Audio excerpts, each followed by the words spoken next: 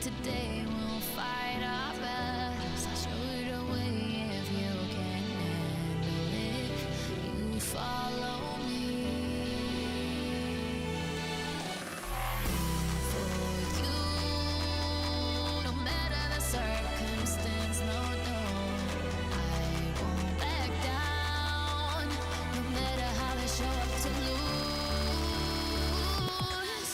Yo, I'm back with my squad, fight for my squad, chasing that hot glory, trying to make a story, never been the one to own it, now's the chance to show it, PUBG Mobile, striving to be a mogul, get your hopes up, number uno, not so far from you, so move on.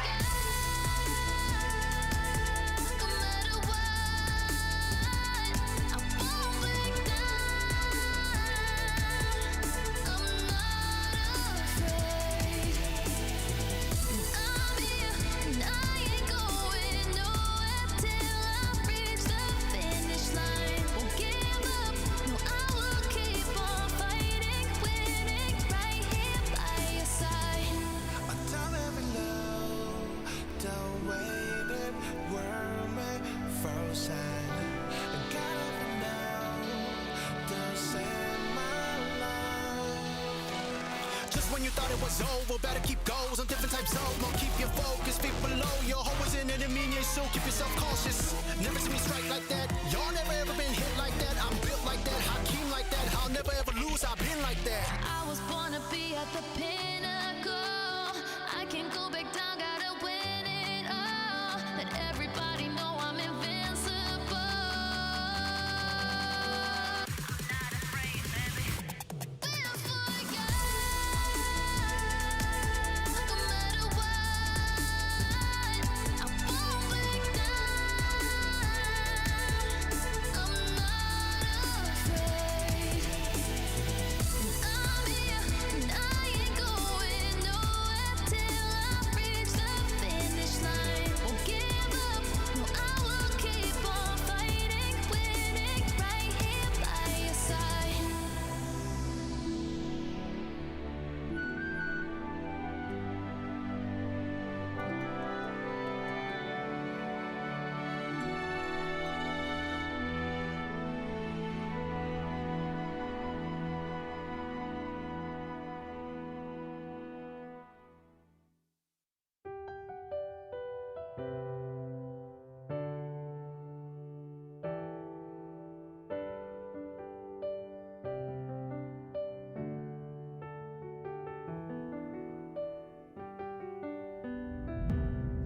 Every second that I breathe is going down in history. We are victorious, can't stop me. Maybe today we'll fight our battles. I'll show you the way if you can handle it. You follow me. For you, no matter the circumstance, no, I won't back down. No matter how they show up to lose. Yo, I'm back with my squad, fight for my squad, chasing that hot glory, trying to make a story, never been the one to own it, now's the chance to show it, PUBG Mobile, striving to be a mogul, get your hopes up, number uno, not so far from you, so move on.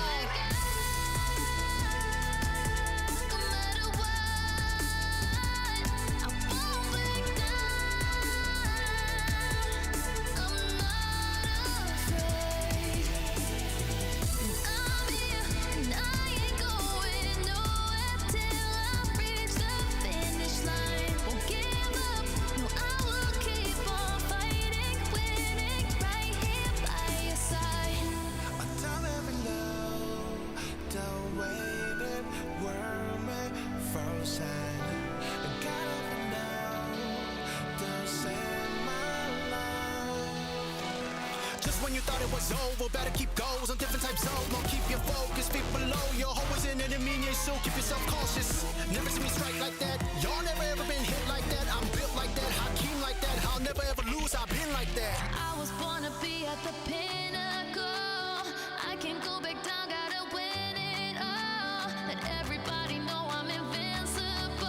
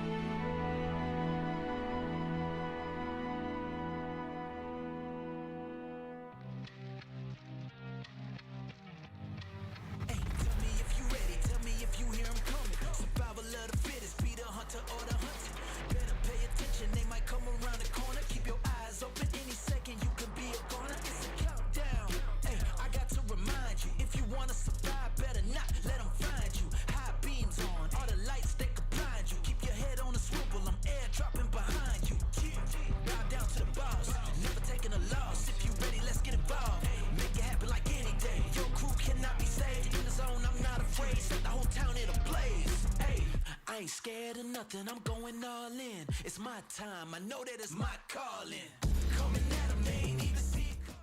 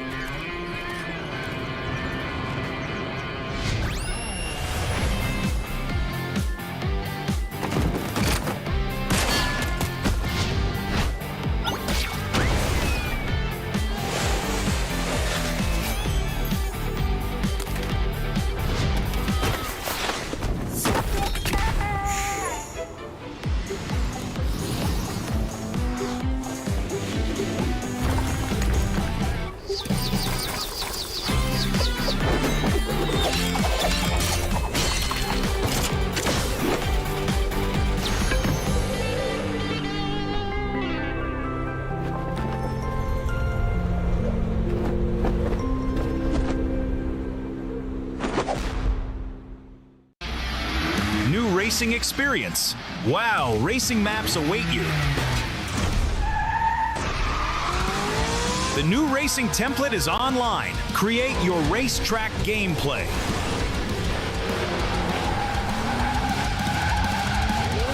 Navigate the forest racetrack. Unleash your racing passion.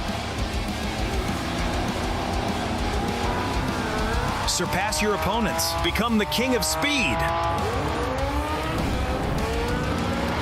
Unlimited speed. Ignite your passion for speed.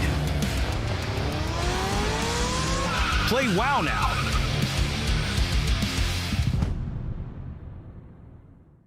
The world converges. The race to be the one begins. The 2025 PUBG Mobile Global Championship will be held in Bangkok, Thailand from November 24 to December 14.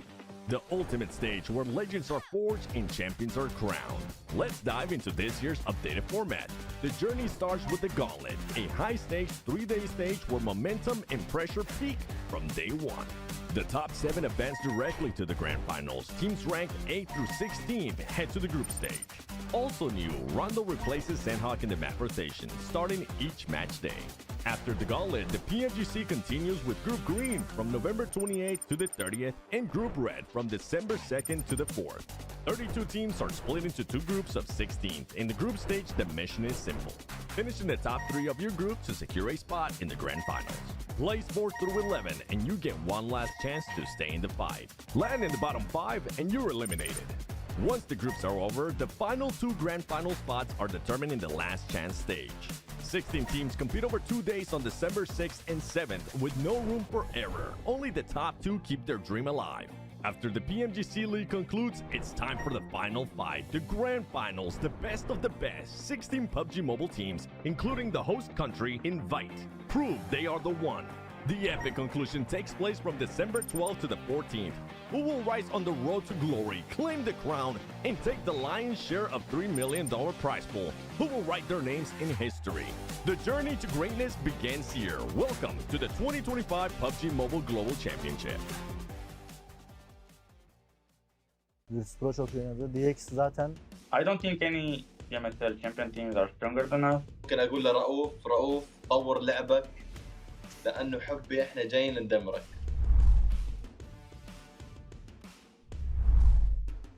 بالتاكيد يعني احنا ابطال بي ام اس ال عربي، مينا ريجن من افضل الريجنات بالعالم. Chúng tôi khá là tự tin ạ, tại vì chúng tôi là đương kim vô địch C nên chúng tôi không sợ. Chúng tôi đã đạt được 1 top 1 trong một ngày, thì chúng tôi đến đây mục tiêu phá kỷ lục. Chúng tôi sẽ cố gắng sẽ được 6 top 1 trong một ngày. I think we will qualify straight to the final. اذا انت بطل بي ام اس ال ممكن تكون محظوظ بجيم جيمين، اما انك تكون محظوظ انك تفوز بطوله هذا الشيء مستحيل. Bên Milan, tại vì họ là một đội mới nên họ sẽ có những tâm lý khá là bất thường. büyük ihtimal Wolves derdi. I think probably Virtus Pro just looks like that. Нельзя, блядь, сказать, что они удачи, что они нормально сыграли. Там нет неудачных, и те, кто на удачу выиграл. Я посмотрел, типа, фавориты своих регионов выиграли. Wolves Esports. They have Coops. Best player in the world in my opinion. Đội VP ạ, tại vì bên khu vực đấy khá là căng thẳng và họ chứng minh bản thân mình từ những ngày đầu tiên. İyiler, kötü değiller ama heyecanlı oynuyorlardı. Я считаю, что из всех победителей PMSL мы являемся самой сильной командой. Pro çok iyi oynadı. DX zaten bu PUBG Mobile oynadığımdan beri hiç sevmiyorum oyun tarzlarını. Kendilerini seviyorum ama oyun tarzlarını hiç sevmiyorum. Yani bölgeleri güçsüz olduğu için ben MENA bölgesi demek istiyorum. Oradaki takımları biraz daha vurmak kolay diyebilirim. Main fight hariç. I don't think any PMSL champion teams are stronger than us. Я думаю, для нашей команды будет легче всего зарабатывать поинты на плюсах с Америки. ممكن اقول لرؤوف طور لعبك لانه حبي احنا جايين ندمرك. Em muốn gửi một lần nhắc đến đội đương kim vô địch BMSL Milan là cách chơi của họ có thể là khá là ổn ở bên khu vực đấy, nhưng ra đây chúng tôi chưa chắc các bạn đã làm được. Yes, I think we have a lower experience than the other teams, but I think this is benefits us. It's in our advantage because the teams don't know how we're really going to play.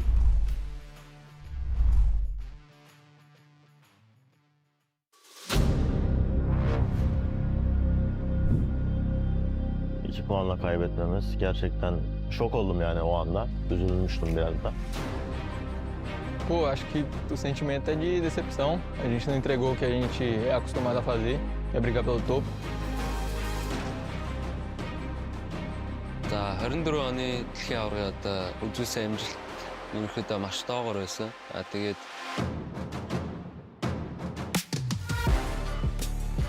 Yani bizim için çok gurur verici bir şey. Burada yurt dışında ülkemizi temsil etmek bizim için çok...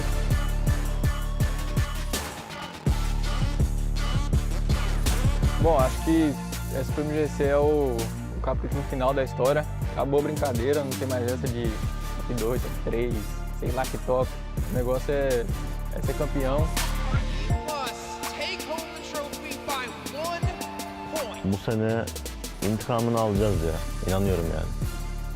Regnum Karya'yı herkesin şöyle hatırlamasını isteyebilirim. Sadece kazanmak isteyen, böyle intikam peşinde koşan avcılar gibi bir şey olabilir yani. Çok agresif bir takım olarak görmelerini istiyorum yani. Öyle de görüyorlardır büyük ihtimal. Türkiye'de de globalde de çok agresif bir takımız. Yani logomuzda olduğu gibi bizi vahşi bir kurt olarak görebilirler. Bence bizden korkmalılar. За энэ тэмцээнд ерөнхийдөө бүх багууд яг авраг аавна гэсэн зорилготой ирж байгаа. Манай багийн хувьд бол бид нар яг өөрсдийнхөө хийдгээ хийгээд тоглолтоороо тоглоод тэгээ энэ тэмцээнийг дуусгана. É a nossa sexta vez aqui e a gente trabalhou muito para isso. A gente sabe que tem capacidade para ser campeão. Ben özellikle bir efsane olarak hatırlanmak istiyorum. Bizi küçük gören takımlar için beklemede kalsınlar. Sizi tek tek avlayacağız. Good luck, have fun. Cacete? Pelo amor de Deus, né? Onları 3. sıraya koyuyor.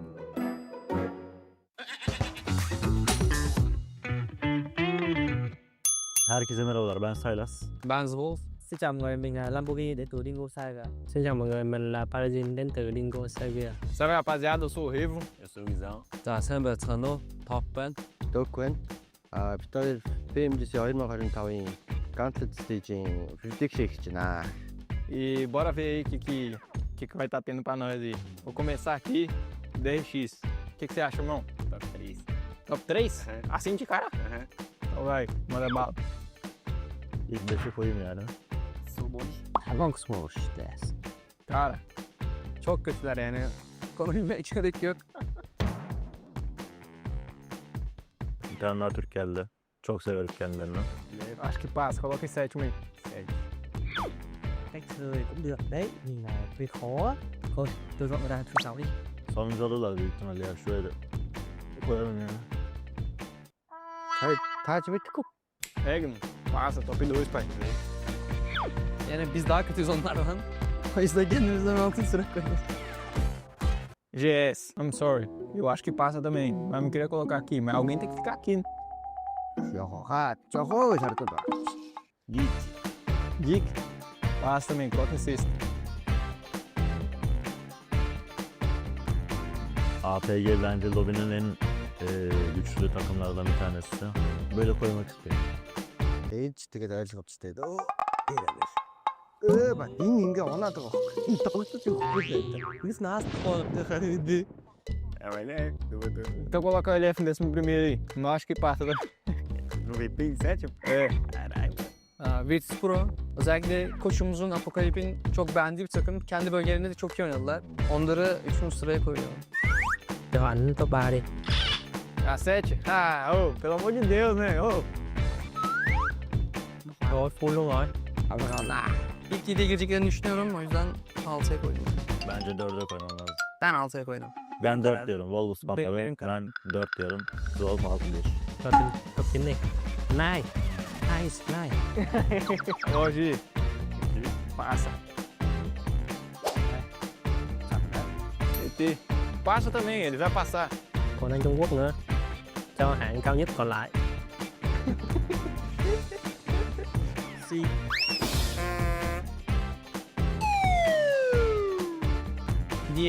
DX'in aim power'ı çok güçlü ve bence bu fark edecek lobide. O yüzden 4'e koyuyorum ben. Theo em đánh giá APG trong cái vòng Gauntlet này thì có thể gọi là ổn định nhất trong tất cả các team này, cho nên là tụi em đánh giá APG sẽ là vô địch vòng này. Colocamos 8 aqui porque a gente acha que o 8 vai passar. Tô brincando, acho que todo mundo tem chance de passar aqui. Ya birinci olacağız ya da sonuncu olacağız. O yüzden kendimizi sona koydum. Diğer Türk takımların da yanlış anlamasınlar. Hepsi iyi. Манайхаар 16 дээрээс жоохон наах гэж жоохон тогтохгүй байгаа тэгээд 15 дээр. Нэс дэжих юм. Голтон дэжих юм уу? Bu bizim sıralamamız. İzlediğiniz için teşekkür ederiz. É nóis galera, desiste só pra nós aí. Boa 7, go Brasil. Xin chào mọi người hãy ủng hộ bọn mình trong các giải sắp tới nhé. За тэгээд бид хоёртай хамт ирсэнд баярлалаа. Баярлалаа.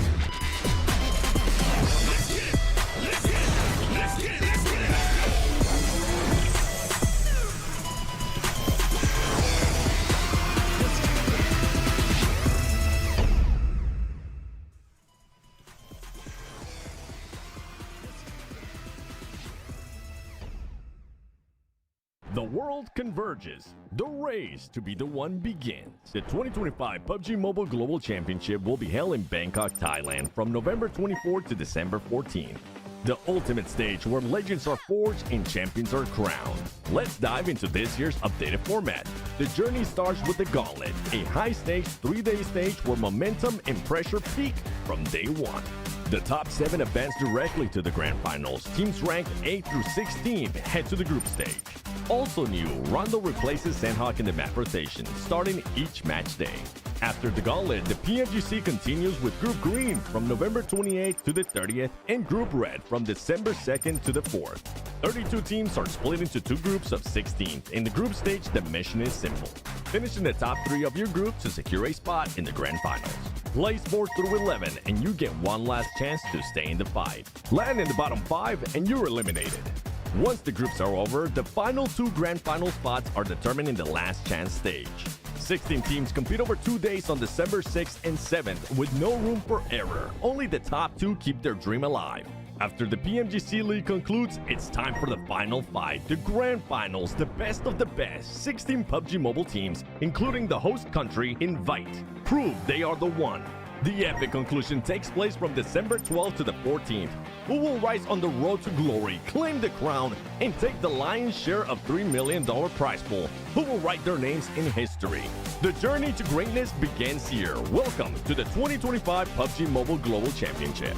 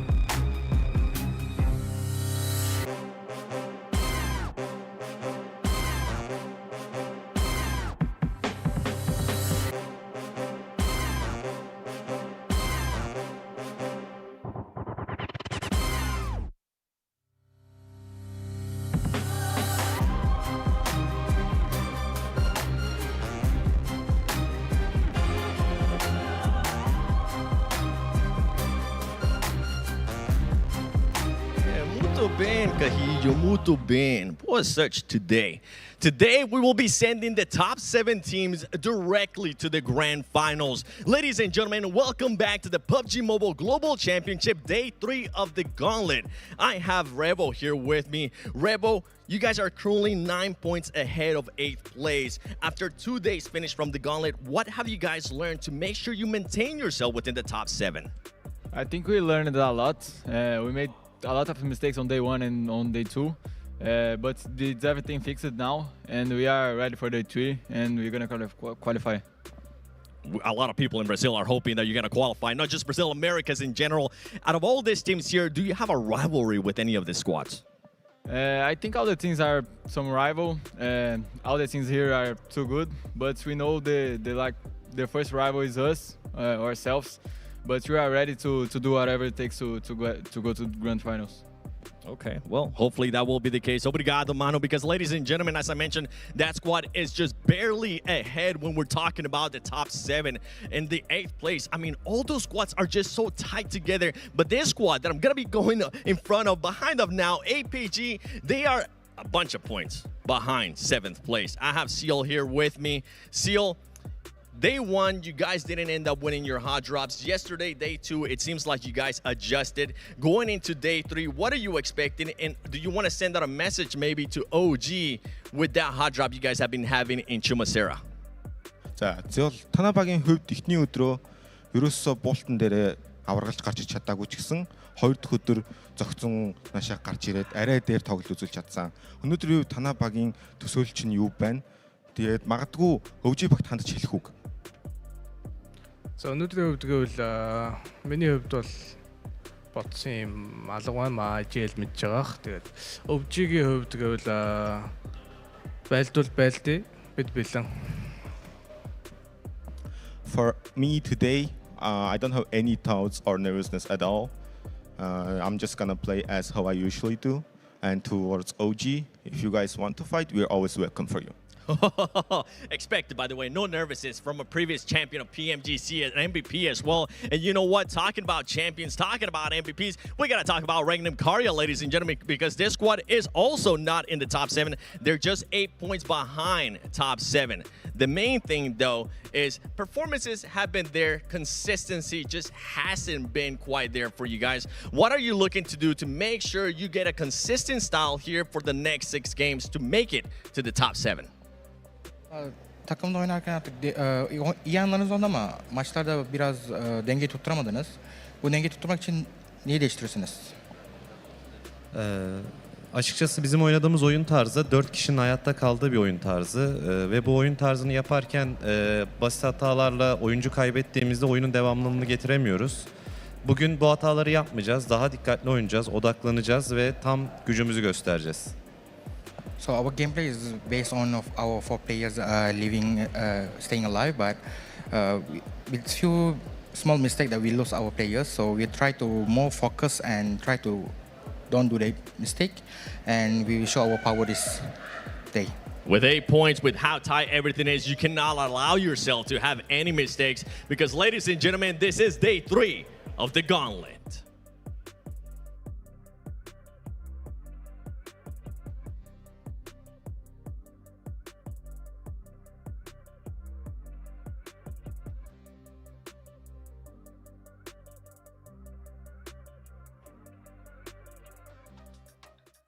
That's right. The time for mistakes is over. The time to perform is now. The final day of the Gauntlet. We are here. I'm Hot Jukes here with Maxman and Neptura. Guys, if you've missed the first 2 days, I'll tell you what, it has been absolutely crazy, Maxman. How are you feeling going into the final day? I'm feeling bloody spectacular, Hot Jukes. No, I'm genuinely so bloody excited here to get into this 3rd day of the Gauntlet. Top 7 will be going into the grand finals. They can skip the group stage, skip the entirety of the last chance. So again, you cannot afford to fail here today. If you're still not in the top 7, you got to go super hard today to make sure you can qualify directly to the biggest stage here of 2025. Yeah, for the folks that don't make it to that top 7 today, Neptura, right, they're going to go ahead and go to the group stage. Maybe that's why Alpha Gaming is like, you know what? we're not too nervous. We're just gonna have fun with it because maybe we'll perform then. But I think that's kind of hard to say because I think we're pretty surprised with just how far behind they are here into the final day of this gauntlet. I mean, I don't think anybody expected for them to be exactly where they are right now. Are they going to be able to come back? I mean, Zul certainly seemed confident in that interview, right, Jukes? I mean, we're looking at them maybe going, hey, third day, nothing to lose, let's just go for it. Maybe they just wanted to take all pressure off themselves, but I feel like as a world-round team, come on, guys, we can do better than that. But you know what? No use crying over spilt milk. We're back.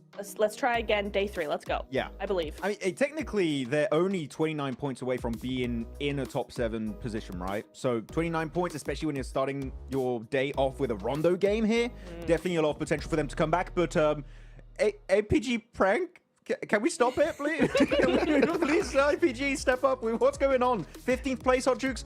It's so weird to see them down there. Really, it's crazy. All right, there's gonna say something right now that I thought I was never gonna say, right? And that is how crazy Kara performed, right? So much, as a matter of fact, that in just the amount of eliminations that they had yesterday, that more than doubled the performance of what Alpha Gaming has done in the first 2 days, right? So an absolute crazy performance. They ended up getting 85 points in total, Neptura, right? That is so far the best performance we have seen, right? Thunder Talk on day 1 had 77 points, right? So for Kara to clutch it up so big, I mean, just how impactful was that performance? It's great. I love seeing that from them. It was so nice. Because they went back to the old strat. I keep saying this. I'm going to say it till I'm blue in the face. Okay? This team thought they could switch it up. They thought hey, let's do something different. It's PMGC. It didn't work. They immediately went back and went, actually, no. We had it right the first time. Let's do it. And as you can see here in this recap, they just went to town on all these teams. And frankly, the other teams could do nothing about it. So I'm not surprised we see as much of a point jump as we saw from them.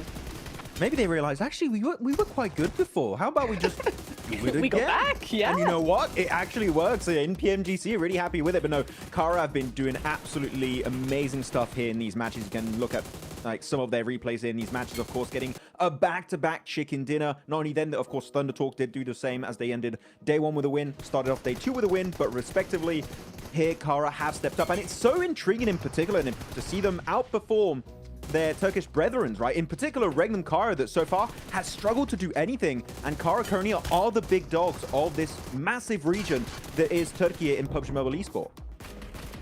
Yeah, it's an interesting thing to kind of see, like, how they're playing differently and how that's working out for them. But I'm a little bit hopeful, I think, for Regnum, because they did have that big win closing off day 2, that we are going to see them jump up now. Same thing with PRX, right? They got the win, then they went all in, and they're probably going to qualify now. But we see the overall rankings here, and it's looking so close. I mean, 75-76 between A7 and Dick Xavier. VP and Wolves 1 point away from qualification for Wolves. So I think we're looking at a very cool day here. Yeah, well, I mean, I'll tell you what, we're looking right now at the top because of just how well they perform. Big ups to them. Kara's with performance has been so good that we got to hear from them, right? So, Seven, if you could do us a big favor, get us a nice little interview with Kara and see what they have to say going into today.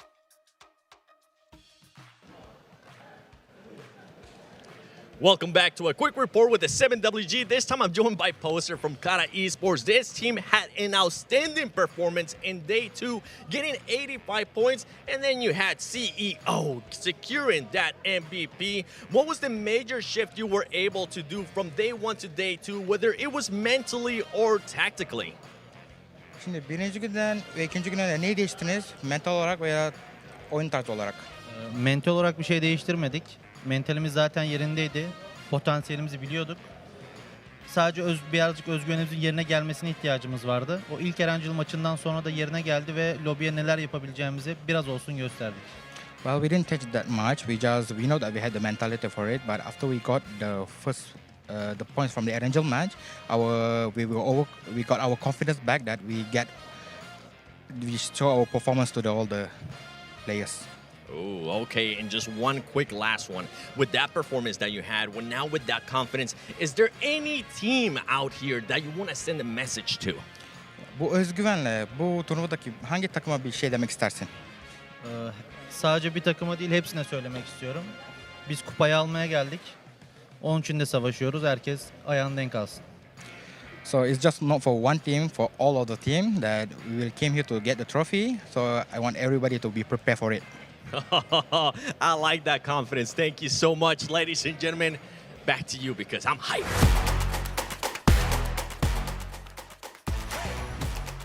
Woo! I'll tell you what, man. Seeing right now, Kara, right? Just to give you an example of just how crazy their performance was. Day 1, 7 placement points. Day 2, 20 elimination points. On day 2, they more than tripled the amount of placement points they had and tripled the amount of eliminations as well, Max, man. So you heard it from them, right? They put in the whole lobby on notice. And do you think they can replicate what they did yesterday? I really believe they can do it again here because, again, they said during that interview they built more confidence after the initial win they had versus the likes of, well, it wasn't really a win. They did get himself just so many eliminations. It felt like a chicken dinner versus the likes of R8 and then, of course, DRX in that Erangel game. So it's really good to see that momentum built.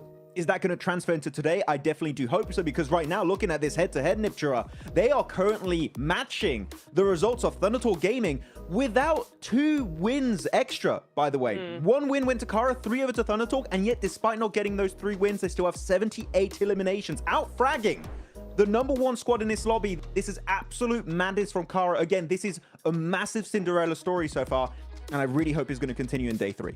Oh, me too. It would be so nice to see and give everybody, I think, some really great storylines to look forward to coming into finals as well, right? Because obviously they are going to qualify. We will be seeing them directly go directly to finals. So I think it's going to be really cool, and it just goes to show you the strength that can come from controlling a zone, farming points around the edge, just making sure teams can't play their own game. It's such a fun way to play, and it gets those results as well. There you go. Well, you know what? I do agree. I think that they have pretty much locked their position, right? Going all the way into the grand finals, but we still got a lot of slots that are still available. So now I want to shift our focus to that lower side of the leaderboards, right? Because we need to see some crazy performances like we saw yesterday from Kara, right? One team in particular, right? We heard from Revel right there. Alpha 7 did not have the performance they were looking for day 1 and day 2, Max, right? So what do you think they need to adjust here, especially going into Rondo, where they could have another big hot drop with R8? Well, I mean, actually, I forgot about the Rondo hot drop. You're right. That was such an issue. I was going to go on straight into the Erangels and Miramar, but no, actually, Rondo is a big issue. And they've never been able to do really great in terms of eliminations because, sure, I think day 1 they got, a 2nd place with 3 elims. But Rondo, Hot Jukes, it's all about the eliminations because you have the recall system. You need to capitalize. You need to catch up. And they have 76 points generally here, Hot Jukes. If they get a good Rondo right out of the gates, chances are they could already secure their top 7 slot. But Alpha 7, on Rondo, it's been a tough one. Yeah, you know what? They actually ended up beating R8 out on the 2nd day, right? For the early one, Neptura, right? The question is, right, with how many eliminations they need to do, I mean, I think they have to take that risk, right? Once again, what do you think? Oh, absolutely. You especially going into Rondo, you can't be passive on a Rondo. You got to take that hot drop if it's coming your way. You need to get as many points as possible. You need to build that momentum. Rondo 100% is the map to do that, and it sets the tone for the rest of the map, the rest of the games rather. So it really is so important, I think, for them to take this hot drop in particular. Yeah. I mean, I'm looking at also teams still in top 7 that have been falling. Virtus Pro. Stellar first day. Chickened in on the first match on Rondo, right? Getting himself 11 eliminations. And ever since then, Hot Jukes, to be honest, they disappeared. We have not seen any strong presence from Virtus Pro, despite them dominating back in the CSA region, one of the toughest regions to perform into when it comes to regional PMSLs. So Virtus Pro, if they keep slipping, they just might not even be in top 7 after this next Rondo game. So Virtus Pro, I need to see more presence because as of right now, nothing of value happened for them on this 2nd day. Yeah, well, I'll tell you what, man, we got DRX right there, only 3 points away from 7th place. We know they're going to perform here at Neptura, right? Who else on the leaderboard do you want to see get a chicken dinner right here in Rondo? I think Regnum have a great chance of doing that. Orangutan as well. Both of those teams definitely need to have a really good first game, and I think Rondo's going to be the perfect one for them. Well, you know what? You said those two names, and I got to agree with you. I got to go with the Wolves. It's time they step up. They had a rough day number 2. Can they clutch it up here in the final day? That is what I hope to see, Max, man. Who do you think can get this last chicken dinner? I mean, first. First I was like, wait, that's right. The day went by already? Wait, I missed everything. No. I still want to say Ulf, but you know what? I'm going to give up on Ulf. I'm sorry. For me, they had time to adapt and bring up their top tier gameplay that we know they can do, but they're just hyper passive. A win is just not in the cards for me when it comes to Ulf. I'm going to go on the bottom teams that are going to get a bit desperate. I'm going to go E-Arena. I mean, they have Mormon, a very experienced player here. They're currently in 14th position, 45 points. Definitely can reach top 7 if they have a good game. Again, I know I said Rondo a lot here, that it's very important, but it really is in terms of how many potential limbs you can get in a good game. I want E-Arena Hot Jukes here. For me, this is the team that, again, for SCA might have one of the highest chances alongside Deke Xavier to represent the region in the finals. We need to see more from this squad. Okay, all right. I think E-Arena definitely need to pop off, right? Them, pretty much, you know, Alpha Gaming, Ulf. I think if they want to make it into that top 7, yeah, it's chicken dinner time right here, right now, Neptura. So since we got a little bit of extra time, right, to talk about some stuff before we get into the first match, I kind of want to talk about something that we were talking about in the pre-show, right, before this whole thing started. That was when it comes to Rondo strategies, okay? We've noticed, right, a lot of teams are doing this 3-1 split, right? They're sending 3 players out to engage on another team and sending 1 to a recall tower to kind of hold that position just in case that team fails that push, okay? What do you think about some of the squads in this time trying to take advantage of that and pushing as a 4-man? I mean, normally I'm like, okay, cool. Maybe that's an interesting strat. You take them by surprise a little bit. I think it would only work if they're not expecting a hot drop. But usually if you're doing the 3-1 split, you are expecting a hot drop. I don't know how much I like it when it's the last day, when so much is riding on you guys doing well. I think maybe for Rondo, where there's so much potential to zone for the rest of the day, I think that might be a little bit too risky for my taste. What do you think, Max? I'm thinking we're going to see something very particular coming out here, which is because you have Rondo recall, I think you're going to see teams hot dropping heavily here. This is my speculation. I'm looking at APG in particular, right? They're Yulin. Normally they drop as a 4-man. And no, Orangutan would not be a good idea. But I'm looking at teams that are currently comfortable at the top.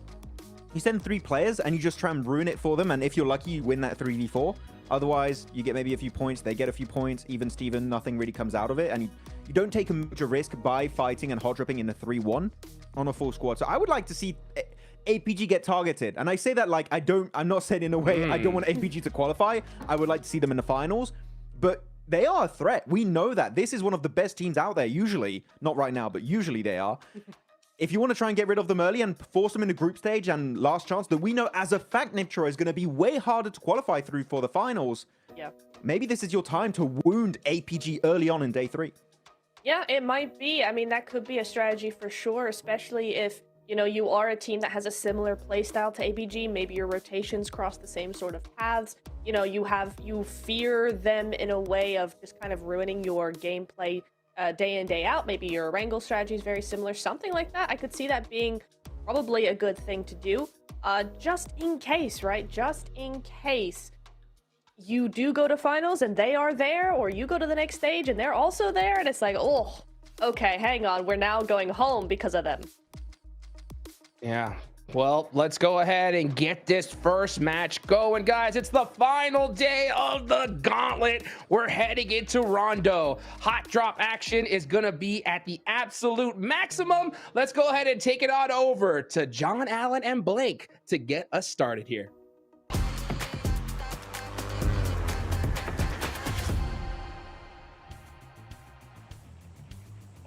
All right, we're going into Rondo once more for another round here. Match 13, kicking off the final day of the Gauntlet.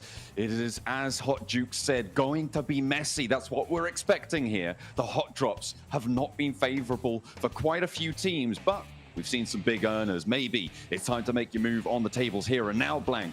Maybe you can bid for freedom towards the finals directly. I think hot dropping over towards APG, Personally, I don't think it's the greatest idea. I think they're a team with nothing to lose right now and everything to gain. So I think dropping on that team is a little bit risky. I think if you are secured, though, like Max says, like Thunder Talk, they could easily drop over towards APG and try and take out some of their players. And from there, you suddenly get a big lead. But again, this is the thing I was concerned about, is that I don't think APG is going to be dropping together at all. I think they'll be dropping spread across the map, which they already are. One player heading down towards the south side. You got a couple players over towards Meiran, around two of the players from Thunder Talk. This is what Thunder Talk did yesterday as well. They went for a 2-2 split. It didn't quite work out for them there because the circle didn't head up this way, but it does give them a ton of pressure on this side of the map. But already things are cracking on here in day 3 as we get our first knock of the tournament. Yeah, Thunder Talk do have that hot drop. That is interesting, especially around that test track as well. We've got, it looks like 3 or 4 teams maybe trying to find some points. I'm looking at the off angles as well coming on through. Arena, who are in this fight, actually have Mormon down all the way south by Tin Long Garden. Really very far away. That's about 4 kilometers away from this one, maybe 3. I haven't quite got my ruler out just yet. Oh, that's unfortunate on the elimination feed there. Over towards that main round fight, but there's so much popping off right now. Let's tune in with Coops on Wolves, who is one of these teams around the test track area, around that Neox factory. You've got that northwest point for Regnum Kaya as well. You can see Zedwolf on that mini map. So for potential for 3 teams to get stuck in here. I do enjoy that Singh got so scared of APG that he panicked and ran himself over. You don't see that every day. Still shows that APG's got somewhat of a commanding presence. Eagles attempts to move up, takes a heavy lick of damage though, and at this early stage of the game, not like to get too healed up too quickly. 10k though, very low, similarly does not have any meds on board, but quite a lot of nades here coming through for the Wolves at only 2 minutes into the match. E-Arena, I think that there was a lot of talk about how this team is incredibly strong, very frightening team to go up against over in SEA, but here in the Gauntlet, they just really have not been displaying all that much for us. And that's the big lineup for the Wolves. 10k cannot find the initial shot. But NC2 can on the cross, playing off his teammate. 10k goes down though on the flip side as Baton able to connect. Another spray forces him out wide, and now Regnum Kaya are going to have that third-party angle, but they're not even going to need to because Doran's there with the M249. That is 2 players down, but they've got those recalls down on the south side, so Arena will ride again. In the meantime, Orangutan have got Kara and R8 on their doorstep. Blank, looks like Orangutan have managed to find an elimination so far, and they get the res onto AKOP. The difficulty here, though, is that it's 4 players basically on the same spot, because already one went down. So for OG, if this is a full squad wipe, then it is done for. Luckily, a Tanky has a slick off angle on the side. Will take down Ida. And now OG get 2 points on the game already, which they desperately needed from yesterday, dropping down quite a bit. That's a nice start for them. But they are up against Marth, who is a pretty mean fella. He's all on his lonesome. I mean, he's on his own right now, but this is what I was saying. CEO just lines him up and knocks him down like a bowling ball to Skittles. They fly and they immediately flushed away. Orangutan do have an outpost in Aru for those recalls, so they will be able to get those recalls in. It's up to now a 2v2, or rather a 1v1 for Orangutan and R8 on the inside here. They're off angles, looking to get those recalls going. Kara, they sidle on into the fight and they show that terrifying presence that we've seen from them yesterday. Well, the Tanky goes down. Prestige already sending away for R8 to get the res beacon off. But I thought there was only 3 players there for OG. It's showing us 3 on the leaderboard, but okay. I was really low HP on one of the health bars. It always gets me too. But yeah, they're not going to be there anymore. They do get the recalls, and actually not too far away, so there's potential to re-engage if they want. I would caution against that. I don't think you want to get back into this fight. Doc's here as well, by the way, for APG. Yeah. Actually, for APG, it's a super tactical maneuver, which is to basically commit Sudoku over on that building.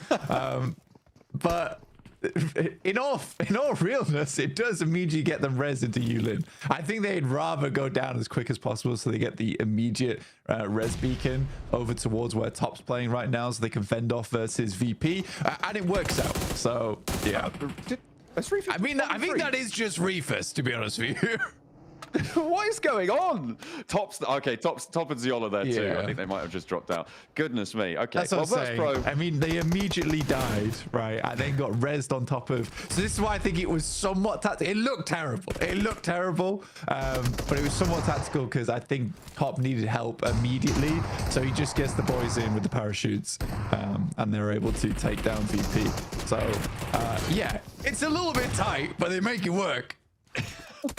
Lemon putting a sour taste in Jafar's mouth there with a little shot down on the position. But again, these recall beacons just so game changing. And it's really what's allowing things to happen here.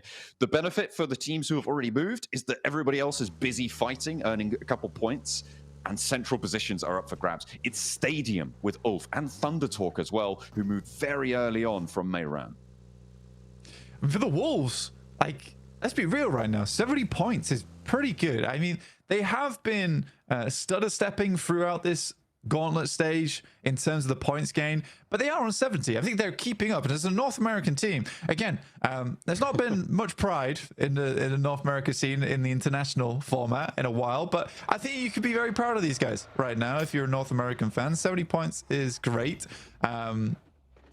Obviously, you also have Alpha 7 at 79, but I think that Alpha 7 is sort of a given, right? And I think it's nice to see another candidate here.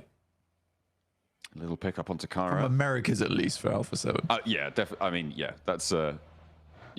everybody else sort of lives in Brazil's shadow when it comes to the Americas region. Yeah, exactly. Still. So, yeah, I think that's fair to say. I was crunching some numbers before the broadcast, and I took a look at several of the regions that played an 18-match set on this same map rotation, which includes Rondo, crucially. And in general, 7th place averaged out to just over 113 points blank. So that's really where we're looking at in terms of where we're thinking that bubble will be. We had around 110 before, and that seems to back that up. So we'll see just where these teams are going to end up. Anything over 120, you're looking fairly solid, but that's going to be pretty tricky actually today to make that up from a 70. So maybe we'll see that go a little bit lower. Ulf taking down Sighting, so the big hitter on the team down for Thundertalk. Kara gets a recall off. The Missile is they're down towards the south side. OG consistently rotating west away from one of the players from Kara. Marso keeps trying to get ahead of them, take shots, but they keep heading west. More concerned with getting in the circle here at this point in time. Circle moves it towards the northwest side. So this is the first time we've really seen this portion of the map in quite a while here for Rondo. A bit of a different playstyle for some of our teams. These recalls still coming through thick and fast. Only one player down, and that is Sighting, who we saw just get eliminated. King wants to pull him back up because it's all the way away. Not in this fight at all. It's all up to AJ and Xing if they want to try and find some revenge here. And Scarface nearly goes down to the nade on the corner. AJ with another pop at it. Scarface relocates to the left corner here. And now plays back around the door frames. Third parties potential as Alpha 7 come on in from that north side. Look at Revo. Look at what he could do to Thundertalk here if they don't make a move now. AJ knows about it, and this is go time. He's immediately breaking out, and he's being picked up. That's what I was worried about. For Alpha 7 to come on through. Tries to steal the point away for Scarface, but he's putting himself in the firing line of Alpha 7 as well as they sidle on in yet again, trying to make their presence felt on this fight. Scarface, Molotov on the door. That's going to force the fight to slow just a little bit, but no, it was good. And it's into the sightlines. Yeah, very, very good pickup there. I mean, a little bit of prediction gameplay going on from Scarface in terms of the run out, so good understanding of the map as well. And now he gets to look over towards Regnum Kai. He is currently playing alongside with Ulf on this scenic view, the mountainside. Mad Bull's playing this game really quite slowly, though, on the northeast. Still waiting to make their move. And Kara continues to harass over towards OG. It's not really working out for either team on this one. I think OG just wants to disengage from this, but Kara is really not giving up at all. It's only 2 of their players. I think that both the players down towards the southeast side are just waiting for the recall beacon to come through. I don't know why Kara, as a 2-man, is chasing down the 4-man squad from OG. It's very interesting. I mean, they've got the recalls coming through, so see if they can keep this one going down. We'll have to wait and see how that pans out for them. Kara, they've spotted 1, they've spotted 2. Uh-oh, CEO. I mean, he did them dirty earlier. It looks like they want to do it again here. You said you wondered why they were chasing them down. Maybe they smelt blood in the water. And those flushes come through thick and fast. CEO are going to be able to pick up the loot. Still, the recall beacons are here, though, Blank, and it's still possible for Orangutan to get their team back up. But it's a bit of a mission now. The recall beacon's much less accessible as the zones start to shrink. We're into stage 2, so they can break out to a blue zone recall. I think that's what WizGod's going for now. Yeah, I mean, it's such a bold play from Kara. And I think OG just didn't understand that it was just 2 players. And they're consistently moving away from them. Again, I think for Kara, fair enough. You're really feeling it off of yesterday. So you're just happy to take the 2v4. But the fact there was no turnaround was a bit odd, in my opinion. Yeah, well. Either way, OG's... Yeah, I mean, they get themselves back up to speed, and they're moving back through the circle again, over towards that north side. It's not terrible. They get to the backside of Jiao 10 as well, so there is possibility to move through here undetected and survive towards the late game. The circle moves a little bit closer to that north side of Jiao 10 that you were talking about. Orangutan being currently the only occupants of that stadium concourse. The road up to the stadium is also a major feature, Blank. The buildings that overlook it, really, really important. Very difficult to maneuver, I think, with Regnum Kaya's position. For the Wolves right now, I'm looking at the middle of the map. Regnum Kaya hold the buildings to the south of that concourse, of that main strip down to the stadium. And the Wolves currently sit on that road. And that is going to be pretty difficult to maneuver, but they're safe for the time being. 7 on the northwest edge. I actually quite like this spot from them. They get to control a lot of area down towards the south side. A lot of open ground, a lot of good sightlines for them. Equally, moving across from that east side is a little bit difficult versus Alpha 7. So it's not a terrible spot. Obviously, it's not direct center in the circle, but it's a possibility to play off the back of this one and get some presence on the northwest side. 2 shots from Levi's over towards Virtus Pro. I don't think he realizes that there is a whole assault squad coming through with the MG3, no less, on Aragon. Spray downs for Nate, not going to connect for another. Virtus Pro able to get some points earned as they trek on into the west side of the blue zone. Although they have had their fair share of strife. The recall beacon starting to become a little bit further from available.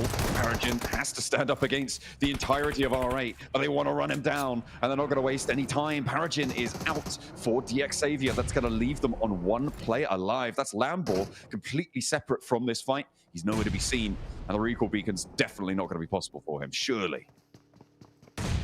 I think for DX Xavier, they do get a recall. Found it. Oh, they found it. He's on top Fair of enough. one. Yeah, he's good to go. Aragon looking to hold his own versus R8 right now and doing not a terrible job of it, but Amori moves around the side. We'll get a quick finish on 1 player. Now Voston as well as Malloy move up, but Prestige immediately backs up the team. Marth is down, so this is a bit of a test for the rest of the players here as the blue continues to envelop. Test passed, flying colors there. Virtus Pro cannot find the opening, and they will go down. Our first full squad wipe comes through. Virtus Pro no longer playing. APG, in the meantime, up against Regnum Kaya. A knock seen towards APG. They're all bunched up in and amongst those crates. You can see a lot of knocks sent their way, and Zedwolf has brilliant angle, but Zjol, a huge nade over towards Regnum Kaya. 2 of them immediately go down. A rescue mission necessary now. Silas and Zedwolf need to have their teammates' backs, and Zjol gets across a sliver of HP. Healing can be done, and Wild and Loxy are not long for it. That allowed crossing has meant that Regnum Kaya cut in half. A big opener for Zjol. I mean, this is what allows APG to make these sort of plays. And I think that the best way to describe it is being quite disrespectful to a lot of angles, to a lot of teams. I mean, making that cross there is most of the time a death sentence, right? So the fact that he even goes for that is a bit wild. But I think APG, more than anyone right now, understands they need massive games.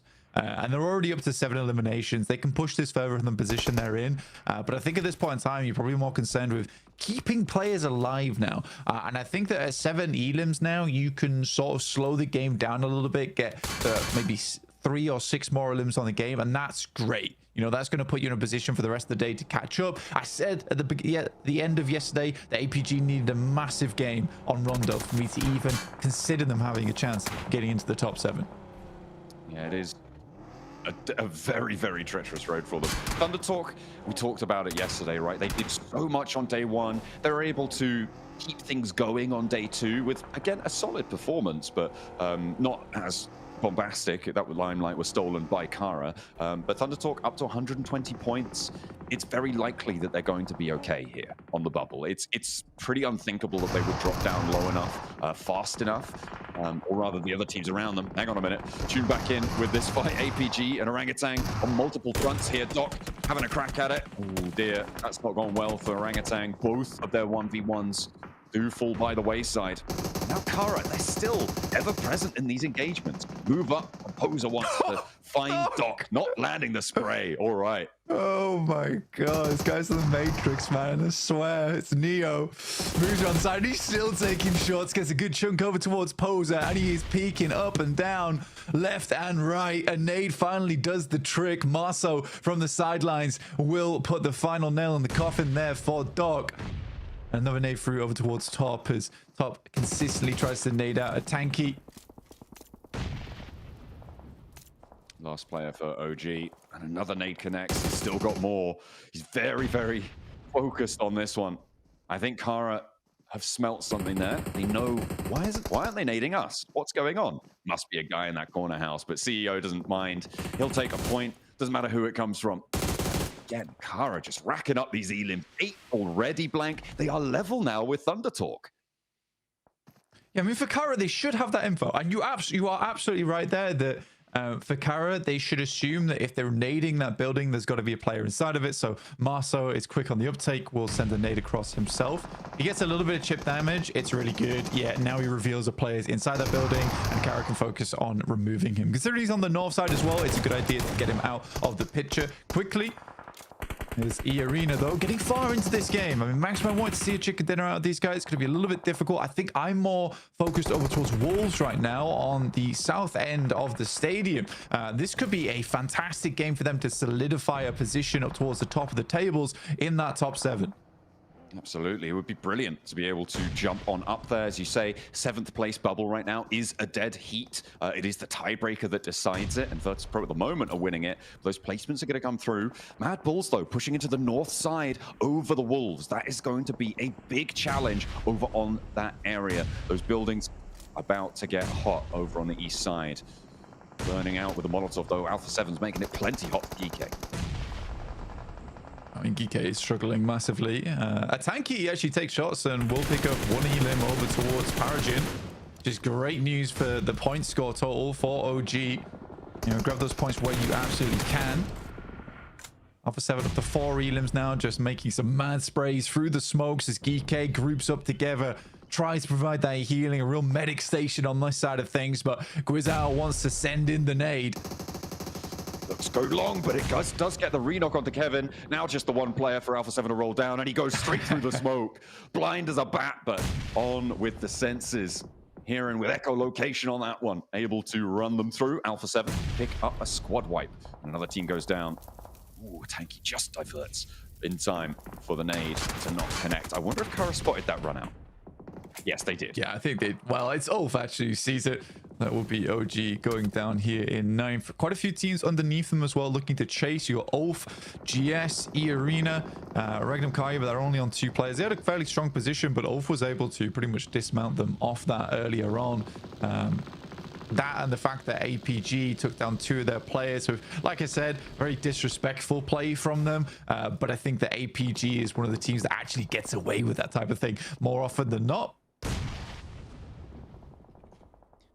Bulls moving in on the north side. 2 players have gone down. The Wolves, they've been here for a while. You can't just move in and expect to take a building from them. No way, no how, but they still have to deal with Flip, who's doing a lot against them. Will find nearly 2. Doran goes very, very low, but can't quite get the rest of the distance. No more recall beacons as well. They have been shut off a little bit earlier. That's brilliant for the Wolves to stay as 4, and now they're up to 7 elims. Yeah, I think for Wolves that was a big test, right? Versus Mad Bulls, and it's gone very well. They tried to assault the building, sure, so they had the defender's advantage, but still, I think for Wolves, that's a very, very nice thing to see. And again, I think for a team like Wolves, who maybe worries about their performance, and I think particularly those types of teams from North America do get a little bit stressed at the start of the day. Getting that motivation, getting that clear vision at the beginning of things as you head into those final 6 matches is actually a massive positive marker for them, and I think for Wolves this could be a huge deal getting in towards the top 7. Absolutely, they are champing at the bit for that opportunity. A direct qualification spot would be monumental for to be honest, it's the least North American team that exists, and they are doing the best. Stop! But No, stop it now. You know, it's fine. It's fine. Look, the flag is North American. That is true. That is true. That's undeniable. Silas seems to be pretty undeniable on his hold here, but Marceau's going to give it a good go. Stepped up. Yeah, okay. Put the pin back in the nade. Silas, what are you doing? There's a man in your face, and you're preoccupied with getting a flush. I don't know what that was about. He needs to pull himself together because Zedwolf now has to bear the brunt of it. And he's alone atop the mountain here, trying to play up against Kara on his own. Then Wolf sends the Molotov down, tries to burn out a player underneath him. Right now, things are getting hairy. I think that, Ulf, high ground, these two things go hand in hand a lot of times. So I think for Ulf, particularly in a rondo like this, I would probably predict them getting the chicken dinner off this game, if I'm quite honest. I really do like their prospects, and they've shown in the past they can make this work as well. It does feel like a lot of specific things have to line up for Ulf, though. In the meantime, we have these nades barreling towards Kara, creating small craters in the ground as GS attempt to assault this position. They're desperate to get out of the blue here, John. Zedwolf, solo hold against Kara. He's got that immediate smoke pop, got the shotgun around the corner, but can't quite land it. Steps a little bit funny on the rock, twists an ankle, can't connect. Second chance maybe, but now there's 2 of them, and there's the backlines to deal with as well. Zedwolf sent dizzy there as Kara mount to the summit of the hill and look to try and challenge Ulf across the way. In first place now with 123 points. You thought Kara were done yesterday? It's not the case. 11 elims on this game, 123 points. Thunder Talk need to reclaim their position at the top of the tables here, John. But the Wolves are struggling now. They would have loved to have gone a little bit further. GS disengages with Kara whilst they're preoccupied with Zedwolf. Doesn't matter. Marcel's not done with you yet. Oh my goodness me. 13 elims found for Kara. It is just, it's not stopping. And there's 10 elims for Ulf. The 2 Wolf logos from Turkey. Look at her try and go head to head, mountain to mountain. Who will be the king of the hill at the end of it, though? Ulf far more central. Alpha 7 with a decent run up, but they're playing as 3, and it's open ground towards Ulf. It's honestly, I think that the biggest threat here is Alpha 7. And the fact that they could backstab on this one, because I think Ulf's going to be very preoccupied with Kara. But this is where I want to see the follow-through. I need to see the follow-through come through from Ulf here. I really do like this team. I think in the past I was very disappointed with them because I think Scarface is an awesome player, one of the best long-range specialists in the entire game. Aaron's such a cool up-and-comer, very, very skilled. Ketch was MVP multiple times in the past, and you got Solus, who's just been around for donkey's years at this point, all the way back on Digital Athletics. So I think for Ulf, I want to see some follow-through here because I think they found some renewed invigoration over towards PMSL EU. Let's see that continue here. That's what we're looking for. More survival for Sighting. He is hiding down low behind the bumper of that vehicle. Surprised he's still here. Yeah, it's pretty crazy, but Oh, I don't imagine he's getting too much further. I wonder if people know about his position, though. That's what I'm worried about for teams not thinking about a solo on this angle. Yeah, I mean, there's been a lot of hiding from Thunder Talk over the past day, I would say. It felt like there was a sudden change in performance on the Erangel versus OG, where they started just roaming around. The OG were able to take them out. So I'm not sure. I think Thunder Talk, they kind of felt like they'd done enough, and then the gameplay has faltered from there. Koops is able to find sighting on that angle though, and we'll take him down. Now, Alpha 7 is moving up at the same time whilst Kara sends grenades over towards Ulf. So this is a very, very difficult hold for Ulf right now. A battle on two fronts. 7 have made the crash actually up towards this hilltop. A difficult approach, but it's been allowed to go through. Nice opener, but they're still playing as 3. Ulf do have Kara to worry about though. A potential for that one to get a little bit more messy. This south side needs to conclude as well, as nades from Kara make Ulf's life harder on this hold. Revel and Guizhou already up, but Obscure is playing anchor. Scarface wants to stop him from doing just that. There he goes with the blue zone at his back, needs to win that spray trade, forces Scarface off the angle, and can't go down to the blue here. Alpha 7 can't afford to lose it, but they do have their side angle taken out, and now it's just the two of them playing in the rocks, looking for something, but no, one of them falls, the next not coming through, and the shotgun starts to rain hell from above. Guizhou not done just yet. He drops for a second, but Solus on the drop spray is able to find it. Ulf lose one in the process, but they take away a major competitor. It's a quick finish as well. I mean, they needed that over towards Alpha 7. Yes, they lose one player, but they set up the smokes nicely. Ketch has been waiting for this push for the longest of time, but they just had to do it with 3 on that side versus Alpha 7. It was imperative that they finish that fight as quick as possible. But now Wolves have a massive amount of space to play with on this eastern side. They continue to push this in. Obviously, this position on the hillside is very, very strong and will remain strong for the next minute or so. But I do think for Ulf, there needs to be consideration of dealing with Kara soon. I like that Kara have this outpost imposer as well. Pretty much a large high ground, just looking over to where Wolves is playing. What Kara likes to do a lot here, what we've seen a lot of times with them, is get an initial knock onto the other team inside the lobby and then full push on their opponents whilst they know the other team's preoccupied. It's quite a smart maneuver, and it requires you to be very confident in your own gameplay. But Kara right now, that's what they are. I'm just looking at the utility at the top of the screen there, Blank, and just see how stacked the Wolves are on it. The question is, can they hold out against this high ground for long enough? The high ground will still be in just a little bit. There we go with Batten, finding that opening knock. Playing up on the wall, though, that should be resible by Koops. I mean, look at the number of smokes they've got. They should be able to play that one. As Marceau does take a tick of damage.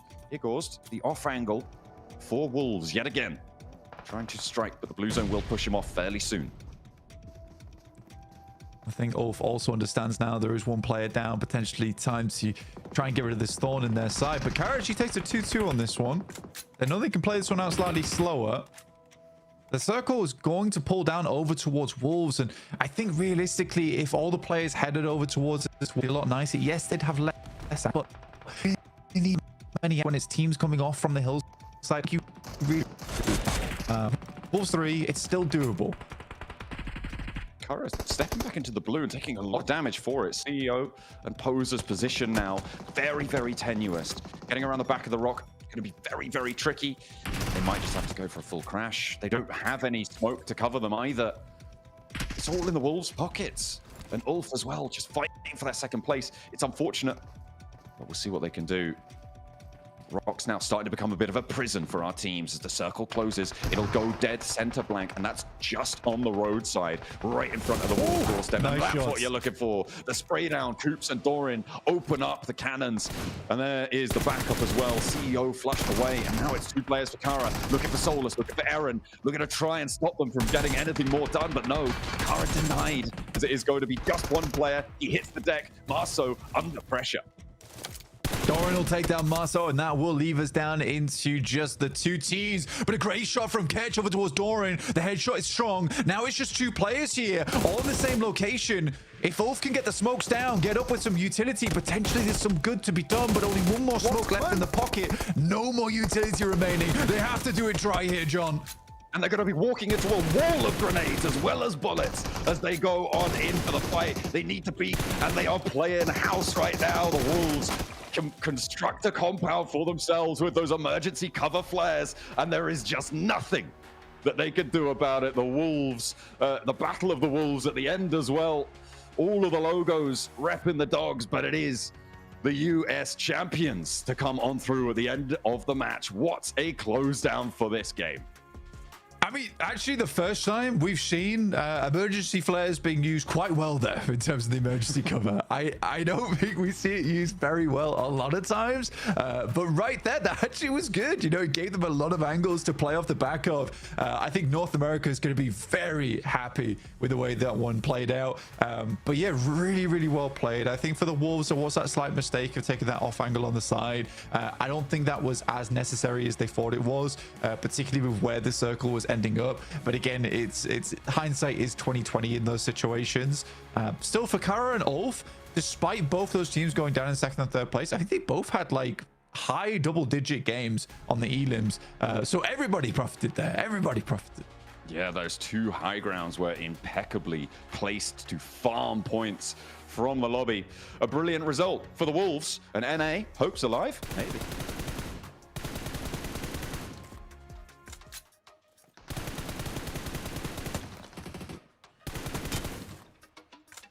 Yep, okay. Emergency cover flares finally being used as they should.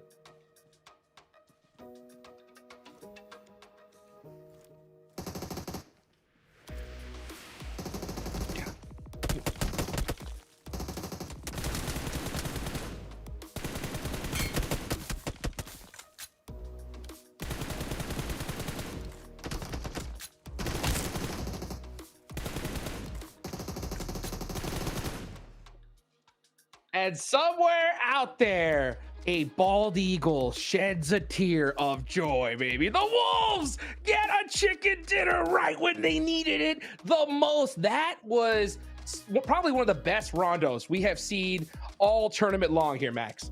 Finally, a non-Eastern rondo finish. Yes, right? Finally. And a near stadium finish too, which is always very fun to see. Wolves, very, very early fights they took in Neox Factory, right? Able to hold off that position away from E Arena and actually winning that fight early on. They're moving behind on the eastern side into the city portion of Stadium.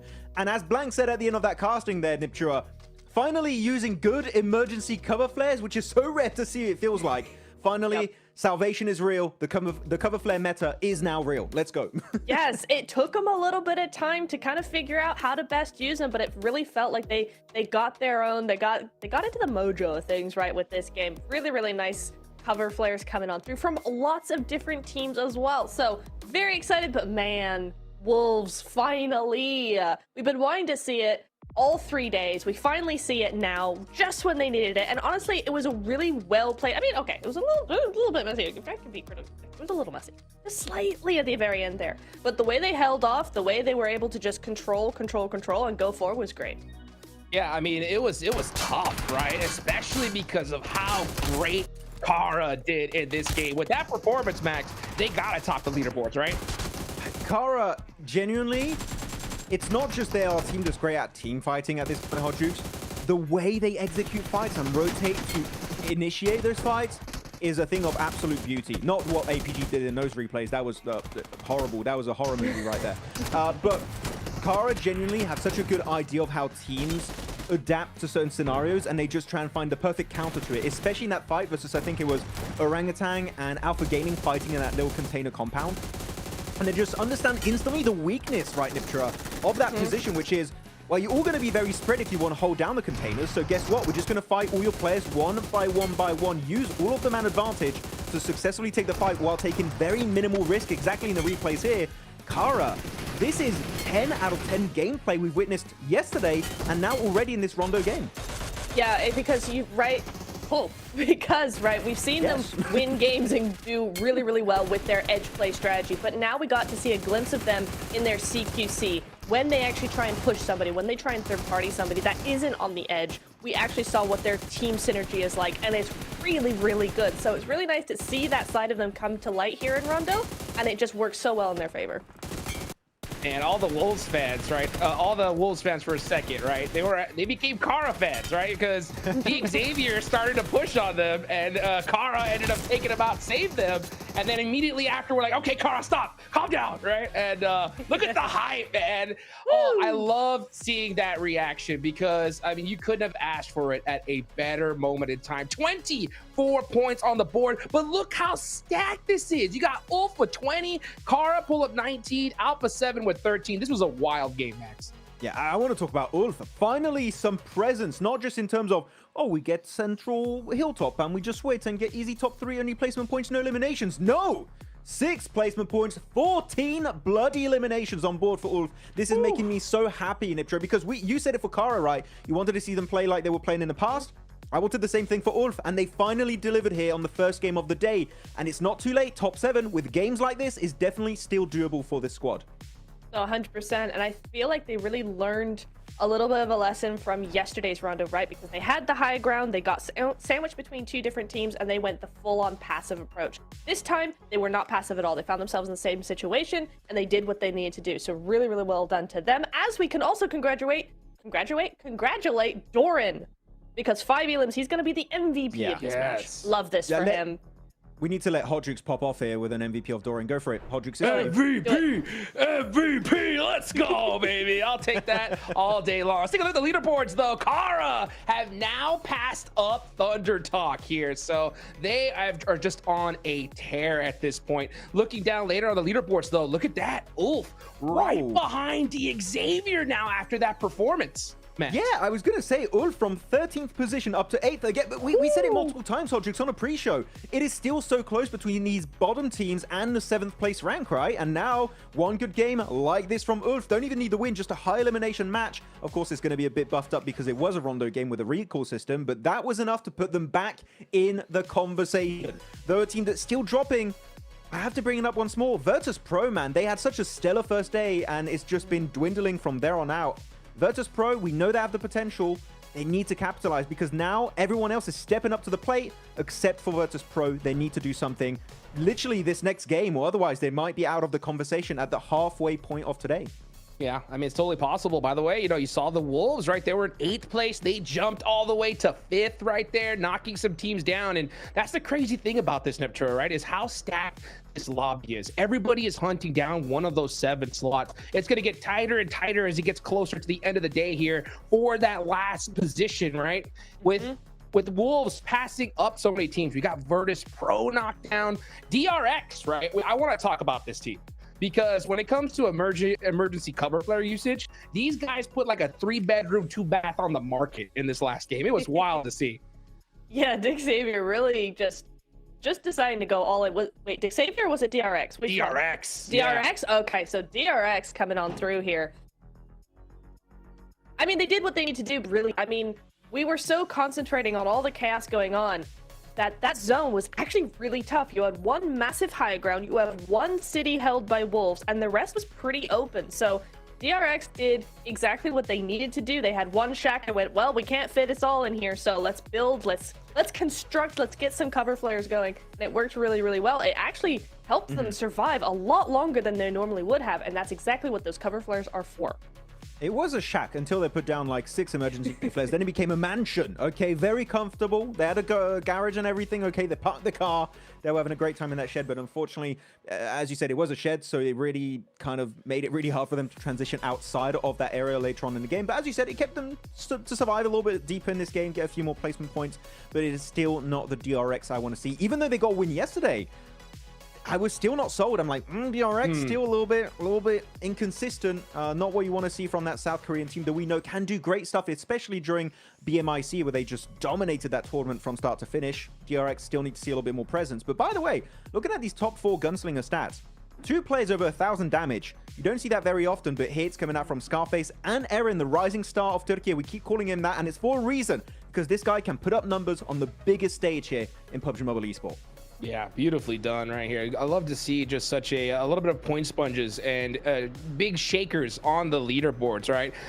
You know, speaking of, you're talking about inconsistent, Max, right? I just gotta mention it. It's gotta be Alpha Gaming, okay? They put up 8 eliminations in this one. And the big thing that I noticed, right, was that hot drop onto Thunder Talk. What do you think about that? I mean, Thunder Talk did not want a hot drop. They just like, no, we're not dealing with this. We're getting the hell out of here. Which I like from Thunder Talk. They're like, we don't want to risk our first position, which I do respect to some extent. But no, here they instantly, as you said, sent it onto Thunder Talk, keeping top split away from the team, going into Yulin. And then they were like, oh, this hot drop didn't happen right, Niptura. So what they did instead is chase down another hot drop, which was, I believe it was Kara versus Orangutan versus R8. And that actually did reward them a few early eliminations. So that definitely did work out for them. Yeah, they did, and then they went straight over to VP as well. Remember when they actually got the rate call, and then VP were there suddenly, and they got a few points onto VP as well. So I really liked how they were playing, and I love the energy we're seeing from them. They just got cut short there. A couple of weird plays coming through just meant that they weren't able to survive probably as long as they wanted to, but I like the energy we're seeing from them. They're like being very, very aggressive, straight out the gate, just running around trying to farm points, and that's what they really need to do if they want to be still top 7 at the end of the day. I would have to say, tell me if you guys agree or not, but okay, we were saying APG prank. They're so sweaty right now in game. I don't think they're pranking anymore. I think this is APG serious mode, and it's just not working. No, stop that talk, Max. Yesterday, you said they were washed, and now they're performing good. Don't go back. Stay with that energy, bro. You know what I'm saying? Keep that energy, bro. Wait, are they playing good? I wouldn't say this was great. I wasn't sold. It's better. Okay, okay, I hate JPG. Okay, no, I'm not gonna. That's maybe a bit too much there, but yeah, for me, it's still not the Rondo I wanted to see from APG. Even though they were trying, like the mindset was there, but the execution was a bit all over the place. And Orangutan are like, Chumasera is ours. That's gonna be interesting. The Miramars, you want to stick around for those because that's gonna be pure cinema later on today. Yeah.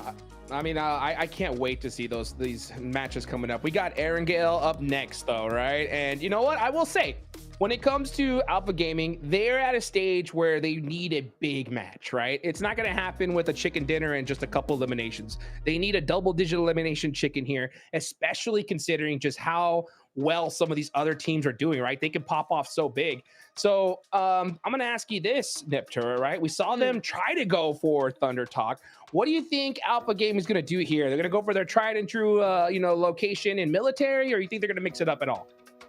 Oh, that's a great question. Honestly, the way they're playing, I could see them doing either of those things, to be completely honest, because they went for it in Rondo, and maybe they just went for it because you do have that recall system in place. There's that little bit of buffer. Erangel is a little bit more serious, a little bit more, one shot only. So I feel like they're probably, okay, you know what? I've got it. They're going to go for their original drop. They're going to still do that, but they're going to rotate so quickly. They're not going to linger as long. They're going to try and get into the match as soon as possible. That's my take. What do you think, Max? It's going to be that. I agree. I was looking at numbers. Which team we're talking about? We're talking about Alpha Gaming. Okay, Alpha Gaming. No, I think they're going to go for their original drop then. Play C block.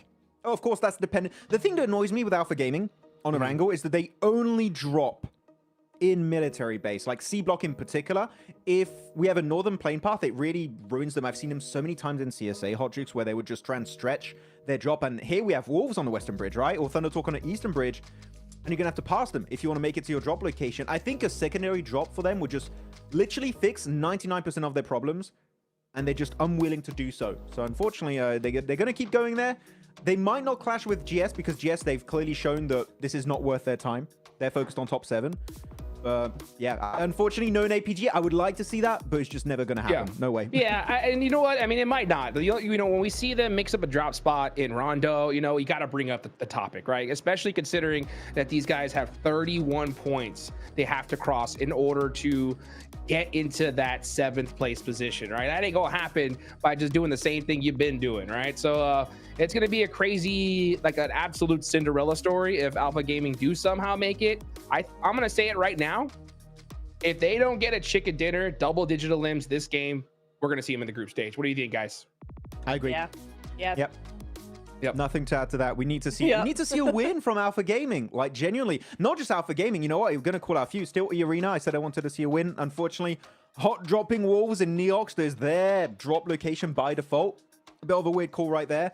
Ulf definitely showing some potential, but Regnum Karia too. You know what? Still waiting to see though that win, like a confident win. They did do decently well this game with that position west of Stadium. I want to see a big win where they actually put a lot of effort on their macro side of things and they're going for big breaches. That Miramar of yesterday was a little bit given to them.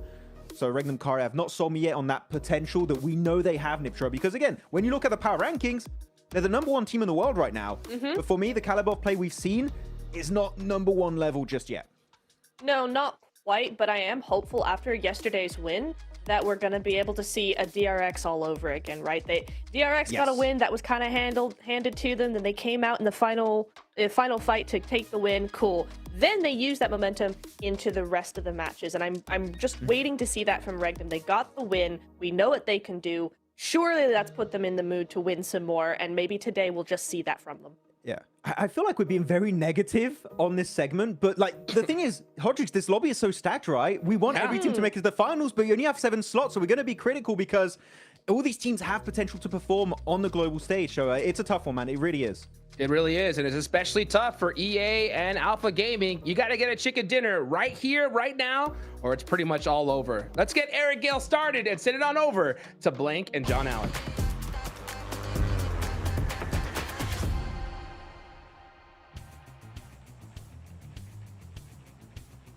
Oh, absolutely. Well, let's get stuck into Erangel.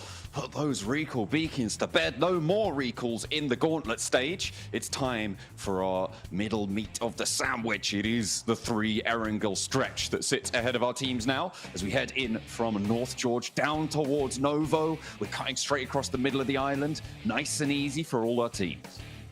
A big profiteering off that game 1, which is always great to see for a lot of our squads, particularly for Wolves. They were able to put up a big scoreline there, which should really assist them in the rest of the day in terms of getting over towards that top 7. And for a North American team, will be a hell of a result to go straight towards those finals.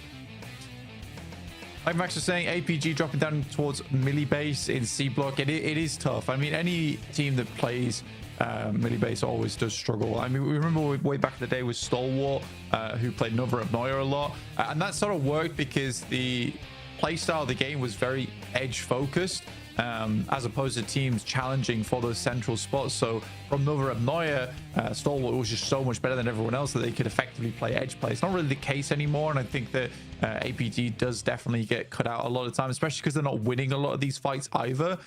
So it is a tough position to be in. There's been a lot of ego challenges already on Rondo from APG, and I think Max is absolutely right in terms of them sweating. But it makes sense. They have to do it right now if they want to catch up.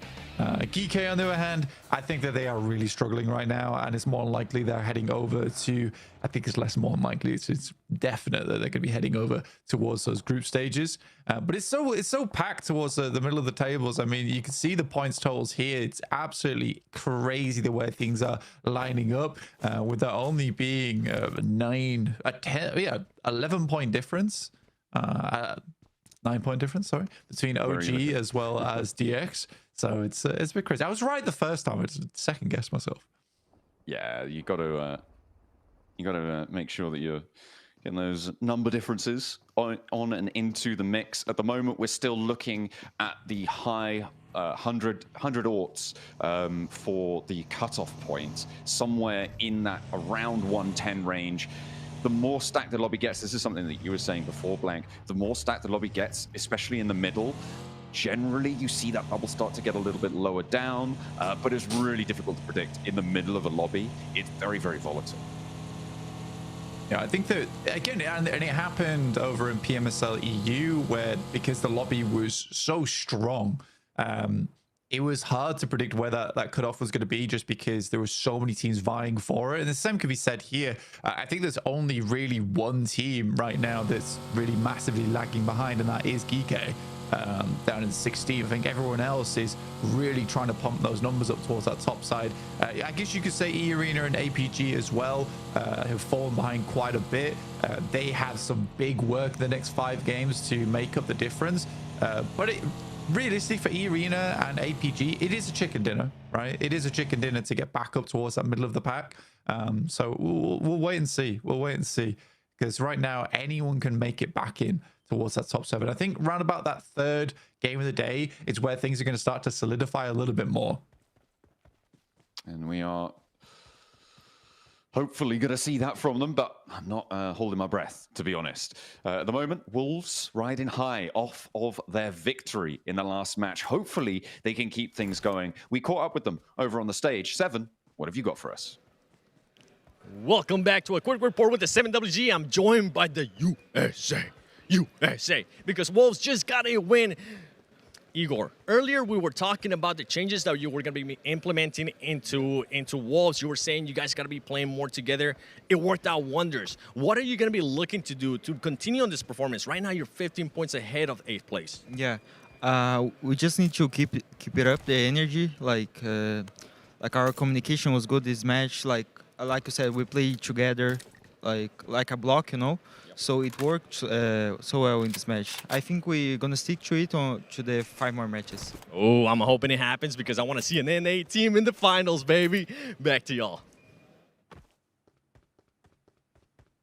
There we go. Keeping that energy up. It's exactly what they need. But over a 6-match day for the remainder of this tournament, Blank, that is a tall order to keep the energy flowing the entire time.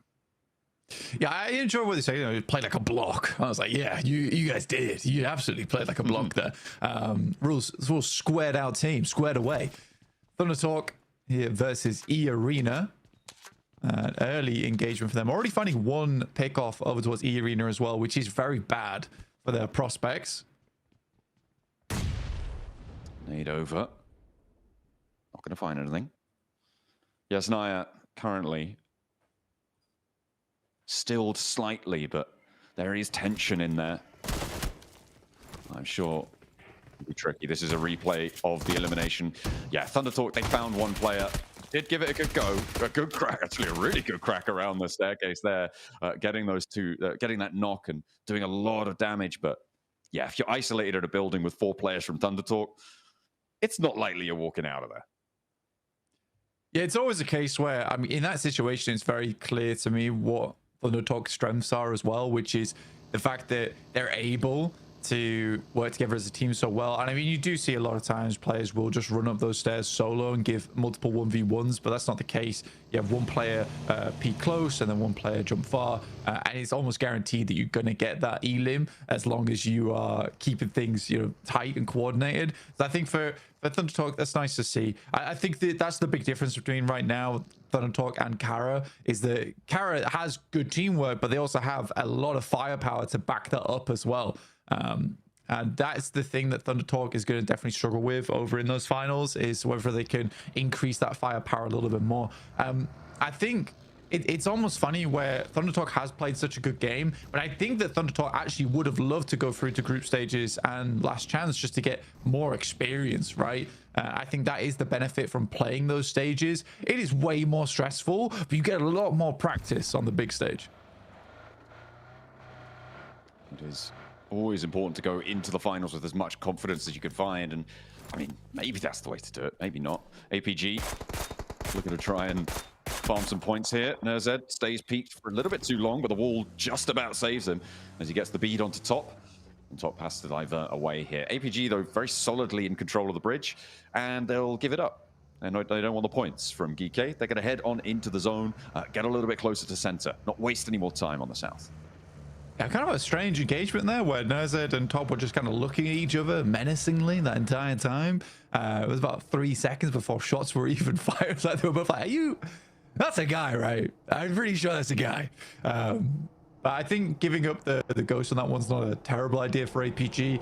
They know that what they're struggling with right now is getting towards center circle. It's almost as if they're listening to Max as well on the analysis desk. So getting there nice and early is a great idea for them. Regnum Kaya in the way right now of OG, who have tried to get center on this one, and proud of them for that. It has been quite a few games right now where they've been struggling and playing on the edge. So seeing them get towards the center here nice and early is definitely going to be useful for them. Regnum Kaya having that bit of a lack of performance here in the Gauntlet stages. They are the champions coming from their region. They have won plenty of global titles before, but it's just not being put together in the same way. That infusion of Zedwolf that we saw this season for them, moving into the roster to join up with the other 3. I mean, it went very well for them back in the Europe stages, but it's not really coming through in this Gauntlet stage. They haven't been able to find the fights they're looking for. It feels like they just aren't able to establish the same sorts of holds that they were doing before in the regional stages. No, Reefus goes down again. Genuinely, this is the biggest problem with APG right now. It's just careless gameplay overall. DRX take a knock over towards Kaikse. Zedwolf will blow up the vehicle and get the elim off the back of that. I think that for Regnum Kaya, the biggest thing for this team right now is I still don't think Zedwolf's quite found his place in the team. And I think that towards the end of PMSL EU is playing a really good off-angle playstyle, but then you're sort of taking that away from Silas. And genuinely, I do think that as good as Silas is, I think he might need to step back a little bit and allow Zedwolf to do that a little bit more. Because Silas is a great scout. He's a great IGL. He's a great fragger. He's a great off-angle player.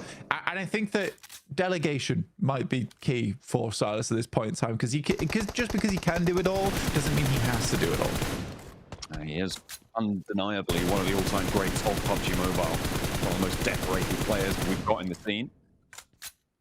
One of the longest-term faces. I'm sure if you've been watching international level PUBG Mobile for a while, you'll have seen him before, but you're right. It is not just about what he could do. It's about what the players around him are doing as well. And he needs to give some of that over potentially. R8, a little bit further north on the east side of Rozhok. As our circles close down to the south side. No shenanigans, no chicanery around the river.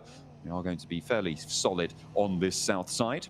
The east edge currently mainly controlled by OG. You do have DX Xavier just across the road from them, which could be a problem if they need to move forwards. Yeah, it's a pretty empty area that they're currently in right now. It's figuring out where they want to go next, but a lot of these positions on the north rotate as well as the south rotate are already taken up, so making those pushes is going to be a little bit difficult. Quite like Madball's position right now on the northeast side of Pachinki. This is a good spot to be playing in. A lot of options for them going forward, especially with a lot of teams not over towards their western side. Most rotated on the east, actually. So I think for Madballs, it's pretty free and clear for a lot of this game.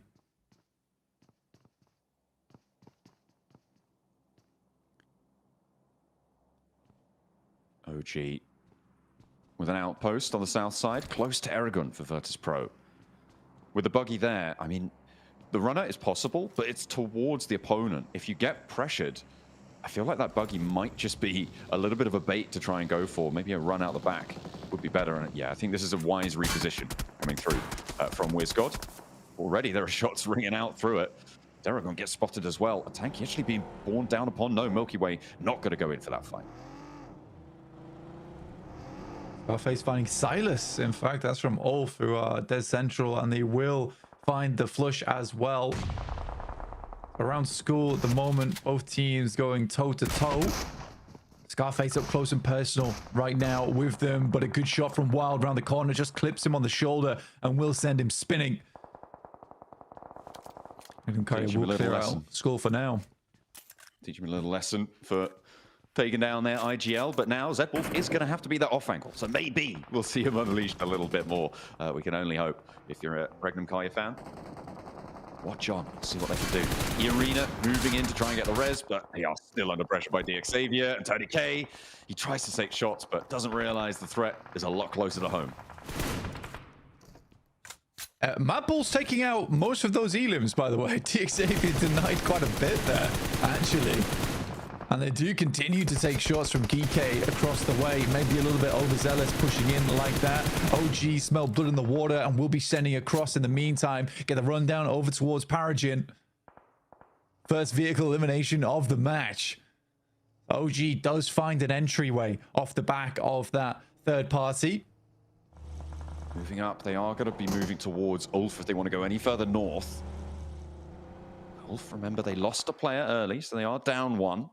Could potentially be an opening advantage. Actually, okay, they're darting straight across the road, straight between school and the compounds to the southwest. They're playing out in the open fields now, Blank. They're playing this ditch that, I mean, if you've played in these headshot hills for any amount of time, you're very familiar with them. That border that lies to the south side will protect them a little bit from Madballs. The question is how long and how tenable will it be as teams crunch in on the area? Yeah, another quick rotate from them as well from the other two players. They got the anchor down, and then they pull the rest of the team across to them. I think that was a fairly decent play coming through from OG as well. I mean, they see that DXavier is under threat. They immediately roll over that way. They can see that a lot of that area has been taken. It was multiple teams going down, so they assume that area was fairly clear and free. They just push across. So again, very nice play. I think for Mad Balls, they have the slightly better position here, and it looks like they're not willing to just give up this area for free either, as they send Lemon up front. Funnily enough, this is like one of Lemon's most famous areas of the map as well. Multiple insane grenades he's sent across in this location. So if you're OG, you're going to be slightly worried about those coming towards you. And he's flexing out to that northeast side of things. Next circle popping in just a few seconds as well. We'll see where we're going to divert to. And actually, this favors the teams out on the north side and OG as well, with a really good look in on this circle with the position they've got. Wouldn't be too surprised to see Mad Balls maybe try and push into the two buildings across the road, but for now, it might be better to bide their time, especially when they're being crashed on. The Wolves from the southeast side, they make a quick decision and move up to the compounds, and now Mad Balls have more fish to fry. Yeah, it's a really good spot for OG now. One of the best spots, in fact. A lot of cover to be had. A little bit of smoke will have to be expended, but Wolves make a crash on towards the seaside, which is going to absolutely lock down the Mad Bulls. They won't be making that cross. They'll have to get rid of the Wolves early, so the expenditure of nades is needed. This is very fortuitous for OG now. They're having a great time on the north side. Can they get a couple of those points as well if they can steal one or two away from the fight, or maybe even claim one for themselves? That'll be great news for their points tally. That fight around the bubble is really important. APG losing Ziol there on the off angle, not going to be able to win that challenge, and Virtus Pro will continue to move through. Leave them in the dust, let the blue zone do the work. The heavy lifting not necessary on their part, but Milky Way is down. I don't think they've got him in a vehicle. I think they've left him behind. Yeah, they're not going to be moving in with 4. So 3 players now for Virtus Pro. I mean, it's pretty telltale, that situation of just like the dichotomy between Virtus Pro as well as APG is that when Virtus Pro is rotating there, when they're taking the fights with 3 or 4 players. And every time we saw APG fighting there, it was a solo, right? A solo trying to make a solo play, the hero play. And I think APG needs less of that. The teamwork just isn't quite there yet. It's unfortunate. I mean, you kind of expect it to be though, right? Like this is a team of veterans for years and years, right? They should be playing better, all things considered. Yeah, I mean, it's not good. You do expect the solo plays from the man on your screen on the right, at least. Yeah. Yeah, well, maybe they all want a little bit of limelight, and now nobody gets it. It's a not very illustrious performance from APG so far, and they've got GS just over the ridgeline to the front. It's difficult to crest over and take shots down. You expose yourself to so many angles. If you're GS, you can't risk going too far forwards. We'll see what more they can do. Mad Bulls, okay, they find a knock over towards Wolves, find a second as well. The Wolves crashed in. They've been okay for a while now, but now they're under a lot of pressure, and there's that first flush coming through. Like I said, Lemon with the nades, man. In this area of the map, he is good with it. Now there's one player remaining in Coops. Nade does quite a bit of damage, and now they look to finish off the job. Mad Balls at 4 players, and what a jump out coming through from Lemon. Oh, third party. Kara moving in. They're already on this roadside and blank. They might not have their full squad, but they're still going to be able to do damage, and the Mad Balls have to worry now more. I mean, they do find Poser right off the rip there. OG, though, finding a little bit of damage over towards Pusher. Need to pick him back up off his feet. Bit of an awkward position to get into. Luckily, the vehicle's already burnt out, so won't be taking too much damage there. Ulf is slowly encroaching down towards the south side versus OG. But again, OG could pick up a lot of points off the back of this, but are struggling to find those eliminations. It's been a tough time for them to do that, and you're right, with Ulf moving in to their route out into the open, that's going to make things harder, and it means they do need to commit a little bit more to clearing out their south side in order to get away from this one. Thunder Talk trying to cross the road in Rozhok. It's so difficult with DRX as well in the background. Alpha 7 feeling a little bit safer, but they have to move as well. right? Alpha 7 have to go a little bit further south. The move is easier for them, but it is definitely tougher for Thunder Talk right now. I mean, Alpha 7's first port call here is to get rid of Thunder Talk on the crossing on the road, which is why they have this massive smoke train lined up. It's a great nade thrown down, but no massive value found off it in terms of the knock. But it is DRX, which is the true issue here for both teams.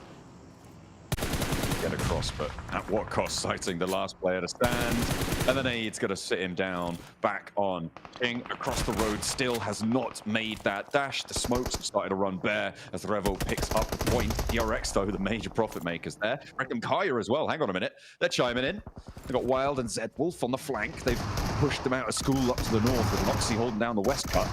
See what they can do. Mad Bulls, they had to deal with Kara, but CEO, he's able to claim a point. Looks for more as well. With the auto shot, he pops the reload. Not going to find the nade on in for Pusher as well as they turn the corner. And he gets one. Looks to try and find a little bit more. There's the flush of the Mad Bulls. They're leaking. CEO once again, the big earner on the team, looking to put more points on the table. Nade down the stairs, already 2 found in a 1v4.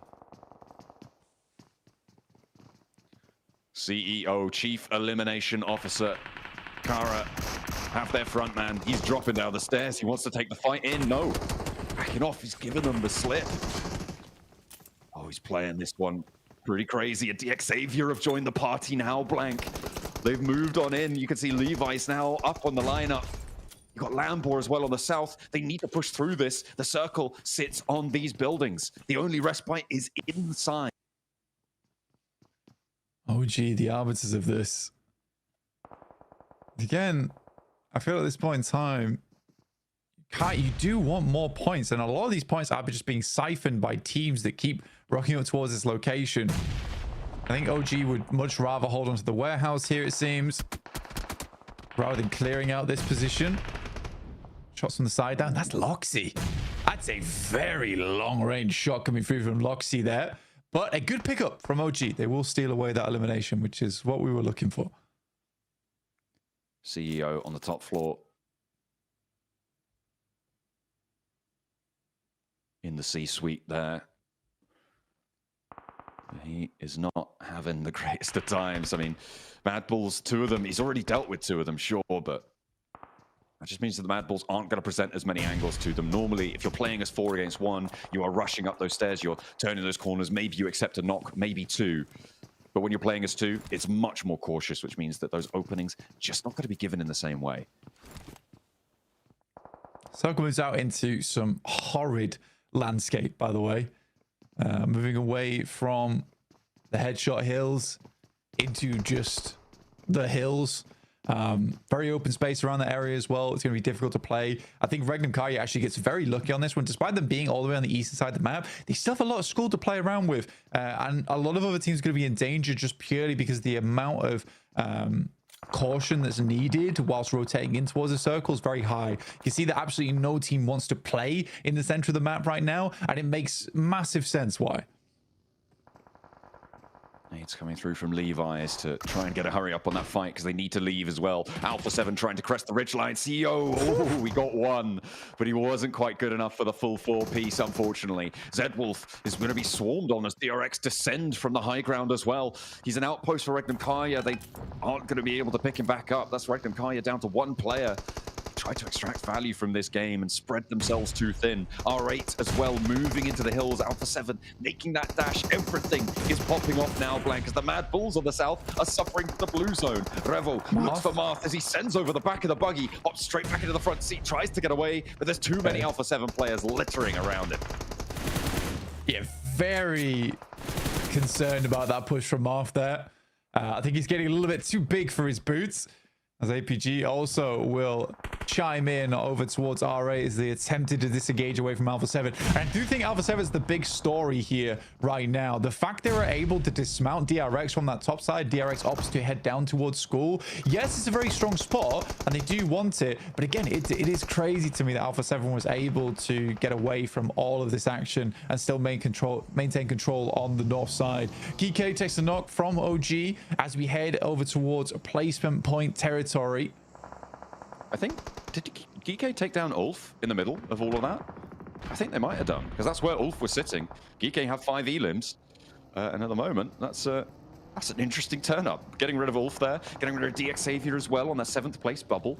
With 4 players alive, OG on the south edge now have to make a move, but they haven't had to before. They've been held fairly strong in that center area, but they're right on the edge now, and they need to get across somehow. They need to figure their path. Yeah, it's a tough rollout now to make from OG. They made themselves known over towards GK as well, weren't able to secure that full flush over towards them, so they know where they're coming from, and they are coming out from a small lip on the hillside into open area. APG still going strong with Doc and Top though. This dynamic duo from the team. You know, the only 2 players that actually respect one another. So it would seem, at the moment anyway, but they are right up to the edge of the zone now. Nobody playing the middle because nobody can. It is a death sentence to move out into the open. Alpha 7, probably the team with maybe the best shot taking this one. Them and OG, the 2 teams that are going to have a good time. I'm sort of counting GK out, despite the fact that they did roll up to Ulf and win a clean 4v4. Yeah, I think the difficulty for OG right now is that although they play this game pretty well, it's coming out from that lip that's very difficult, right? You are going out to open ground. So, you know, OG could play this game really well and make a quick maneuver, but that's the only thing I do worry about for them at this point in time. DRX continues to send outposts forward. Revo goes down, so that's going to delay Alpha 7 quite a little bit. Ooh, a nade in from Hyunbin and actually coming through from GK as well. Oh, this is nasty stuff. That ridgeline, that little valley that sits there. Oh, AKOP having to reposition. He knows he has to get in because those reses have to be happening fast now. 2 seconds, the zone's closing. They don't have the time to be picking up their teammates here. One of them's already fallen down. AKOP, I mean, committing to this res, I just don't think it's going to happen. WizGod, you have to give it up, brother. Yeah, again, like I was saying, this is such a horrible rollout for OG. You really can't make it happen very well. And I think the fact they held out in this position for so long is already quite admirable. But yeah, as soon as you have to leave from this spot, it's just death. Yeah, they transition there. Just not possible. Away from that area, and Geeke actually kind of taking command now. They moved Ragnarok out into the open. One of the very few teams that were in a position to maybe even allow that. They're serpentining in the rest of them as well as they make that crossing. Hyunbin doesn't quite manage to clip it. But OG looking to piece themselves back together. There's still one more dash in them, but they are trapped now under the watchful eyes of Obscure. The rest of Alpha 7, Geeke, everybody's going to be looking this way. Still a 4th place. It's not bad. It's not bad at all. You get far into the game of this one. Get some placement points for your troubles. And I think they're able to pick up a couple of eliminations here and there over on the south side of the map. DRX trapped on the silver side. And this is what I'm talking about. The fact that Geeke's got here, I don't know how it's possible. OG's taken no shots their way. Understandably so, because they are struggling themselves at the moment. But yeah, you could. I don't think you can count. I don't think you can count Geeke out on this game. I think they had a pretty decent transition from where they were on the western side. Blue just stopped short of OG, of WizGod and AKOP. It is going to be those little underhand lobs, though, coming from Alpha 7, which will be treacherous for Geeke in the coming moments. They've got literally nothing to play with on that south side. Let's see what they've got here. DRX as well. They don't have any nades, which is pretty important here. Means Geeke are a little bit safer. Alpha 7 wanting to try and channel their ordnance forwards. Nice. Nade over to Obscure. That is a big pickup. Geeke, they've taken down Ulf already this match. So they've got to be feeling themselves. Ragnarok potentially moving into danger there as Rio spots him. And it will be faded away from. The health bar's getting a little bit pink, but it'll be okay for the time being. The reposition is good, and the nade is even better. Carrillo able to land it, tracks the movement well, but there they go. OG standing up, and they spot Nerset. They go for the flush immediately and hit the deck once more, but they will pay the ultimate price for it. Maybe another point earned, but 4th place for Elims will be where they find themselves drawn to a close on the game. DRX moving into position as well. Hyunbin on the back flank to Alpha 7. The Misao going down. No way, ever vigilant, finds Hyunbin, but over the top go Geeke. They look for more. Into the fold they go with Alpha 7 down to 1. The flank out from So Easy looks for a shot on the sidelines. It's not going to connect, and it's Geeke with 2 versus 1 from Alpha 7, and they shut it all down. Geeke from the bottom of the tables. Finally, a breath of life. And now they don't look so bad anymore. I think the main positive here is that they're kind of like an out on par with APG and E Arena. So I said at the beginning of the game that they were massively lagging behind everyone else, but you know, at least they can, if they end Gauntlet in top 7, it would be insane. But if they end top 7 out of it, at least they can say that they weren't the worst team by a mile. I mean, this is really monumental, not just for their points tallies, but for confidence, right? It's like they can do it. We are able, we have that possibility. Alpha 7 denied as well. That was unfortunate. Felt like it kind of got away from them there. Not quite able to close down that high ground. But Geeky with a miraculous turnaround in the open field. A crash, a full 4v4 against Ulf, who we saw have that performance in that last game. And they were able to win it out. They transitioned into the open field when we thought it was impossible. But my goodness, what a close down. Yeah, very well done. Let's see what the desk had to say about that game.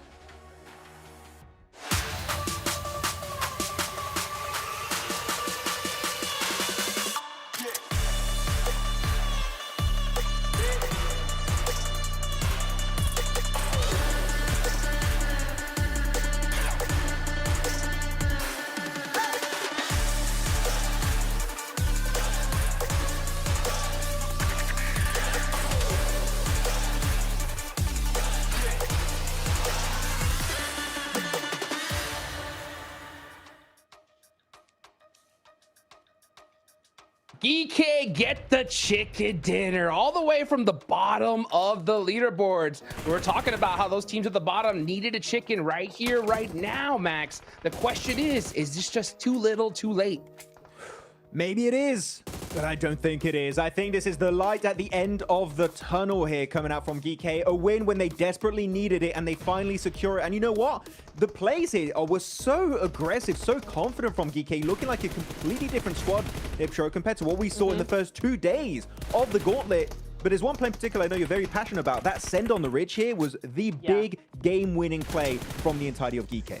It was so nice, and I want to point out they were not worried about OG behind them at all. Not at all, because they were looking at A7, back turned around. OG were nothing to them because A7, they knew that the moment that OG tried to take any shots onto Geeky, A7 would have their back because they would just shoot over the top. So it's a really well thought out play to actually go just send straight to the middle over to A7 rather. Yeah. And it worked out. I mean, SafG with 1,000 damage coming in here. The whole squad just really putting up those elims to back up that win. Great stuff. It feels like the situation you're talking about, OG and Alpha 7, is the enemy of my enemy is my friend for now. But just for now. Later on, we'll start fighting again. But for now, you're going to help us out. And it was definitely a great game plan, perfectly executed. I even want to take it a bit earlier, right? That push onto Ulf, they knew how valuable that little dip position north of the orangutan warehouse was going to be. They take it very early on to make sure they don't get third-partied by any stragglers on the side. So happy with Geeky. Is this going to be a flash in the pan? That's a question we do have to ask because we've seen it for a few other teams, right? They get one big game and then kind of disappear. Geeky, this puts you back in a race. You can't afford to disappear. You need to stay present. We need to see more points coming out on board if you want to make it in the last final stretch here, Hot Jukes, in the top 7. Yeah, I would say this, right? It's not the nail in the coffin for them, right? But I will say, with that win, you know, that hammer is still in the air. You know what I'm saying? So, like, you got to do a whole lot here if you want to make it into top 7. But, I mean, it couldn't have been at a better time for Geeky. The question is, though, right? You know, Geeky win this game. I got to talk about it, though. OG towards the end, right? They had that southern position, right, for so long. You know, what do you think they should have done? Do you think they did the right thing on just kind of holding that spot, or should they have made that push onto Geeky, Max? I think they should have pushed onto Geeky a little bit earlier, actually. They were eventually going to be forced out of this warehouse position, which was very comfortable. Like, you can even see in these replays, right? Fighting Mad Balls, there's Wolves, there's even Deep Xavier, getting the easiest time to pick off those fights. But then they got a little bit too passive, a little bit too complacent in that position. I think if they send it on to Geeky, chances are this would have been an orangutan win, but this is the issue I do see with orangutan every once in a while. They're just a little bit too passive. Sometimes you got to take that gamble. You miss 100% of the shots you don't take. Orangutan, I want to see them take fights because we know, right, Nipchura, this is a team that can take big fights. AKOP, Aru, WizGod in particular, all had great moments. I want to see them use that fragging potential to at least try and claim these wins in big fashion. Yeah, and what confuses me even more about this play from OG, like just the hesitancy to do something about Geeky, is that's totally against their own playstyle, against their own strategy. We see them time and time again, normally just being able to spread out and take all those fights, and they just weren't doing it. But now we see top 4. These rotations, they gotta be something else, right? Like, I mean, look Geeky, at how did they Nova. win from there? Exactly. I was waiting for this graphic. This is a Novo team.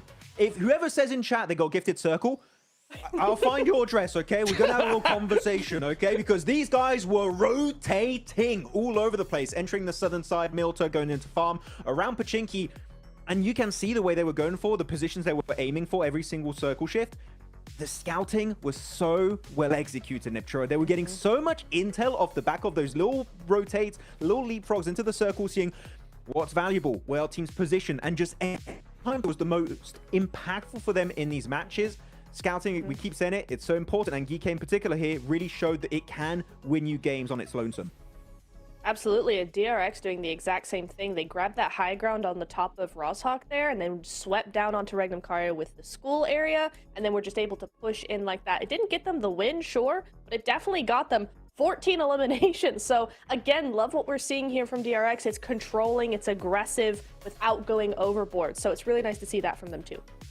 Man, that rotation from Alpha 7 too was wild. From North George all the way to Stallber, right? And then they make it on down the way. I love that graphic. Definitely breaks things down for us, just how crazy these rotations are, right? I will say though, with that school field finish, Maxman, how bad do you think these players were missing those emergency cover flares, huh?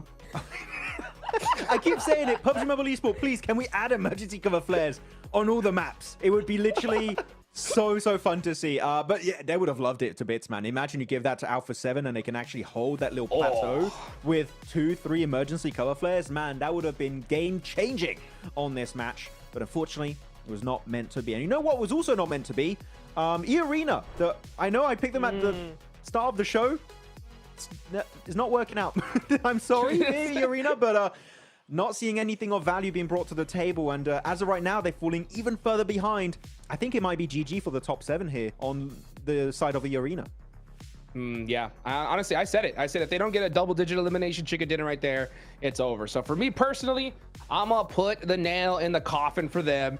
But when it comes to Geeky, right, they performed right when they needed to at the last second, Neptura. But I mean, this just has to be a start. Honestly, I think if they're gonna make it in top 7 here going on out, I mean, just look at them, right? They go up to 15th place with 47 points, but DRX is at that cutoff with 86. That's a huge hurdle to jump.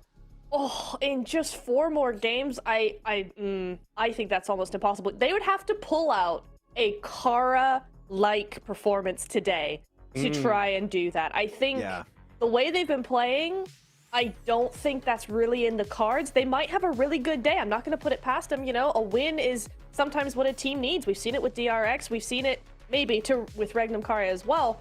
But 40-odd points, 40-plus points, that's a big ask. I'm looking at these leaderboards, guys. I think we only have 2 slots left for top 7. I think it's Wolves DRX. I think Alpha 7 and above seem pretty locked in. Like, there's not 100%, but with the tendency we've been seeing so far from these teams, I think there's only 2 slots left. Maybe 2.5. Maybe Alpha 7 could slip off if they get a terrible day here, Hot Jukes. But no, in Alpha 7, I don't think that's going to happen. So, man, those slots for the grand finals are going down every single game. I would normally agree with you here, but I think with just how crazy this lobby is, I'm going to go with 4, okay? That's just my opinion, right? I think R8 at 105 is that current cutoff. And the only reason being, Neptura, right, is just because of how crazy these pop-off games these teams can do, right? I mean, we could see Xavier get a 20-point game right here, right? Who knows? So we've definitely seen those leaderboards be really top-heavy by the team that's winning it. Yeah, I think Ulf, you know, to name another team, Ulf had popped off in the last game. Not so much this game. They went out a little bit earlier, but they were still looking to have a good game. They just got cut off early. So, you know, there are a couple of teams here that I think are definitely trying to get to that spot. And I agree that maybe those 105, 103 points there, I think is just slightly still in the danger zone, but not by much. Yeah, and the reason why it's not is because it's Alpha 7 and R8 that have it, right? We know they're going to put up some points for sure, but at the same time, it's like, hey, you can't let off the gas pedal just yet. Now, when it comes to Kara, right, and Thunder Talk, those guys are big chilling here, Max, man. So since they have such a big point buffer, okay, I don't think they're going to be doing any kind of crazy hot drops or hunting teams, but what they can do, Max, is when they get into a fight, they can choose to make sure that that team suffers, right? They could be in a fight in a blue zone and be like, you know what, who cares? We don't need to win this game, right? And that could definitely change the dynamic here, right? So you think that's a big possibility here in these last few matches? I think so, actually. That's a very interesting strat you're bringing up, Hodrix, because you could take a little bit more risk to make sure to flush out your opponents. Like, oh, we might be a little bit too aggro on this particular fight, but we're going to confirm 2 players that we knocked and making sure that the team doesn't come out comfortably out of this fight. They're going to be fully wounded from that engagement. I think that's actually a very good strat. So yeah, Thundertalk, Kara in particular, have been doing it naturally throughout the entirety of the Gauntlet stage. So if you can, why the hell not? Kara, Thundertalk, go ham in these fights. Let's go. I want to see absolute pure madness unfold on these matches. Hey, let it ride, man. And I'll tell you what, right? We saw Kara do that right off the bat here in the first game. We got the second Aaron Gale match coming up, Neptura. Okay. Yes. We need to see some big performances again. All right. I already put the nail in the coffin when it comes to EA. All right. Looking back at the leaderboards, honestly, Regnum Kari, I think, is in the danger zone here, right? What do you think these guys need to do different in order to possibly push themselves up here? Win. Yeah. I think they had the right idea in this last wrangle. It was looking really, really good, but I think that the zone kind of messed them up. But if they just keep going how they have been going and maybe just be a little bit more aggressive towards DRX, you know, in that last game, if they had just been a little bit more proactive, they might have been able to do something a bit more there. So I'd just like to see a little bit more proactivity from them for sure. Yeah, I agree. I think that we need to see a lot of proactivity here, big time from quite a few squads, right? Ulf did a pretty good, solid job in that first game of Rondo here, Max, man, you know? Yes. That's going to definitely give him a lot of confidence here going into this next match of Aaron Gale, right? I think that momentum definitely pushes itself a little bit further, okay? But when it comes to Ulf, right, they have DRX. It's a 9-point difference. What kind of performance do you want to see from them here, right? I don't think they're desperate to go for a chicken dinner, but what do you want to see from them? From which one? Ulf or DRX? Or both? I can go. Yeah, or why not? Yeah, why not both? Yeah, honestly. Both. Let's do it. Yeah. No, for Ulf, I want to see an echo of what we saw in game 1 because they were not just playing a central position that we know that is the typical Ulf gameplay we've been witnessing the entirety of this Gauntlet stage, but it's more of like a zoning gameplay style, and that was great on Rondo. I want to see more kind of play style like that. Can you do it in that previous wrangle? Really, Hot Jukes? Unfortunately not, because headshot heals west of school is just so hard to execute. But if they do find himself in a similar situation compared to the Rondo or even the matches they had in day 1, day 2, I want to see that similar playstyle where they just start zoning everyone away and getting high elimination top 3 finishes. That would make me very happy to see it. And DRX, going on their side, I would say just start playing the way they've been doing so far today. I think they definitely leveled up significantly. They're playing a lot more aggressive, which I like to see. This is a team that needs to use that fragging potential to its full potential then. So I would say DRX just keep playing the same way, and I think they should be able to make it maybe barely, but surely in top 7. I don't think that's a bad shout, for sure. I mean, I think that consistency is definitely going to be key here. The big threat, I think, Neptura, is the fact that any one of these teams can bust out 20 points, right? I think if we see some of the squads right below DRX, I'm going to be talking about the Xavier OG. I think if they get a chicken dinner here in this next game, DRX definitely going to start having to step things up. What do you think? 100%, because I think Xavier and OG, both of those teams, if they get a win under their belts, they're gonna run with it. We've seen it from them before. Xavier, they have bits and pieces, they have glimpses of the old Xavier we're used to seeing, and then they seem to go back into their shells again. And if they can just get a win, I feel like they would really be able to just shine. So for DRX, for Wolves as well, they've done well, but they just need to bring up like just another 10-20% if they want to keep up against those teams, if those teams get a win. I want to see Xavier bring an extra 50%. And by that, I mean not have only 2 players alive in the late game, which unfortunately has been a tendency we've been seeing throughout the entirety of today. That's really what's hurting Xavier, because I agree, Nitra, Xavier can get big wins. We saw in the past, especially during the SEA region for the summer season, they were just dominating that entire battlegrounds. But losing players early is a massive issue. Even just one player, Hodrick, I mean, we know you were a pro, right? You know losing one player, that's really going to hurt your chances of a potential chicken dinner. And it's the same for Alpha Gaming. Also losing players very, very early on in the matches. That's something you need to avoid. And currently, actually, I want to say a team that's been pretty decent at doing that is Orangutan. They keep players very early on alive, and then they get into the late game. Unfortunately, still, as we said, they got a bit more passive, but Orangutan have been doing that really well. So I want to see a bit more of that kind of playstyle from these teams that unfortunately do take very early casualties. Yeah. I mean, when it comes to OG, I'm gonna be a little bit more harsh. That last game, they needed to make that push, right? I think they're doing an excellent job of getting to those late games, right? But at a certain point, Neptura, you have to flip on that aggression switch, right? Do you think the reason why they haven't done that yet is because of nerves or something else? I think it might be nerves. It's definitely not skill, because what they're doing is they have their full squad, but they're playing like they're a solo or a duo. And they can't do that. They've got to unlock that next level and just go, hey, we're here, we're full squad, let's go for it. Well, one of those 7 slots is right there for the taking, OG. Are you gonna be able to grasp it? Only a few matches left to go. Let's go ahead and take it on over to John Allen Blank for the next Erangel match.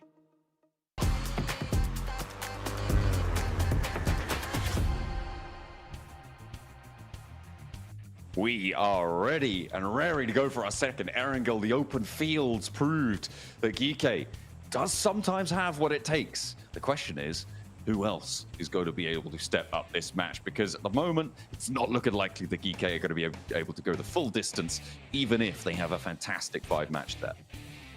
No, but it looks good, right? Yeah, yeah. It looks nice. Good for the nerves. You're not going to be feeling terrible going into the group stages, at least. But talking about the cutoff right now, because we are heading into the halfway point. Like I said, after this game, I think things will start to solidify a little bit more.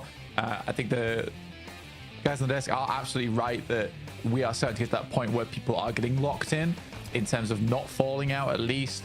We had the idea it's like 105 to 110 points is the cutoff.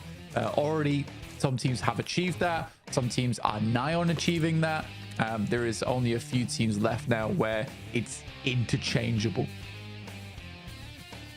So, going to get a little bit more clear. You're right, the mists will start to lift on these overall rankings as to who is going to be in with the chance of getting one of those spots. We've already got 2 or 3 teams who are looking pretty set to be able to get forwards. I'm talking about Kara, I'm talking about Thunder Talk, I'm talking about Mad Bulls as well after that game that they just saw. Jumping up over the 110-point boundary. More teams will start to move in. The East Side Circle comes on through on a West Side plane path, so teams will need to migrate out to that East Side. It's a very far rotate as well for a lot of our squads, considering we are on that Western plane path. So a lot of that Eastern area should be a little bit more clear. But for teams that like to play those areas like Alpha 7, it's a difficult rotate to make. With Thunder Talk already in this position, Geeke taking up residence over towards Yasnaya, they'll have to be a little bit more cautious with it. Kara actually gets the most room to play with down towards Farm and Milter, so they can kind of have the pick of the litter of where they want to play on that one. Again, not always the most comfortable area of the map to play. I personally really don't enjoy playing Shelter at all. I think that it's such an uncomfortable area of the map to work with, and I think most players would agree with that.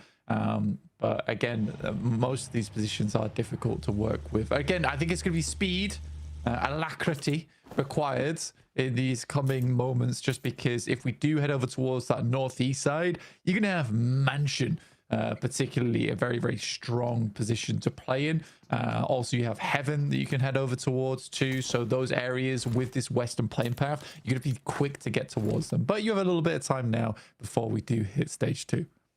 Yeah, we are going to still be in with a couple of minutes before that boundary is crossed. Thunder Talk up in the north side all the way in Stalber. They have had a bit of a slowdown.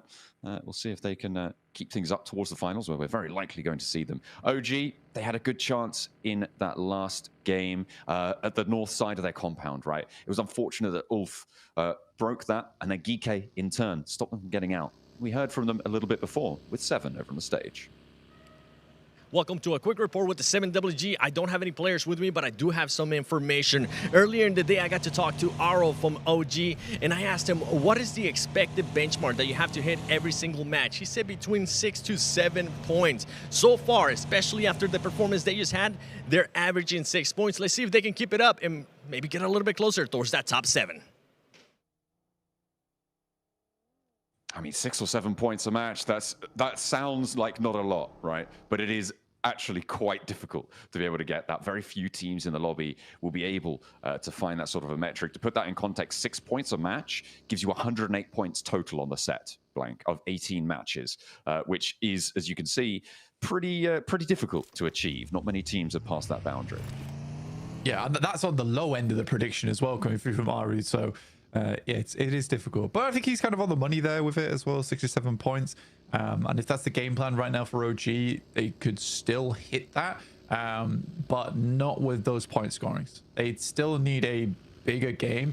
It's not a gigantic game they need, but they do need another large game for them today. They do get over towards the Povka very quickly, which is nice. Yeah, this game is that chance, right? That big spread out, like you said, to that east side. They've got very, very central control. The question is the regroup. If they can make that work successfully, then they're going to be in a really good spot to try and convert into points this match. But they do still have to go for that regroup. And with teams like Regnum Kaya on your north, I mean, even though they are down in 12th place, right, they still have got some firepower to them. And we'll see just what they're able to do on that position out to the south of the Yas Fields. On for 7. Still playing on that northwest side right now, alongside with R8. Both teams, you know, neck and neck right now. A lot of times neck and neck in terms of the drop spots as well on the map. So finding some equal success on that side of things. It is kind of funny, like 2 teams that drop so close to one another multiple times with many similar rotations have ended up 2 points apart on the tables. Yeah, it is really not ideal to be rotating directly next to your table competitor. It just adds to the nerves. I mean, logistically, it's the same as rotating next to another team, but it's got to feel a little bit more nerve-wracking when you know that one misstep on your part gives them points, takes your point potential away as well. And when you're neck and neck, that is not what you want to be seeing. DRX right now, they've kind of had their ups and downs over the course of this gauntlet so far, but they are in 7th place right now. I think that when we look back on what the desk had to say, I think it's very, very clear why they chose both of these teams in 6th and 7th places, saying they're the most interchangeable. Is purely because of the tendencies that they've brought to the table throughout the entirety of this tournament. And DRX, like you say, inconsistent. I would say Wolves is similar on that boat of inconsistent. Yes, they've put up big points here and there. A lot of those points did come through from Rondo just today. And I think that for both Wolves and DRX, it is not the similar case with R8 and Alpha 7, where both these teams are punching up those points every single game, right? There is a little bit here and there. They are consistently getting those numbers on the board. For DRX, it has felt like a bit of a struggle. For Wolves, it's felt like a bit of a struggle, right? Sometimes the pickaxe is just flinging off the rock and stone that they're trying to break through, whereas for R8 and Alpha 7, you know, there's steady hands. There's steady hands there. It's time-tested. Nerves. You'd hope of Steel. Steel actually cuts across Doran. Oh my goodness me. That's got to feel pretty nasty for the Wolves. In 6th place, 91 points. More secure of the 2 volatility teams, but not losing a player that early to APG is not going to feel good. And they'll have to learn to deal with it, unfortunately, because there's nothing really they can do about it. No, and I mean, that's the 2nd time in a row now we've seen here on Erangel. The Wolves lose 1 player super early in the match. Again, though, that's silenced and a 3xM4. At that distance, a bit of a bucking bronco in terms of a weapon. The fact that he hits those shots so cleanly is again a testament to Zol's experience in the game over the multiple years and the multiple achievements he's been able to garner. Yeah, well played, very well played. But for Wolves, that's got to stop. I mean, it's the same rotate again. It's the same positioning over towards gas station. You can't have that keep happening, especially if they want to stay in top 7. Next circle coming on through in a couple of seconds as well, as our teams have moved central, but it just sends all the way back to the west side. We're looking to go to a not dissimilar part of the map, but around that east edge of Potato Hill, on those divots that currently we just saw Ulf taking up one of them right around that road junction. Is going to be a major feature moving forwards of this game. And Virtus Pro, probably one of the slower teams to be able to make it in. They're further away than most. We'll see what they can do. DRX, they were pretty quick on the trigger here, and actually they're happy to play all the way down south on this building. You kind of want to take both sides of this, though, and I think DRX has enough time to do it in. So they are confirming on both positions, but the anchor point has been found. No players there, so DRX is like, well, sure, I guess we'll pick this up. They got OG over on their north side, though, who are trying to clear a similar area. You see Aru wrapping around the side. QXZ very close to him, but the shots aren't ringing out just yet. Not for the time being. OG, I mean, not going to be able to do more than just send them down into the bunkers. Not for the time being. Regnum Kaya, this is a nice dip for them. I mean, Ulf were sort of holed up in this area, but they've moved on further south. Away from here, across the road. They've managed to find a little bit of a stronghold there. Sorry, not quite across the road, just a little bit short of it. A little bit further up in their next dip.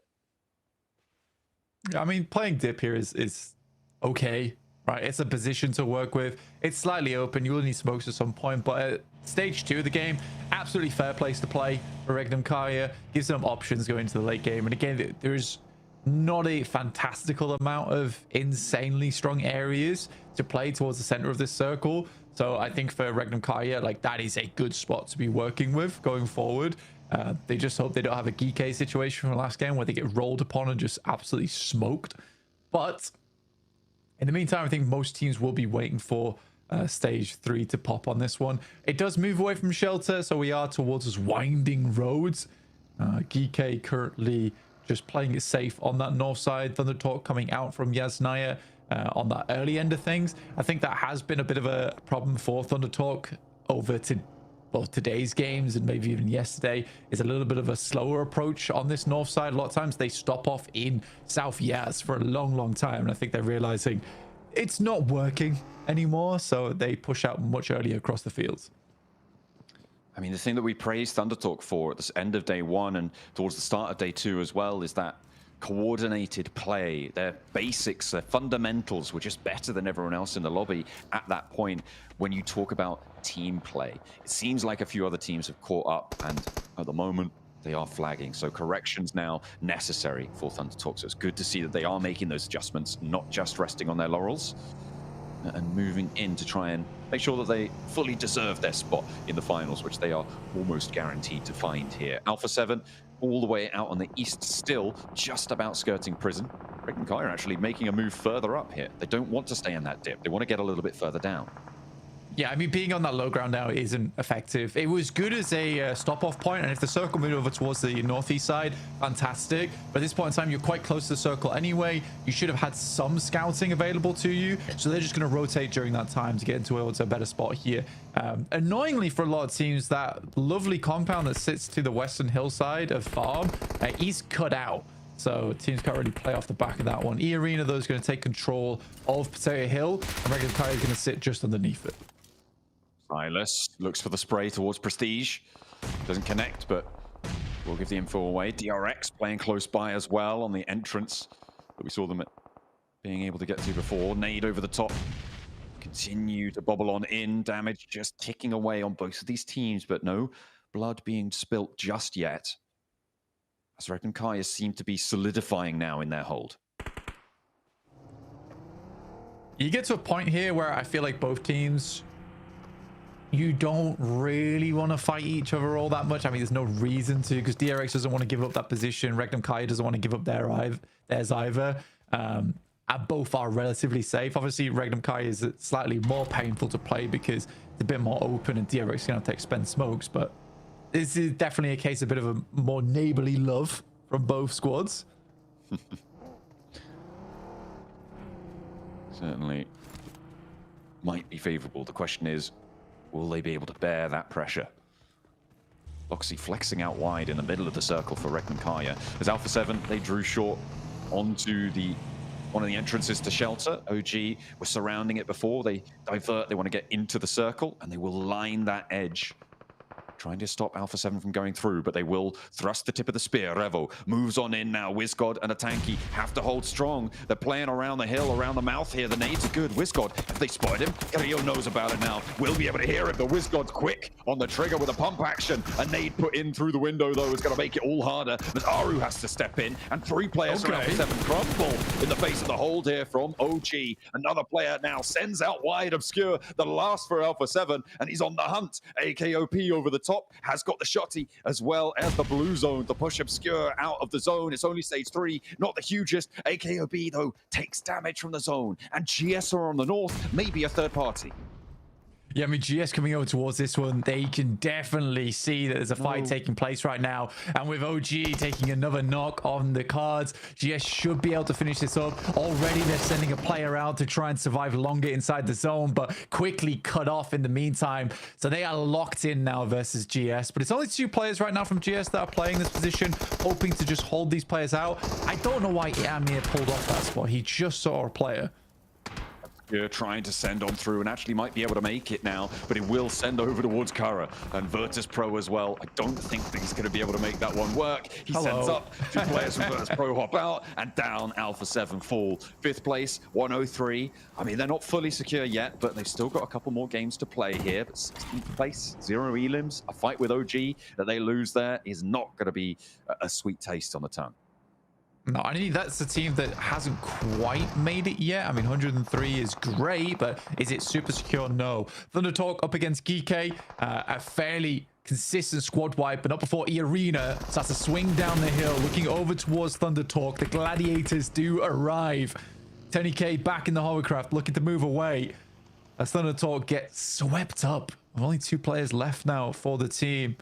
E-Arena able to profit a little bit off the back of that one with 2 points.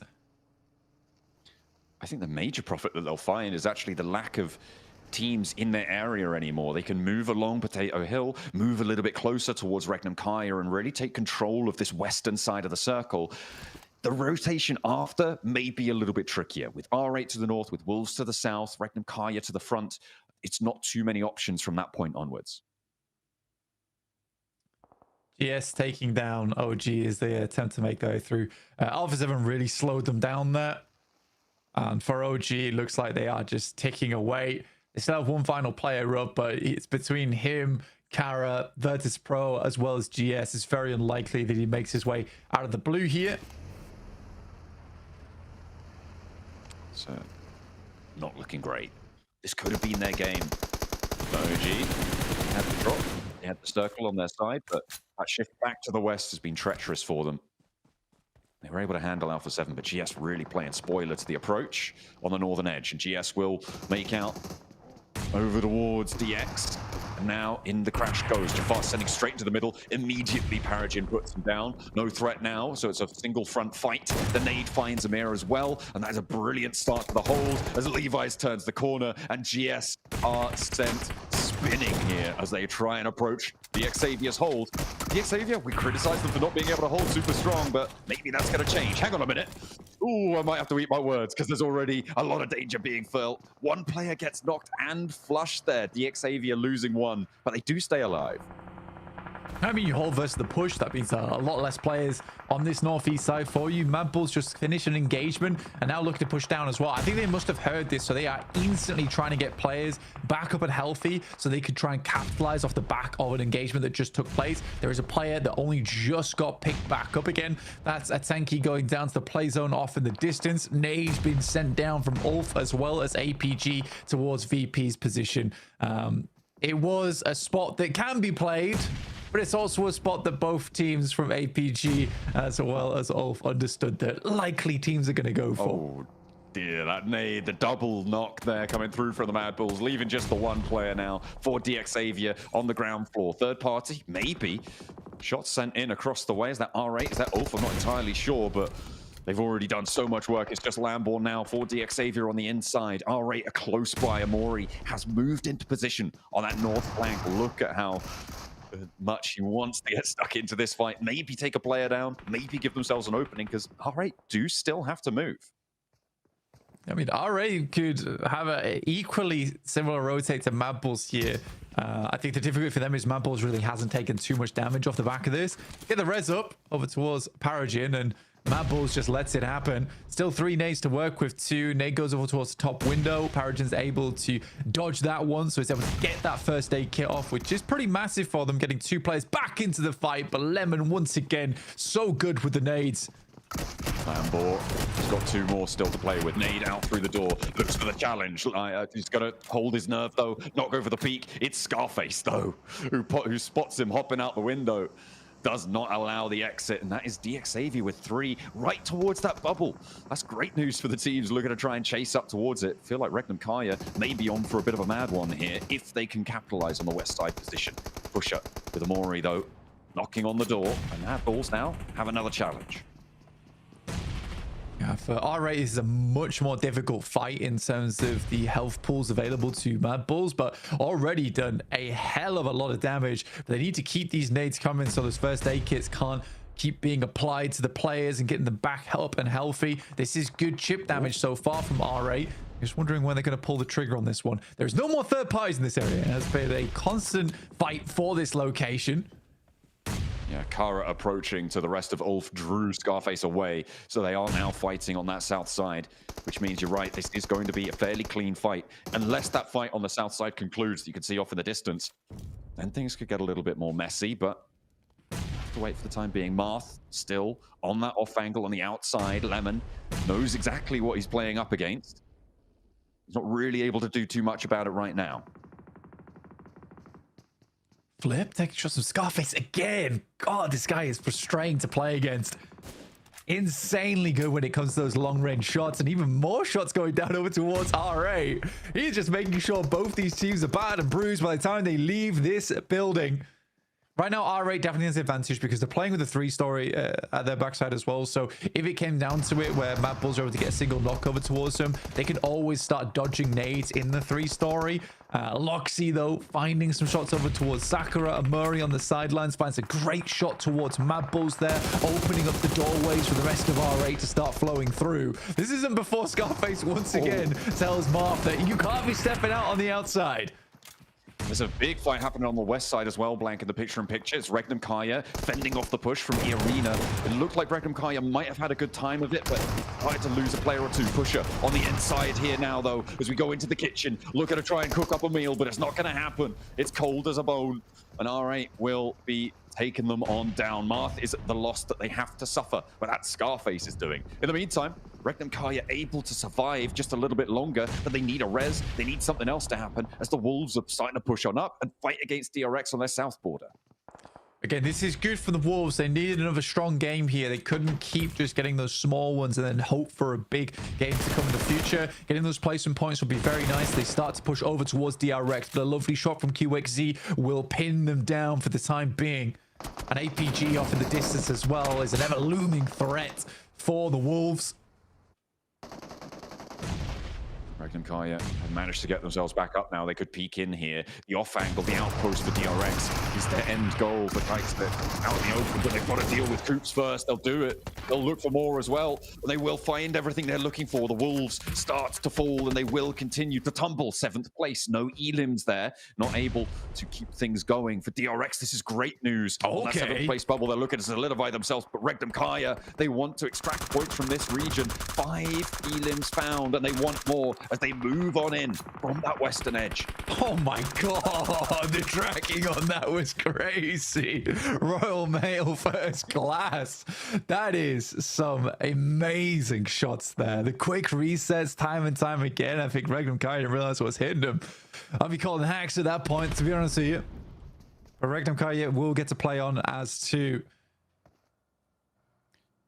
Kara eliminated as well in the meantime on the southeast side. That was Ulf's doing. Ulf as well on that big chase for the bubble. The fact that the Wolves are down, the Alpha 7 are down, gives them a little bit of hope, but there's a knock coming through both for DRX and for Ulf. Rectum Kaya have managed to move in, but they're playing 2 solos right now with Loxy and Zedwolf still alive on that northwest side. DRX really now penned in. Kaise can't do a thing about it. I think for DRX, they are going to struggle to get out from this position. The saving grace is that Zol basically has no ammo because he's been shooting everyone in the lobby right now. We'll push a little further up here to get some information off the back of it. Doc will pick a player out the back of the buggy, immediately steps back down again. Again, this is where I want to see Doc respect this angle a little bit more. Needs to potentially leave. This could be a decent Molotov. There's no smoke blocking the window either, so he has a clear sight line towards it. DRX on slivers of HP. And Hyunbin goes down to Reefus. APG. It's been engaged the lobby now. 2 players for DRX, and it's only the one on this outpost. Remember, they've still got that central player. Zedwolf did get knocked and flushed there, leaving just Loxy for Rectum Kaya on that north side. There's that knock over towards DRX. They're not getting him back up. The question is points. 5 teams remain now, Blank. What can teams extract from here? Loxy in the picture-in-picture, fighting for his life against Amori. One of the 2 players remaining for R8. Again, for APG there, Doc gets shot at by Eren on that angle. Where was the comms across the top in which how he should have rotated back towards the team? Doc knew that angle was available. I just don't think Top was told about it. Because otherwise there's no way he would have made that aggressive pushback that way. I'm not sure. I couldn't give you the specifics, but it's just frustrating to watch that. I mean, we just talked about it. But now APG down to just 3 players. But first one in a while, we've seen them in a top 4 here. Could go a little bit further beyond, but it is Ulf who's controlling the hillside along with the shack. Ulf looking to jump up the tables. They've got 12 elims already, Blank, this match. They're trying to convert off a really strong Rondo as well. Get themselves up into that top 7. I think they'll be able to do it off this match. The question is how far and how secure will they feel? Moving in to the later parts of the day, we're going to be getting across the halfway line of the day after this match. So going into the final 3, it's going to feel good being in the top 7. But that buffer, building more and more on top of it. That's what teams are looking to do now. DRX, their last player, Prestige bearing down upon him. Mori keeping his head down. I feel bad for DRX. I mean, for R8 as well, even if they get 3rd place here, it's not a huge amount of eliminations, but that should see them safe. Eren finding Reefus, 13 elims on the game. Another massive match for them. Up to top 3 for R8. It certainly sees them making it through here in the top 7, I would say, at this point in time. And now Ulf looks to readdress the circle. If R8 still slinging on both sides here, and Murray and Prestige playing both corners. They regroup though. An immediate send back in. No, hang on a minute. They're diverting it once more. They can't make up their minds. I mean, they're just getting that scouting info. They know nobody's pushing north just yet. APG and Ulf holding each other in a stalemate on this big flat plateau that sits in the middle. The nade is good from Amori, and that catches Yol. Alpha Gaming getting rid of that roadblock for Ulf might actually allow them to push across more effectively. R8 may have just unwittingly spelled their own demise. But you take a 2nd place though. Let's see how far they can go off the back of it. But again, they control the entirety of the northern edge. Eren picks up another for his troubles and now sees Doc as well. That's 15 elims. They can just clear out the last 2 players from R8. It will be a 27-point game, which will shoot them soaring towards the top of the tables here, John. They'll be over that 100-point mark if they're able to do it, Blank, I think. Very, very close. It might just be short, but that is an incredible resurgence for Ulf in the 2 big games that they've had today. And it just goes to show you how close these tables have always been. In every I think the best thing about it is just watching Ulf play their game, right? Eren with these great angles that he's got towards players and taking one-on-one fights with some of the best players in the squad, and Scarface on those incredibly long angles, causing casualties towards teams that might have assaulted them later in the game. It's just nice to see Ulf finding their rhythm. Absolutely. And a second Turkish team being in the top 7 would be quite an impressive feat. Bit disappointing to not see Regnum Kaya up there with them.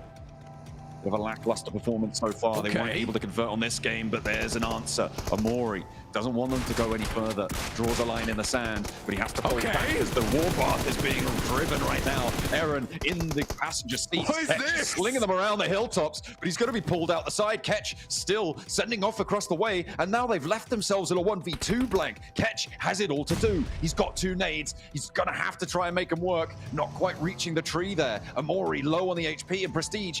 And Amori with a big chance for RA. A massive ego challenge in the vehicle.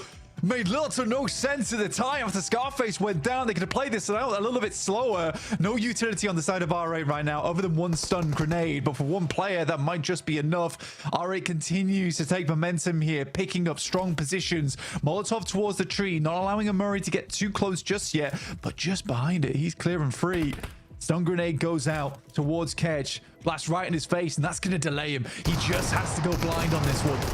He's got 1 nade, but he's not going to have any time to play around with it. And that is R8 taking home the chicken dinner against all the odds there. What a find coming through from R8. Ulf looked like they had that in the bag. They were on a tear. They had the numbers, but they hop into that convertible, and they got too big for their boots, Blank. I don't know what that was. I mean, there's some giant's feet on those boots because they weren't fitting. That's all. I don't know what Ulf was thinking in that scenario. I mean, that does get them a lot of points, but it's not the 27-point game they were going for. They lost out on 2 elims as well off the back of that. So it's even worse for wear. For R8, though, a game that would see them sort of safe now sees them very safe. They are going to feel pretty good about that one. A 6-point swing on the reverse side. What we were expecting, that 27 down now towards that 21 point, which is not a small game by any stretch of the imagination. Still, it's got to feel a little bit galling coming through from Ulf. They were not able to find it. In the end, it was R8 to sneak it away right from under their noses.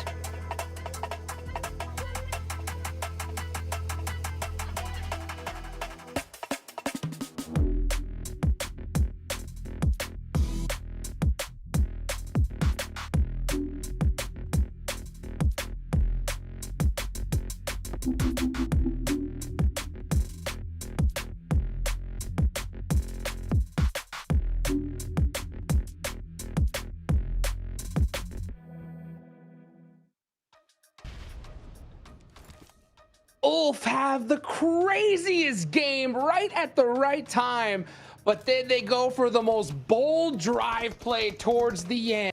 And if they would have had an S12K, it would have worked, okay? But they didn't have it, and they were taken out by R8. R8 get the chicken dinner at this one, Max. And with this chicken, I mean, that's got to lock in their position, right? Yeah, I mean, you said there were 4 positions possibly remaining in top 7, Hot Jukes. I think it's now just 3 remaining. It's dwindling every single match, but really good stuff coming out from R8. And that was all off the back, by the way, of that successful Northern fight against Mad Balls. They're able to clear off that position, and then all the other teams are fighting for the high ground positions. And R8 are just left alone to survive, make it easily into the later stages, even though they do lose some players a little bit early on in this match, such as Ida and Marth, Prestige, Amori. That was more than enough, Niptura, to wrap up this paramount game that they desperately needed to be in the finals. And with this game, I'm going to say it, they're 100% in for the biggest stage of this year's PMGC. I 100% agree. They are in, they are ready to go, and you could see them celebrating that fact as well right after the game, because they know as well they have gotten in, they are safe, they are good to go, because this is exactly what they needed, right? Because so far today, they've been looking a little bit, uncertain. So this win just really cementing that, and, just being a breath of fresh air and just like, okay, we can relax now is really, really good for them. But I've got to say, Max, Ulf coming in hot, just missing out on the win. But man, the points they're racking up today is insane. You know what? If we don't see Ulf get a win where they get these high elimination counts compared to what we saw day 1, day 2, I'm fine with this. I'm right? Like, it's going to be enough for Dukes to push them up in top 7. So you know what? Would it be nice to see them actually get the win? Yes, but this is currently more than enough to keep them in the conversation and make it work out. So you know what, Ulf? Keep it going. This is the right change of pace that we needed to see. And you know what? They're striking while the iron is hot on day 3. needed. That is the right word. By the way, those headshots from Zol were just absolutely insane. We're definitely gonna touch on that that OG Alpha 7 push. I think that was really interesting, but I want to just really harp on Ulf, man. Ulf in this day, right? On the final day, they were at 13th place, right? At the start of the day here. With this performance, Max, I think that just might have put them in especially in contention for one of those 7 spots. I'm going to go even further. When you look at day 1 and day 2 combined, their highest elimination game was 6, right? That was their best performance.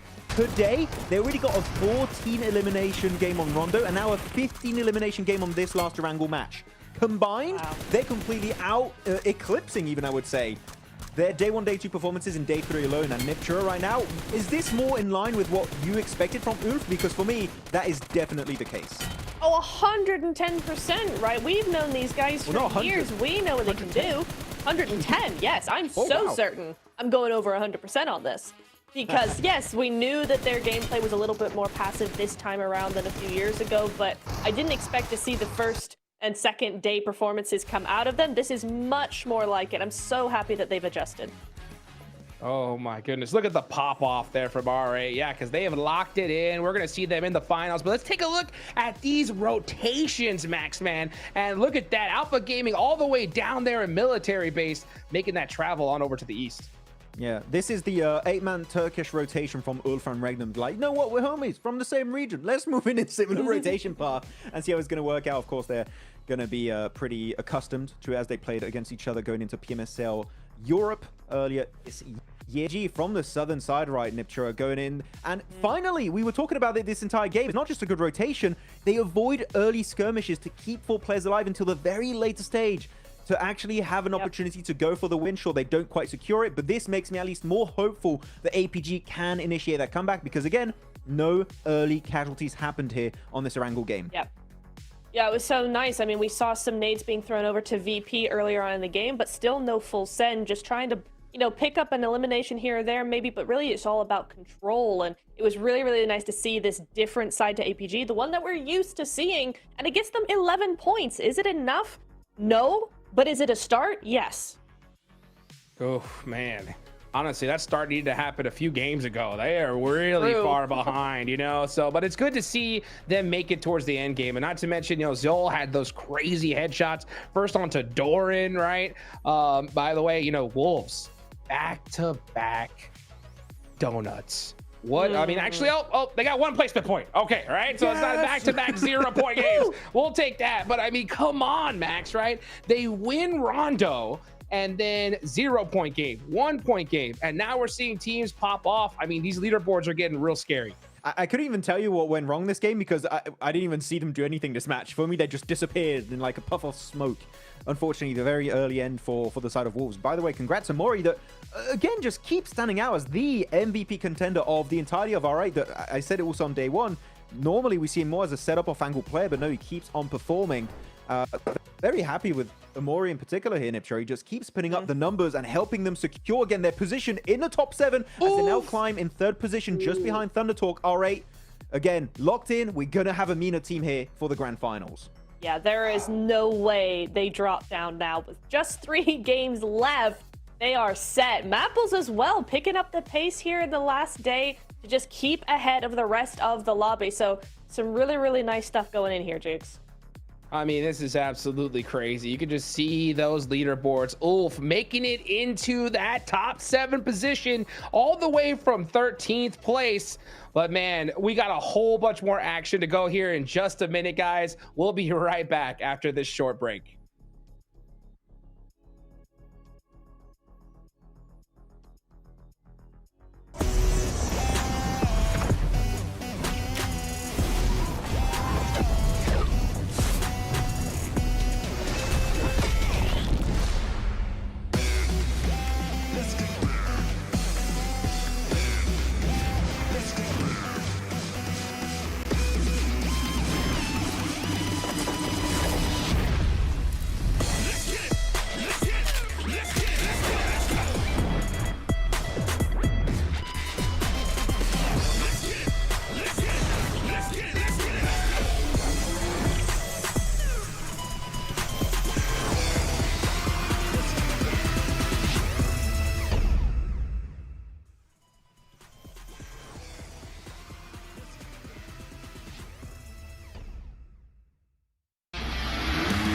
racing experience. Wow, racing maps await you. The new racing template is online. Create your racetrack gameplay.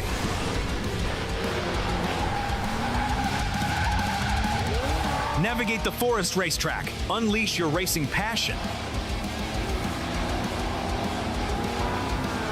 Surpass your opponents. Become the king of speed.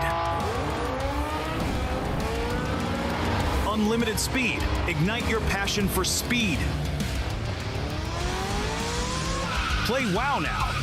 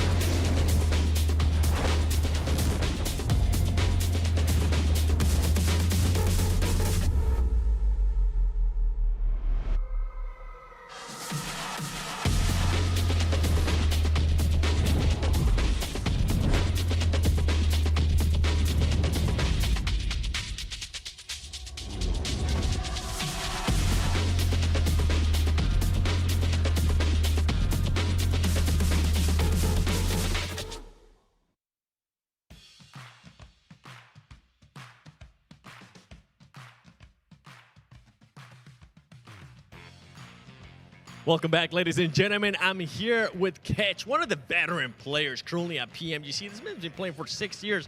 He's part of Esports. After the first 2 days, you guys had 31 eliminations. Today's a completely different day. After just 3 games, you guys have 30 eliminations. Especially yesterday in Erangel, you guys were able to get good placement points. But now it's a completely different team. What tactical changes have you guys made to be able to put up such a great performance, especially with Ilans? Dün Erengel'de sıralamalarda puan kazandınız, pek elim puanı kazanmadınız.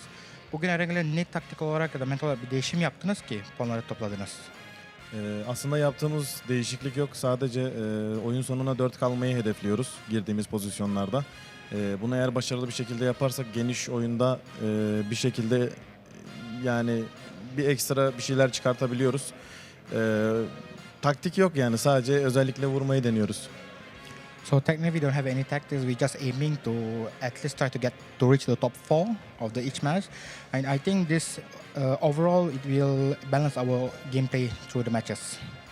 I'm happy to hear that. I mean, right now you're in 6th place, so I'm pretty sure you're going to be feeling confident. Now we're going to talk about Aaron, because Aaron just joined the squad in October. He was able to put up a good amount of eliminations just this last match. What has he been able to provide to the team since he joined? Valla Eren daha Ekim'de girdi takıma. Şimdi nasıl yeni şeyler getirdi takıma? Eren geldiği dönemde çok fazla alışma sürecimiz olmamıştı ama bizim antrenmanlarımız daha çok resmi turnuvalarda oldu. İyi geldi, güzel geldi. İnşallah da böyle devam ederiz. So when Eren came, actually we didn't take that much for us to get used to him, but mostly we trained through the tournaments with him because it's the last minute he's joined. But it was a good feeling that he has in the team, and I hope he can perform very well after this. Okay, I'm hoping so too. And out of all the squads that are here, the 15 squads that you're looking at, is there anyone in particular that you maybe feel like a rivalry building up after almost 3 days of gameplay? Abi 3 gündür turnuvada oynuyorsun. Sizin takımınıza kapışacak bir takım var mı? Yani burada bence herkes çok güçlü. Özellikle söyleyebileceğim bir takım yok. Bilmiyorum yani.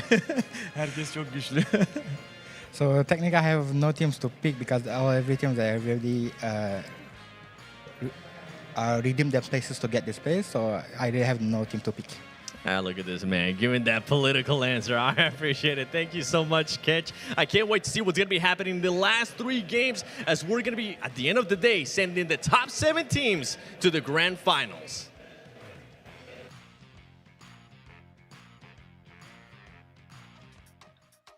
Hey, cool, calm, and collected there from Ketch right there. I mean, this guy is feeling good, especially after that match. But there's a lot of teams here, Max, man, that aren't feeling too good, right? I want to definitely point out some of the big names that are right there on that cusp for that 7th position, right?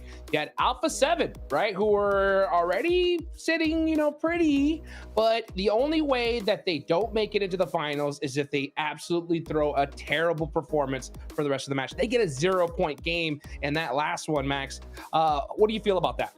I was going to say exactly that, actually. We should not see 0-point games, and guess what? That's what we just got. It does not bode well, Hot Jukes, for the rest of today, looking at Alpha 7. Of course, they just need an average rest of the day, and they should be able to qualify. But of course, like, starting off with a 0-point game, they're going to start feeling that pressure, Niptra, and you know what? Under pressure is when you can make some of your biggest blunders, and Alpha 7 have done in the past, especially during PMWC. It would be very unfortunate to witness that happen once again in the Global Championship.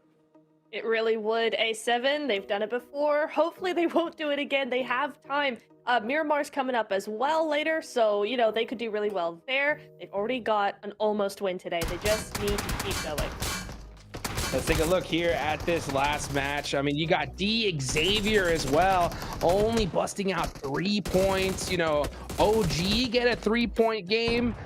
And I'm going to say this, okay? I'm going to be real harsh here, okay? Ooh. Because I heard in the earlier match, right? We got a little bit of information from the 7WG, right? We heard from OG, and Aru saying that OG is just looking to get 6 to 7 points a match. When I heard that, I almost went nuts because I was like, that is the worst thing you could possibly hear for the grand finals, in my opinion, right? Now, that strategy might work in some earlier tournaments, right? This is the grand finals, though. And Ulf just showed just how that is not gonna work, Max, at least in my opinion, because there are so many teams that can pull out huge games. So I think OG, you got to go for a chicken dinner here if you want to make it a top 7. 6 or 7 is just not going to cut it. I think when you go in with a mindset of we want to hit 6 or maybe 7 points average per game, it's not the right approach. I think you should try and go hard for those wins, as you just said, Hot Jukes, and that can offset your potential bad games. Because guess what? Even the best in the world is going to have bad games, okay? Everyone is going to have, unfortunately, a 0 or 1 or 2-point game. If you get a win, though, you can afford to have those bad games, which, as of right now, Orangutan can't really afford to get. So I definitely agree with your point there, Hot Jukes. I think they need to try and go hard. And we saw a glimpse of absolute beauty in this game with Orangutan, Niptra. They had a great engagement in Shelter versus Alpha 7, I think it was. And then they just start to get a little bit too confident and start splitting apart. AKOP in particular was the one to leave the team. No, what we saw at the start of that fight, do it more often. And I'm telling you, they could easily make in top 7 if they could do it more consistently. Oh, 100%, because what we saw in that fight was the team synergy, the backup from the team. They were having a fight, somebody else comes round to back up the team, round on the outside, lots of different angles, and then AKOP just decides, hey, I'm just gonna go solo it towards the last player over on Obscure. I'm just gonna solo it, guys. You don't need to watch me. And I was like, bro, come on, no, please don't do this. Please. And then he goes out. I'm like, well, yeah, you kind of knew that was going to happen, but yeah, it was unfortunate because then they just get overrun by GS as well as the blue zone comes in. It's just, why did you do that? So less of that, more of the initial start to the fight would be awesome for them. Mm-hmm.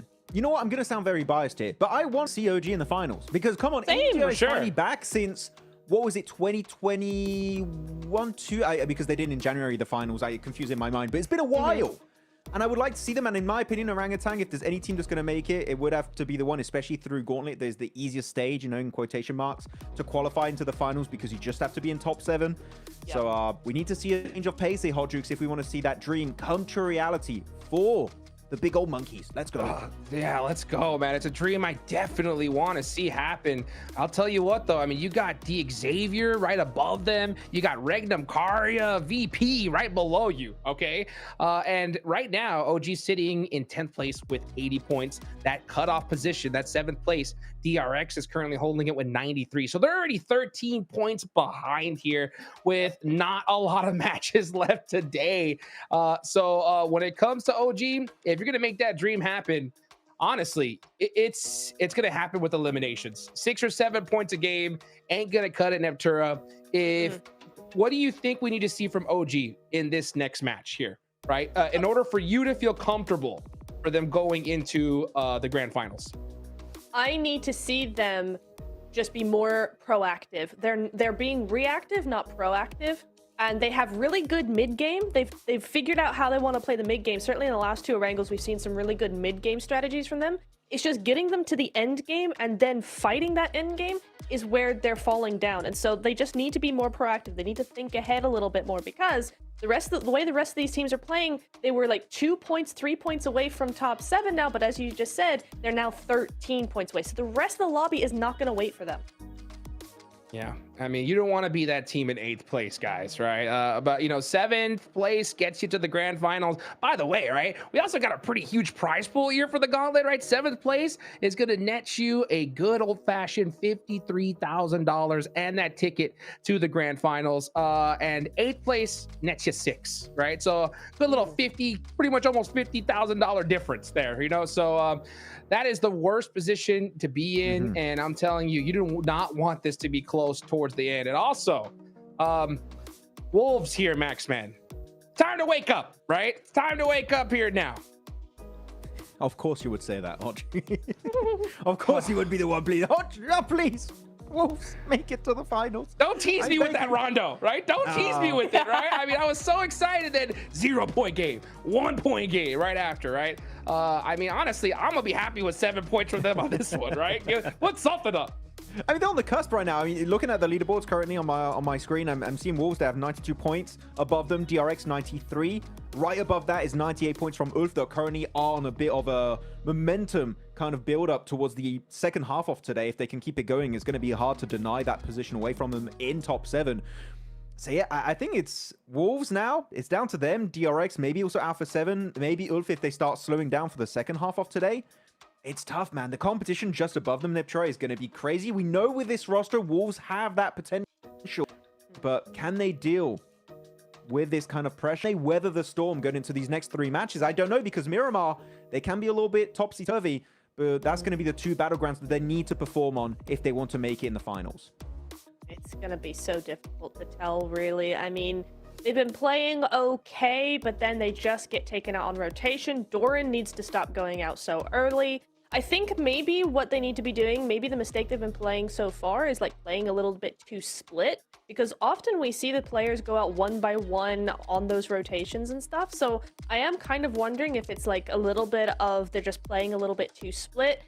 Typically they want to split in the end game. That's perfectly fine. Go for it. That's a great play. But maybe they're starting that just a little too early. Maybe less control in the mid game and then just go for it in the end game. You know what? Another team I want to try and see a little bit more from Hot Jukes before you send it to this game is Virtus Pro. Generally, oh my gosh. Here, this game, that's such a good entry point, and they send it to Ulf and they get completely humiliated, to be brutally honest on that one. It was not even a fight. It was so one-sided in favor of Ulf that Virtus Pro, for me, just does not look like the team we witnessed in day 1, game 1 on that Rondo match.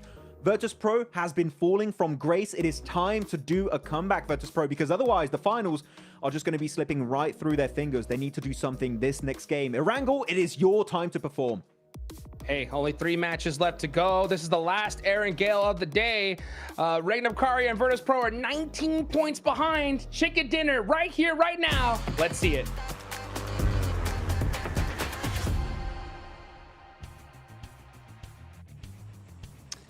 Hey, they're looking for a chicken dinner. Now's the time to do it. You're right. If you want to jump up to the top 7, make sure that you've got that direct ticket to the grand final stage. Then it is all about getting these points in here and now, because the number of slots available is ever dwindling. Not many left remaining now for teams to pick up. and grab as we head further and further towards the end of the gauntlet. We're starting on a eastern playing path with this one, getting players that drop down towards Sosnovka out nice and early. So it's GK as well as APG being able to take advantage of this one. Whereas teams that might drop over towards Primos, very Pier could get a decent start off the back of it. We'll wait for the circle to pop, but it will be our final angle of the day. And it is going to be GS dropping on top of APG. APG with a good start though with the knife straight over towards GS. Between the shoulder blades on that one. Looking to reload the VSS there. It's the only weapon you got. It's what you got to use. Jafar with the pan as well. But turn to the corner. The weaponry superior for APG. It's all up to Jafar to see what he could do. And he is quite far away from the rest of the team. He's got the M4, sure, but he's also got 4 players from APG to deal with. The question is, can he connect? Or does he just get out of there? See on the cams. They are leaving it up to him. A little bit of a worry that that's how the game starts. Of course, you can't get yourself back up now. And they want to hunt Jafar down. I think they know vaguely the direction he's playing, but I don't think they have the full bead on him. The question is how many, or if any, can he pick up if he can get those shots on the side angle? He's not there. Don't worry, guys. Not the player you want to be leaving left alive here. It's Jafar. Clutch Maestro himself, but no shotgun in hand, so he's just going to dip off the back of this one. But for APG, what a start for them. This fight has been going back and forth for quite a while. For an opener like that, it is incredible to see. Oh, DBS. Yes, just DBS and an F4. It's an insane loadout.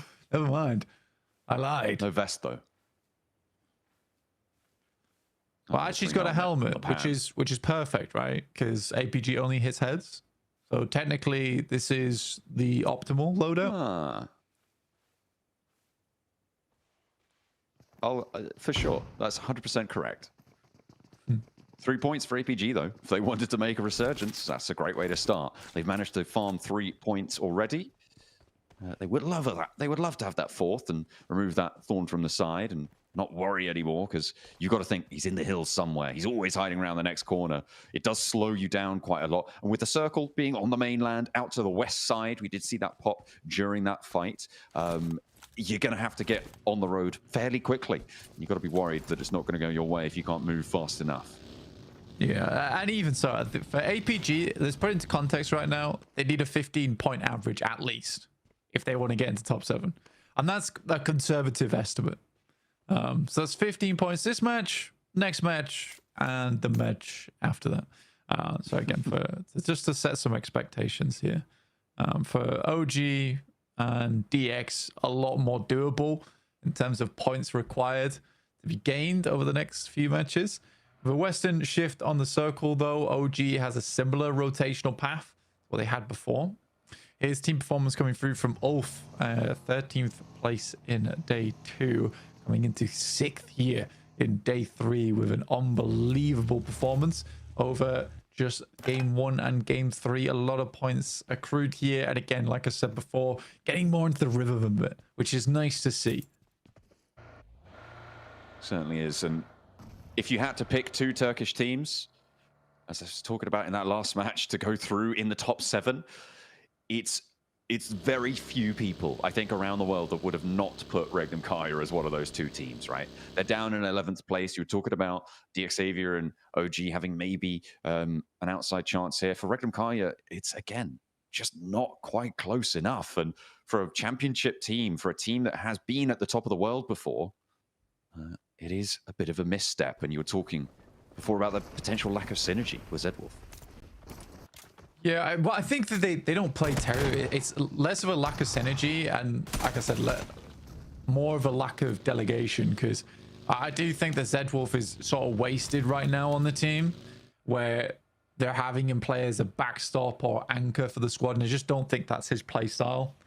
And there was a moment, PMSL EU, where they were using him a lot more of this off-angle player, someone who kind of is the crowbar for the team, breaking open a lot of these plays, and that worked extremely well.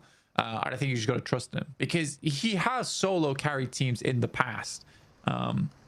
It's just, I think it must be weird for him playing on a competent team, where you're still trying to figure out what's your place in the squad. And it also isn't really on the other players to decide that for him. Kara making their way on that south side, trying to keep that top spot in control. They are the top dogs of the lobby right now, and it's not looking super likely to change, although there are teams knocking down the door. However, they have done enough. They've done plenty in order to get into the top spots there. You can see that 135, there's no way they drop down below 7th place towards the end of the day here. Kara will be seen in those finals, along with ThunderTalk and R8. They are pretty locked in. Mad Bulls, the most unlikely of the very likely teams to be seen in the finals, but at 115, you've got to imagine that that's going to be enough.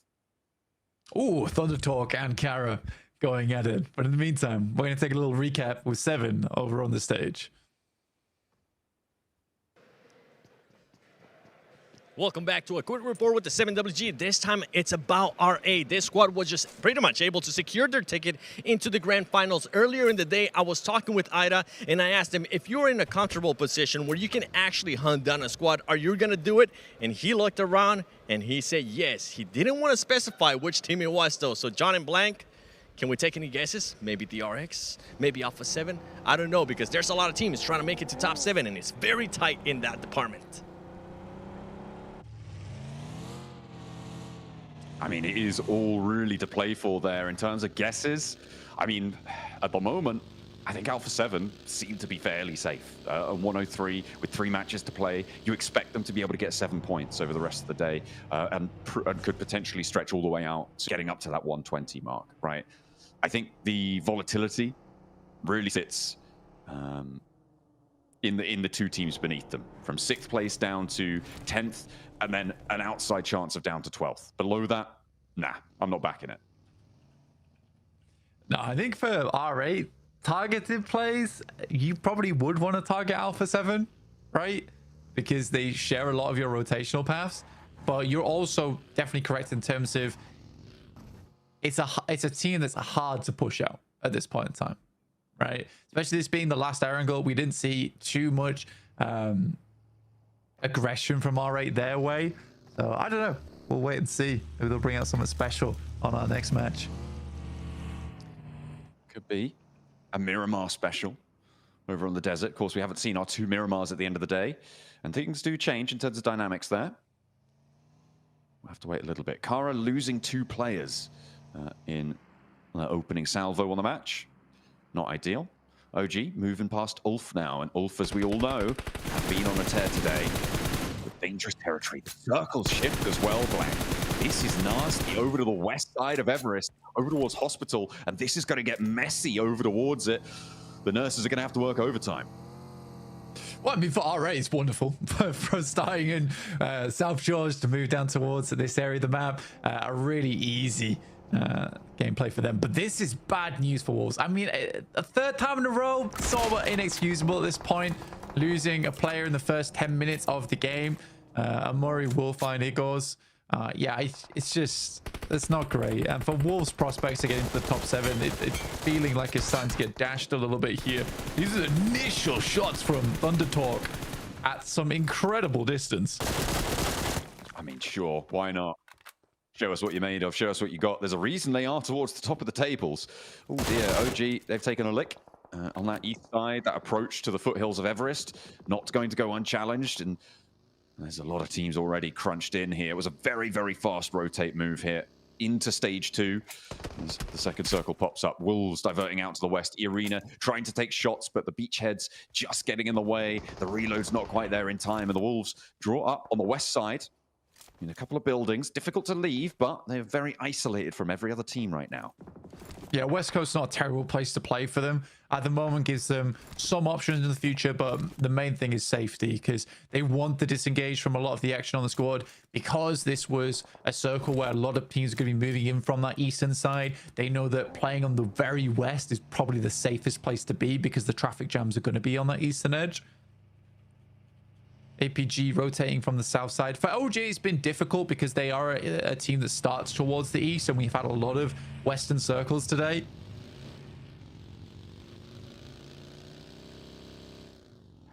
There's been much more focus over on that part of the map, you're right. So new ground in the lobby. The areas to the south of Georgia Pole. Just peeking over towards that swamp area as well, right on the south edge. We'll see where we end up. Mad Bulls atop the mountain right now, with all 4 of their players alive, I believe, at the top there. And they are the only team to have sent up the slopes. Everyone else playing around in the foothills. Last player from GS. Jufar doing his best. I mean, he's still in Sosnovka, so I don't think his best is going to be good enough to get up towards the top side. But APG cut clean with all 4 players up. Looking over towards OG, who are leaving from Gatka to head towards the compound that sits under Everest, which is actually not a terrible spot at all for them.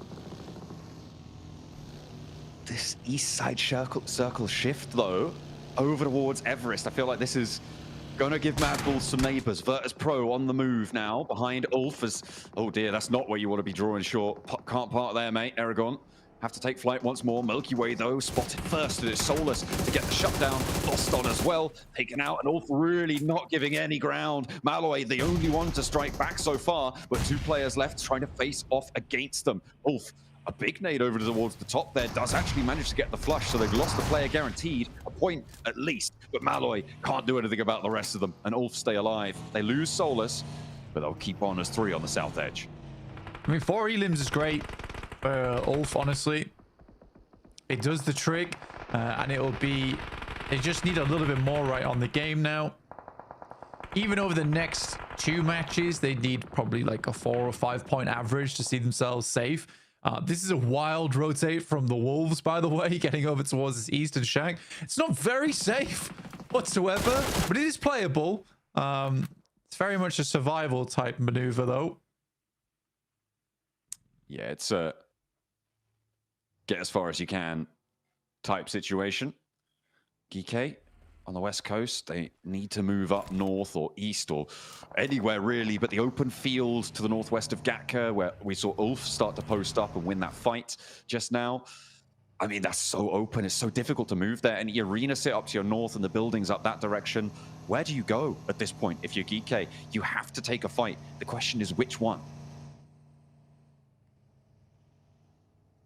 For Geeke, it's a really horrible option of, do you swing through the fields, which as you know there's going to be a ton of sightlines looking over towards the west side, or do you try and take one of these fights over towards the north? And that's sort of your option. I mean, Wolves massively cut down on their losses there by getting that early rotate in.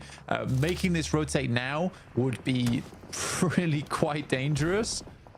Beefus does find Coops though on the outside. So that's 1 down for Wolves already. Good shots from Aaron over towards Geeke. I mean, they're having flashbacks to last time on the Erangel open ground where Geeke rolled up on him and Ulf went crumbling. Fortunately, this time they find them at the start and they've established already that line. There are a lot more spread, a lot of different situations to unfold here. Scarface may be in danger here, but Arena actually could tag on for a third party, make their life a little bit trickier on that southwest side. 3 teams trying to move in from that direction. There's a fight for the center as well. It's Regnum Kaya and DRX gonna clash. It looks like Regnum Kaya lose their east side outpost on that one, Blank. Yeah, I mean, for Regnum Kaya, this is a pretty good spot, to be honest. Trying to play out from this area, though, down towards the south side is a little bit more difficult. Mad Bulls pretty frustrated with the way this one worked out. Their saving grace is that APG is going to be other teams looking their way.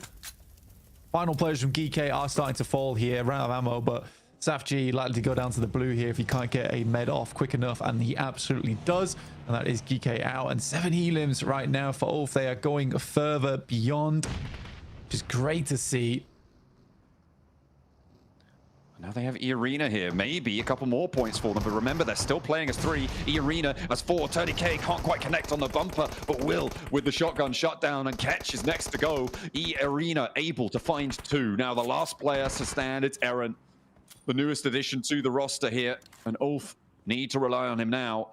But do they just want to get out of there? Try and send the way into the buggy, play the terrain. Smoke has bloomed on the off angle, but it's not going to be necessary. Plays the dips and moves on in. A solo pursuit now for the last player in Elf. Yeah, it's one of those tough positions. I can't believe Jaffar's still in the game, but fair enough, goes down. Yeah, it's a tough spot to play in, especially if you get rocked up on like that. It's one of the few areas in the fields where you can effectively rock up and have some form of cover to work with. Aaron slowly rocks up over towards APG, but Doc spots that out almost immediately and will find the flush on that one. So Ulf goes down, but 7 elims in pocket. What we're talking about before, 6-7. You got the 7 elims on this game. That's all you really need to continue posting up those points. Now it's a way easier scenario. It's like a 3-point average that they realistically need in the next 2 matches. Alpha 7. They're lucky to try and keep themselves in because Ulf did just leapfrog them up to 105. They haven't got any elims yet, and they're playing from South George. On the border, sure. Oh, get out from underneath there. Doesn't need an inspection just yet. It's got its MOT already. He's out running over his teammate. Not friendly, not friendly. But on the north side, they do have a difficult approach here up to the ridgelines around Hospital. They could maybe find that mound that sits there, but with Reworked and Kyra on the other side, it's a bit of a silhouette that you're going to make as you try and make your way up there. For Alpha 7, that's tricky. It's an interesting circle because there are several positions which are very dominant here, where it could hard shift over towards Hospital, Kara's compound on the west, central compound from DX Xavier. It could head over towards Everest, in which case Mad Balls as well as APG have a good time. It could go down towards the south side, in which case Undertalk's compound suddenly becomes very, very strong. There's a lot of different scenarios here that can take place, which drastically change the pace of the game for any one particular team. So we'll wait and see, because I really do think it's sort of stage 5, stage 6, which is going to define how this game goes down. It's very different, that scenario we saw from OG, GK, and Alpha 7, where there really wasn't anywhere to play and it was super scrappy. But here there is some definitive spots on the map which are very playable. So, question of who's going to be able to control them and how many teams are going to try and control them at once. In these scenarios, getting a little bit of healing on for Alpha 7 before they make their move. Reworked and Kai are a little bit happier. Next zone will come through, will really start to cut out some of those points that you talked about before, Blank, as it goes to DX Xavier in that central position. Going to be a great day for them, but can they hold off teams crashing? Yeah, for DX Xavier, this is massively good for them. Wolves, though, teams are blasting in. It's Alpha 7 will take down 1 in Baton.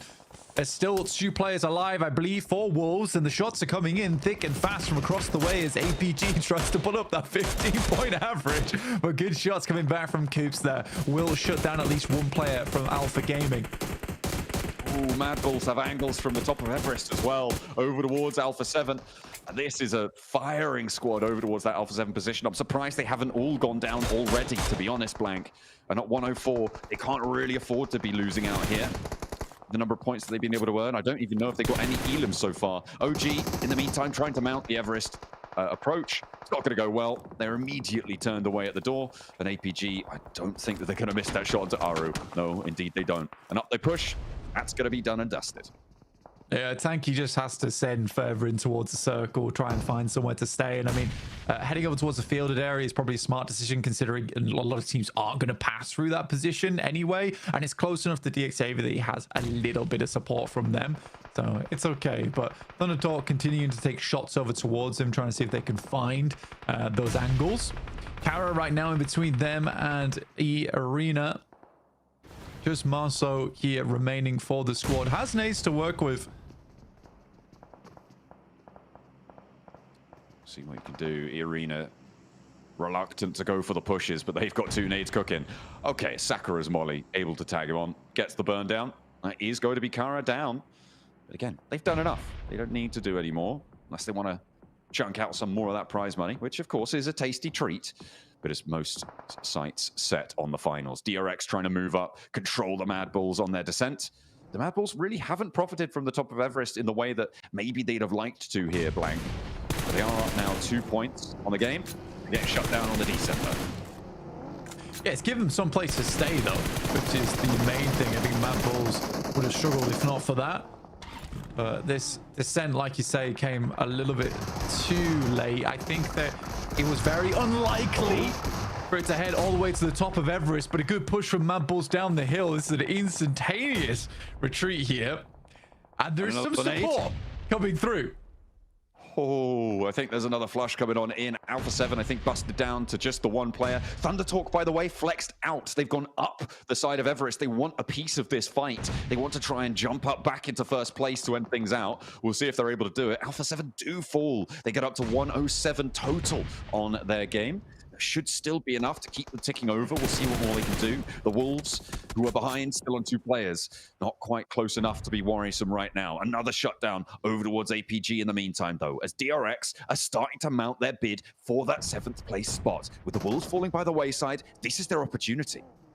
Yeah, you're absolutely right. This is DRX's game to get it done right and lock in another one of those positions. They're able to get a chicken dinner on this match. It's done. So they will lock in that position. Unfortunately for them, the circle moves out towards that western side, giving a lot of opportunity for more points for DXavier, another team on the chase. So we could be locking things in really early here, John. It depends how well this escape, this exit is for DRX.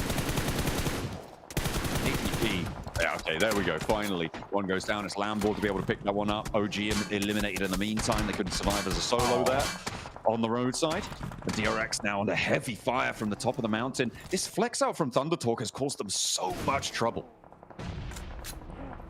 Yeah, I think for Thunder Talk, it was a very smart decision to push up the hillside here because they had a massive amount of cover to work with. Wolves right now looking to get ahead of the guys from DRX, but it's not meant to be. It's another well-placed grenade from R8. Will push R8 even further up the tables. DRX send in, but it's just one player, and he will be taken out fairly short in order. That's so easy down. Ida takes a knock, but should be able to be rezzed back up again.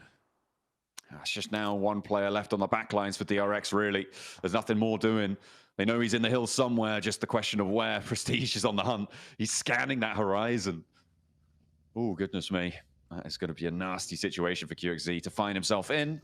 And right next to Thunder Talk 2, King is there rolling down, spots him, darts out the way. QXZ looks for the challenge, but it is going to be one out in the end by Thunder Talk. But up steps R8 as he gets the knock back in response.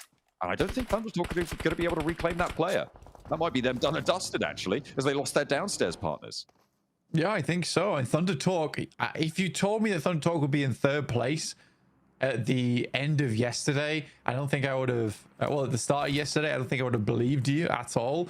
But I think that it is crazy how much of a good performance R8 has been able to put up, as well as Kara. I mean, I had a lot of hopes for R8 coming into this tournament at the beginning, and it's really nice to see that they've been one of the few exceptional teams throughout every single day. Yes, Kara had like the most incredible performance on day 2, but R8 has just been steady, consistent through day 1, day 2, and day 3, and it is paying off now as they catch up to Kara and maybe even pass them in this game. Ooh, shut down there coming through. DXavier looking to keep things under control now. R8 with a massive elim total here. The full 14 that could potentially try and crash into the north side of this DXavier position. Only got 3 elims on that middle spot, so we'll see what they can do. Rack up some more. A good first pickup. Looking for more damage. They're able to do quite a lot on the approach, and the hop out from Paragin deals so much more. They've been able to shred through the health bars here, and Nate all too happy to receive them. Open arms to the elimination tally of DXavier, and this is how you make your bid for it. E-Arena trying to third party, but there's nothing to third party on anymore. There's nothing being done to DXavier on this hold. Lambor's isolated, sure, but with only 2 players on in the intro, it's not going to happen. Yeah, an incredibly speedy cleanup coming from DXavier there. And this is massive news for DXavier, just on the cusp of getting in towards that top 7. This could be the game to overtake both Wolves and DRX and gaining a spot in towards those finals. E-Arena make their way up. For APG, for Refus, this is a case of a 2nd place for him, ideally. But even so, this is more reputation on the line as opposed to getting into the finals, I would say, for APG. I think the Arena may have jumped the gun on going in for this one. I mean, the circle out to the west side. It's not unlikely that it leaves the compound on the next one. With 3 players, they could have established a baseline across the road, played some of the divots, some of the ridge lines. They tried to commit for a third party, and now they're just going to be taken down one by one to these nades. DXavier have 12 nades on side blank. Yeah, it's a lot. It's a lot. I think that for that comment about saying that E-Arena jumped the gun, I don't think they did. I think they went as fast as they could on this third party. The problem is the speed at which DXavier dealt with 4 players. That's where things go down. And Reefus will just take a tumble. I mean, he had to move out from the blue. And now it's DXavier, 4-man versus 1. Technically, yes. It might be the right play, but it's not going to happen either way. An immediate shutdown as DXavier close us out. I think they got up to 9 eliminations there, Blank. A 19-point game in such an important position. DXavier are going to be happy, but with 2 more matches left to play, it's still not over. Not just yet, but we are getting in towards the totals where teams are getting close to locking things down. For APG, like I said, reputation's sake is on the line, and they're not doing bad, all things considered. Today, it looks a lot better than it did over the last 2 days, that's for sure. For DXavier, though, fantastic stuff. DRX still battling for that top side, but that is a difficult circle to play, and DRX definitely gets given the middle right there, and it's just an easy compound to play from. So much open space around it. It's fairly easy to nade out the garage, it's not the one you hold. And another big game from RA as well. That's now 2 in a row. They've had a big impact on Blank. They are really charging it up towards the top of those tables. Looks like they are going to have a good day and solidify themselves in. The DXavier win, though, couldn't come at a more crucial time.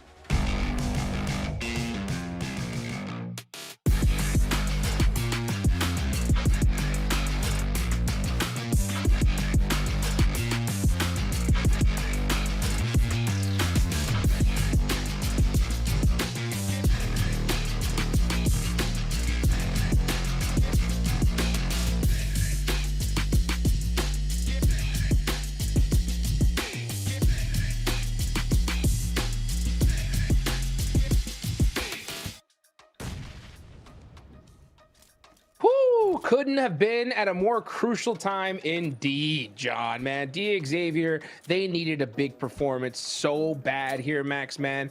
They end up rotating here to this building and clutching it up. I mean, wow, what a performance from DXavier. Yeah, they stayed here since Circle 2 in this compound, and you know what? It's been pretty good for them because we had a few player stragglers at the end sending it onto their compound, meaning they can get extra loot to keep and remain proactive in these games and make sure they were part of the conversation from start to finish. So very happy with DXavier as they take that position away. And ballsy push at the end. I was hoping we could see an MG3 clutch. Hot Jukes, unfortunately, didn't quite work out for Jokov. E-Arena, there was a bit of hope for me, but it was not time as Lambo is up here, top performer with his team, which is great to see, especially Niptro, because he was using an AKM, which normally isn't the AR meta, so it's good to see an AKM popping off in a PMGC lobby. Yeah, it's really nice. We want to see a little bit of that variety, right? And if you can do it, why the heck not? It's still there. It's still in the game. Even though everybody uses M4s, AKs are going to be around there too. So love to see that a really even Steven elimination count from all of these players, though. Okay, except for Pathogen. But, you know, it is really, really good 4-4-2. I mean, taking it, doing what they need to do is a really nice thing to see. So it's like, you know, it's across the board consistent gameplay, and this is exactly what they needed. I think it's exactly what we talked about, right? Going into this game of, you know, DXavier being one of those teams that's like, hey, if you want a shot at getting into that top 7, you need to win this next game, and they did. Yeah, I mean, and that's the big thing is that, you know, this lobby's so stacked. If you get a good position, any one of these teams, they're going to win it, and they're going to win it with a bunch of eliminations, right? But prior to this game, DXavier were behind DRX by 13 points, right? So they needed, actually, no, I'm sorry, 8 points, right? So they needed to get 8 points in order to push themselves to the top 7, and they definitely did on this one, Neptura. So, you know, yeah, and then, of course, the hot drop. I think at this point, both those squads know they're going to the group stage, right, Nep? Yeah, yes. I think short answer, yes. Long answer, APG for sure are playing a lot better today. We're seeing them actually get to the end stages of the game. We're seeing them as a full squad for a lot longer. But we're seeing the stubborn side of them. They don't know when to rotate away. We've seen it in 2 Orangles now. First against Ulf, and then up on Everest against Madballs, and who else was it? DRX, a whole bunch of them were up there. Is they don't know when to leave. They keep trying to push it and push it. It's like, hey, if we could just clear it, we'll be fine. It's like, guys, you don't need to. You need to survive to the next stage. Go to a better spot, because this isn't it's not going to serve you. That APG dip was just not the way next to Everest. Unfortunately, they got fully surrounded. There was Madballs. There was even at one point, I think it was DRX. Some players of Orangutan just sending it around them at one point. Yeah, APG unfortunately kind of losing that steam that we were expecting to have for them in the Gauntlet. And yeah, I'm. You know what? I'm gonna say GG, game over. Start scrimming for the group stage, because they are out of the conversation for me personally completely when it comes to the top 7 race. Man, and this is the point that I really want to stress here, right? After saying that, Max, in my opinion, this next match is the most important of the tournament, right? There's half the lobby is going to know that if they're going to make it or not. But before we get into that, Max, why don't you break down these rotations here on this last game? That hospital finish definitely mixed things up for a lot of the squads.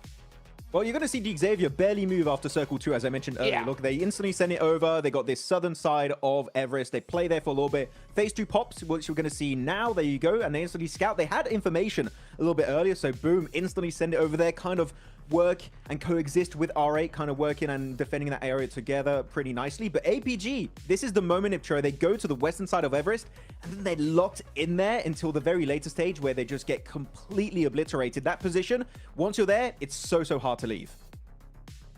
Yeah, it is hard to leave. EA as well, I'm gonna say. I mean, we haven't really seen much for them. They're not going to make it to top 7, but it's nice to see them, fight a little bit more now that pressure's off. We had some decent rotations from them.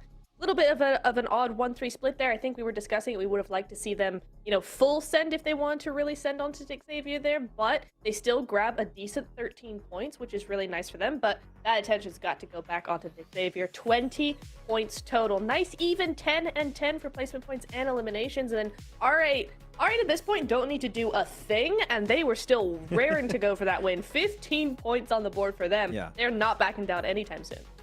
They don't need the points. They're just flexing. They don't. You know what? Kara, Thunder Talk, we're catching up. Maybe they can be first place. And I'm telling you, man, the Arabic casters right now on that stream, they are popping off. They must be out of their minds, Hot Jukes, for once seeing a team from MENA dominating globally like this on this scale, on this level. It has almost never been seen before, so R8 deserve kudos for that, because that is unprecedented for the MENA region. Heck, they better be going off right now, because, I mean, this is the first time we are in the Gauntlet, right? And they just might win it. With that game right there, that is going to put them very high on the leaderboards. And if they do end up, surpassing, Thunder Talk, that's going to put them down to 3rd place, Max, man. What do you think's going on with Thunder Talk today? I mean, they had some good red dot sprays at 200 meters from Sitting and Jing, so that was pretty cool in the replays, like cool moments like that. But I would say is not Thunder Talk is playing bad by any stretch of the imagination. For me, it's just the lobby is now so desperate for points that it's hard to stand out realistically, Niptera, right? So they're not playing worse. It's just the lobby has leveled up significantly to the point where now teams were doing so well at the start, now are looking a little bit more average than they used to be. Yeah, but okay, hang They're on. first. Whoa, they are first by 3 points. Yep. And Thunder Talk slip into 2nd place, so they're not in that 3rd position, right? So they're good. They're tied with Kara, but there's no problem there. That's fine. They can fight amongst themselves. I'm looking at 5th, 6th, and 7th. 2 points away. Xavier do move into 6th place, but they're tied with Ulf here. And the way Ulf have been playing, the way Xavier have been playing, it's not the same. Alpha 7, 107, they're just 2 points ahead of this. Any of these 3 teams have a bad game, DRX, Wolves, Orangutan, all these teams, they're going to play catch up. They're going to try and chase you the hell down. Hodgix, I don't know what's going to happen. Like, these teams in 5th, 6th, and 7th place have a massive target on their back now. I'm going to tell you exactly what's going to happen, right? I've seen this position so many times. This next game is the most important, because the last game of the day, half of the lobby up top and half of the lobby down below, right? Almost the entire lobby know where they're going to be, right? We got squads like, you know, Virtus Pro, honestly, even Regnum Caria, who are like, the chances of us making it at this point is pretty much over, right? Top teams that know they're going to make it, that's going to create chaos in the last game because squads are going to be pushing each other, you know, practicing for the group stage, doing whatever the heck they want. So I can't tell you how many times, Max, we've seen in the last game a squad that only needs 2 points and they can't even get that because of how crazy it is, right? So yes. Honestly, I'll say it right now for OG. If they don't get 10 eliminations and a chicken dinner this game, they're going to go to the group stage 100%. Yeah. I really like that you bring this up because I've seen so many tournaments just like you where you have these teams that are so close, they're on the cusp of achieving greatness, reaching the next stage of whatever tournament they're playing in, if it's a regional tournament or a global tournament, and they just play too passive, hoping, oh, if we get to late game, it's going to be enough. No, you need to go hard or go home. And right now, for DRX, for Wolves, for Orangutan, for Regnum Caria, for Virtus Pro, it is time to strike. If you don't do anything on these two Miramar games, I'm going to say, I almost don't want to see you in the finals because you don't have the chops yet to be a champion. Yeah, Neptura, I'm not even going to say these two. I'm saying it's this game right here, right now. If you don't do it, it is all over, right? So, Neptura, you know, do you think, right, which teams do you think have what it takes, right, that are below that stage to get that chicken dinner? Which one do you think has a chance of getting it? DRX, Regnum. Honestly, only those two. Wow. Okay. I mean, DRX 7 points away, right? That's definitely possible. Wolves, you know, a little bit further down. Regnum are really far away, right? But we know that they have that potential, right? We know that they definitely can put up a big game here and now. But I'm looking at Silas's face, you know? That just sucked all the confidence out of me. I'm not going to lie here, man. You know what you need to do now? Give him an Eastern Island finish on Miramar. He's be like, no, not again. No. Don't give it to DRX. It would be terrible. That would be absolute cinema if that happened. We'll see, of course, how the circle is going to be going. Though, I know we said this quite a bit. We've been hammering down this point of hot drops. I want to bring it up for maybe the last time today, depending on how it goes. Okay. We need to mention it. Orangutan, Alpha Gaming, Shumacera. Orangutan, do you want to take that risk right now? APG, again, for me, the out-nipture of the conversation, but Orangutan, they have a lot to lose if the hot drop doesn't go as they expect. Yeah, I think it's a bit risky. We've seen them make it to the end stage of the game so often so far today. I think if they just want to tweak a few things, they could really get a big performance, and this is where they need it, especially, as you said, Jukes, right? This next game is so much more important than talking about the other two or, like, both games, because, you know, the last game's going to be so chaotic. So I think to hot drop APG now, maybe save that for less game.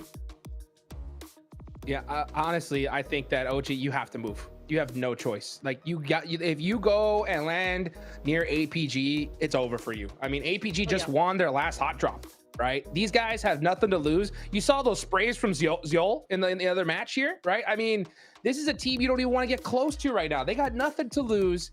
And the chance of you taking out the entire squad, Neptura, right, and walking away unscathed, that's like 0.1%. So for OG, honestly, in my opinion, if they don't switch up their drop spots, they're going to the group stage. What do you think? Yep. I think it is. That's the case 100% because they do need to make those tweaks. And if you hot drop and lose, you can't make the tweaks because you're not in the game to do that. And APG, the way they've been playing so far today, they've been grabbing any eliminations that they can grab from anybody around them. And I think you just give them those free elims if you're not careful. Well, you know what? We got an interview on the stage with 7WG. I can't wait to hear what he has to say here because, man, we are in that final moments. Let's go ahead and take it out over to the stage to hear from 7. Sometimes you get blessed by the circle, and sometimes teams are able to take full advantage of it. I'm here with Levi's from DX. Great performance in the last match. Now going into Miramar, that is one of your best performing maps as you're currently averaging a 4th place finish. What are you looking to do to make sure you maintain yourself within the top 7? Chào Levis, thì vừa rồi các bạn đã có màn trình diễn rất là tuyệt vời. Và bây giờ thì mình sẽ chuẩn bị bước vào bản đồ Miramar, là bản đồ mà các bạn cũng làm chơi rất là mạnh. Vậy thì không biết là mình sẽ chuẩn bị làm gì để mình chắc chắn mình sẽ có suất vào vòng chung kết? Bọn em chuẩn bị trận đấu mới thật là tốt, di chuyển hợp lý và căn thông minh chuẩn thôi ạ. Well, we'll try to prepare ourselves to do well in the next map by doing a proper circle rotation and also with great timing. With teams now being qualified because of the way the numbers are currently working to the grand finals, are you scared that maybe some of these teams might try to target you? Vậy thì trong bản đồ tiếp theo thì bạn có sợ rằng là một số đội khác sẽ nhắm vào mình hay không? Trận đấu mà đâu biết được, gặp là bem thôi ạ.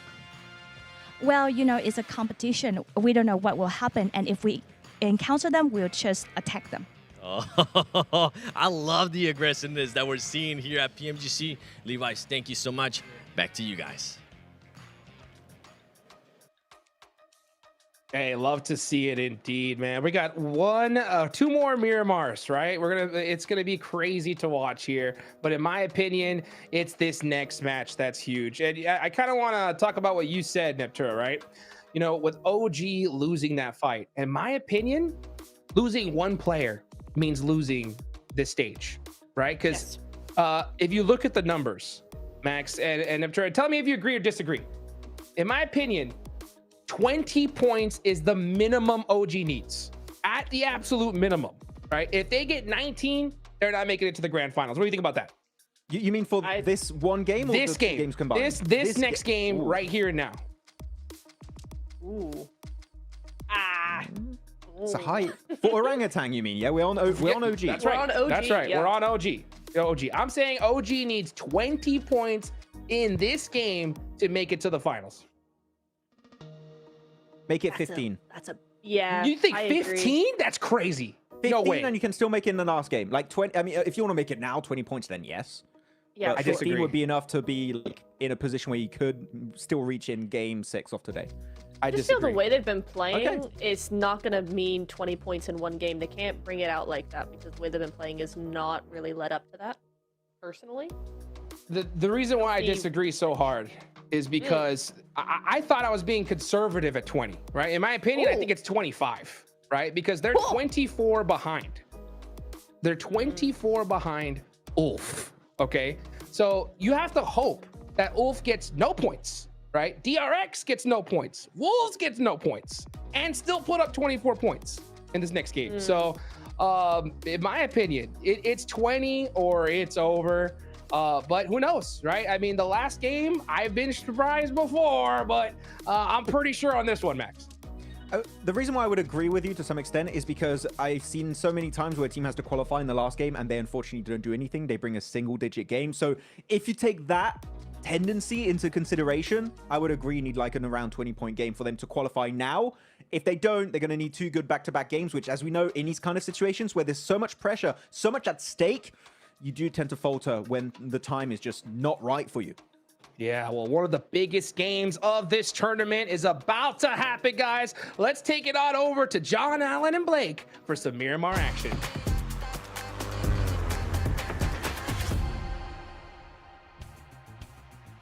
Hey, we all know bigger is better. So, of course, we're going from Arigel to Miramar, the bigger of the two. Not quite, it's got the same landmass as Rondo, but it's still plenty hefty to close down this tournament blank. The Gauntlet is just around the corner from its finish line.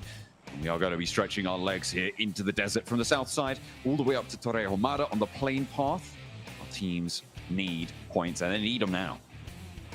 Yeah, as the penultimate game of the day as well, this is sort of the one that is make or break, right? This is the one where you either leave an opening for a team underneath you to strike out in the 6th game of the day, or you could close it all down right here and now. There's always that chance to happen. So this is a very, very important match, as the guys on the desk were saying, to make sure that you get those points. There are several teams battling it out for that 7th place position now, and everyone wants a piece of it.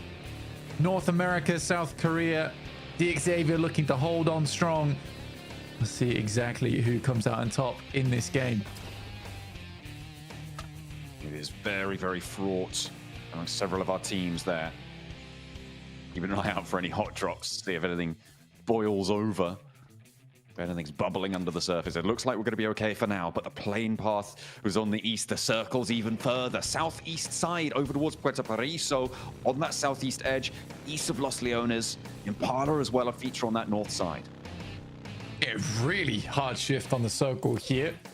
Right on the boundaries as well of the map itself.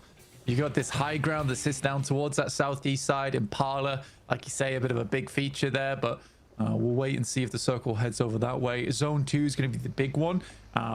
Question is setting yourself up for success in this game. We get to take a look at the leaderboards right now with Ulf currently in 7th place, tied with DX. They are right on that boundary that we talked about earlier, John.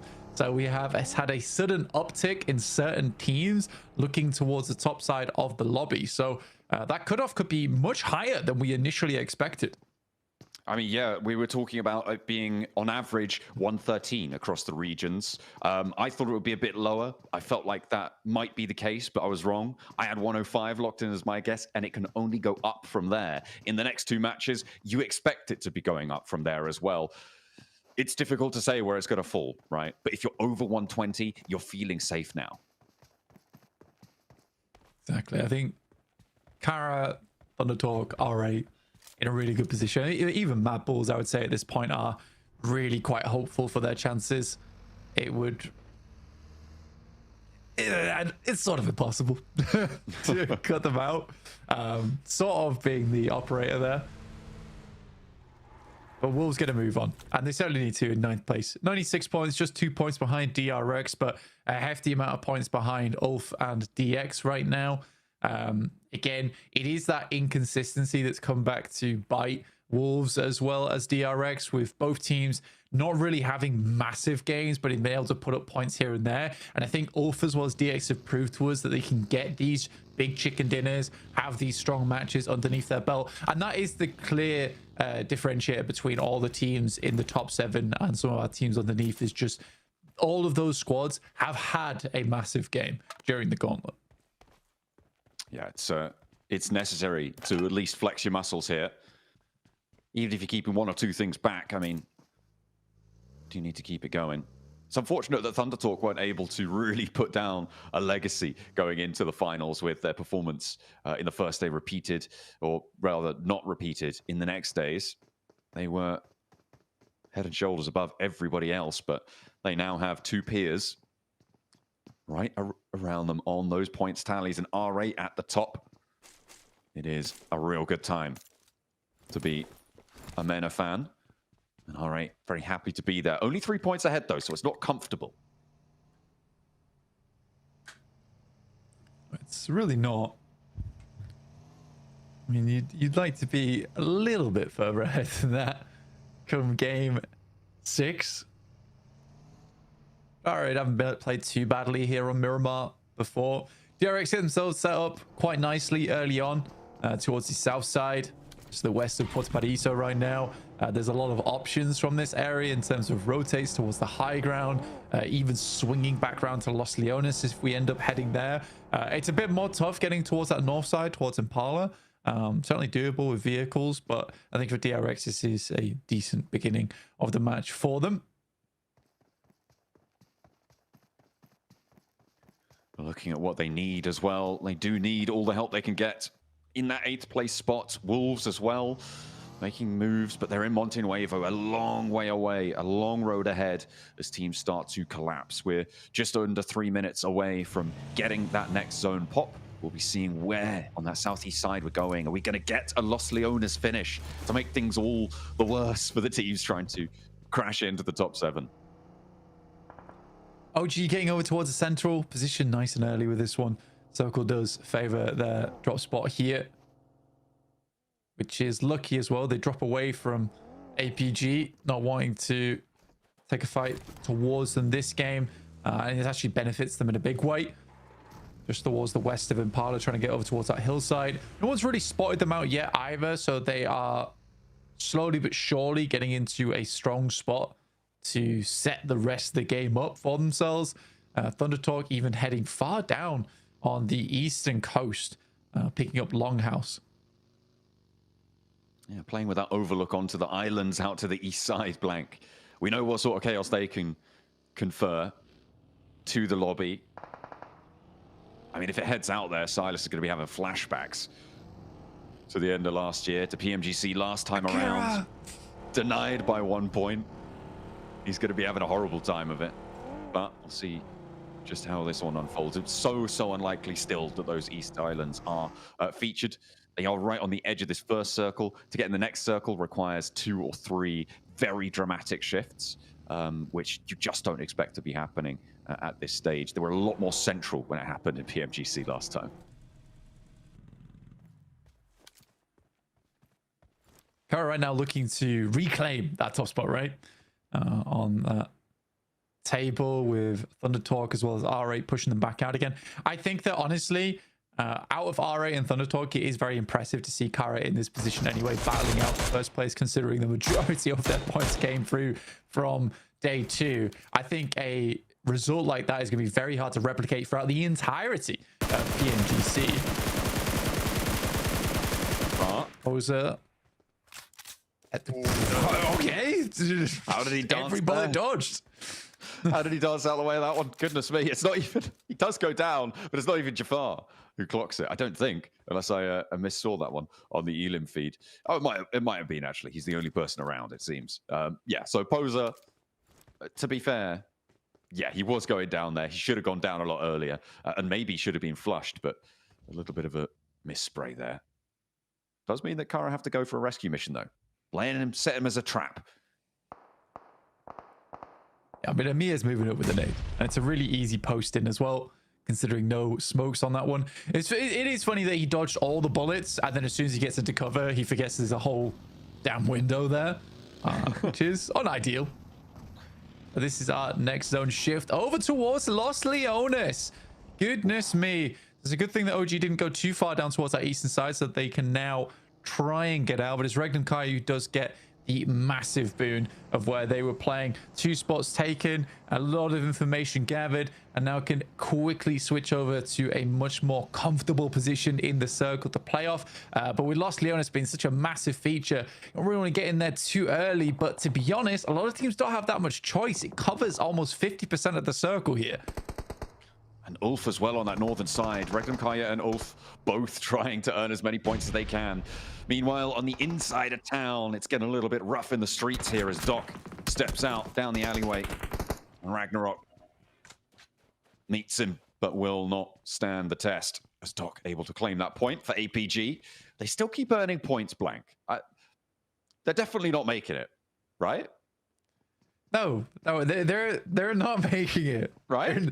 Again, it's like 2 20-point games, at least. If not more. Surely not.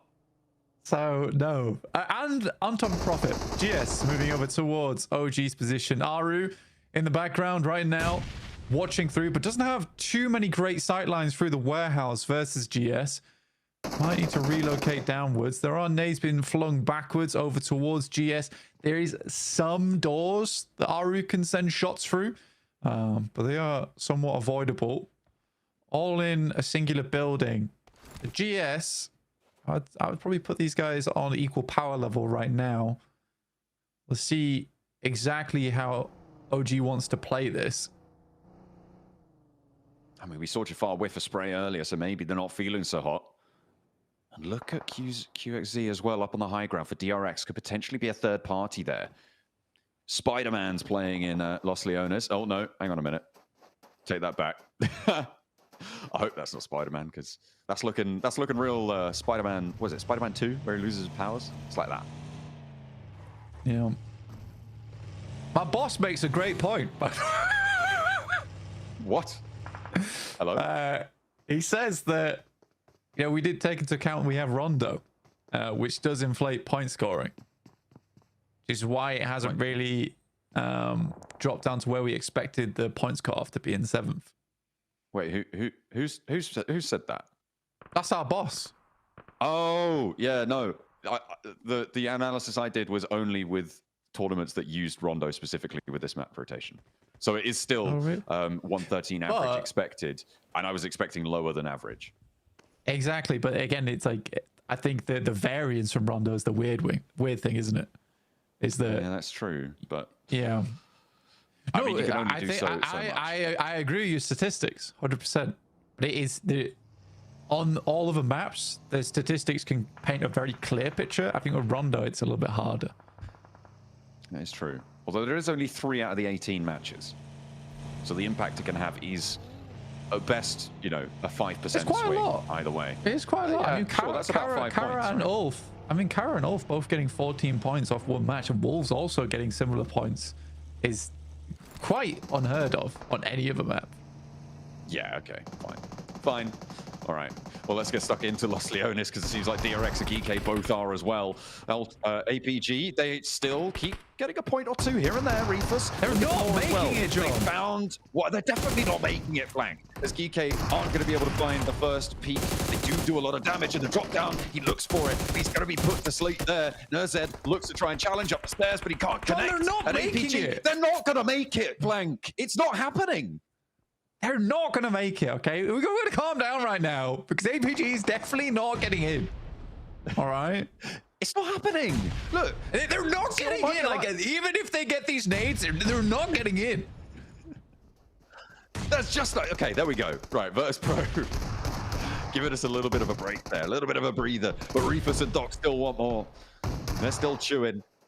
See what they can find. In the meantime, OG and GS, the fight is popping off. We saw this established before. It looks like Aru wasn't able to regroup and was taken down in the meantime. So it's only WizGod and AKOP on the inside as GS Sharks swarm around the outside. They need the harpoons out. They aren't going to be able to find it for one. And the second as well looks good. They're turning the tides here now into a 1 versus 1. It's AKOP versus Jafar. The clutch maestro himself needs to come up big for the squad. 3 players to pick back up for GS, and AKOP's on the corner. He got some healing done with the auto shotty. Jafar's got one of his own, and he turns the corner onto the inside of the building. The vault, a classic for Jafar, and WizGod begging to be picked back up, but he doesn't have the time. AKOP with the pin on the nade over in to Jafar's feet. He sends it through, and OG stands strong. 2 players survive. How much further can they go? Lovely bouncer on that one. And OG will get up at least one of their players here. Back up to 2, 85 points. Not bad at all. Much better than what we've seen from the rest of the day. They are on the outside. We'll have to push in. But they could wrap down towards the south side of Los Leones here. Unfortunately, it's not likely to end up in Los Leones. But as a survival maneuver, it would be a way to get more points on the game. But again, as 2 players, they need to still put a fairly strong fight here to get in towards top 7. Absolutely necessary for them to be a little bit longer on the stride. Took to the pack ahead of them, and with 2 players, that ability is severely diminished. Can't really go for too much now. I'm still waiting for Red Kai to start to pop off this match. In any match, really. It's just not come through yet.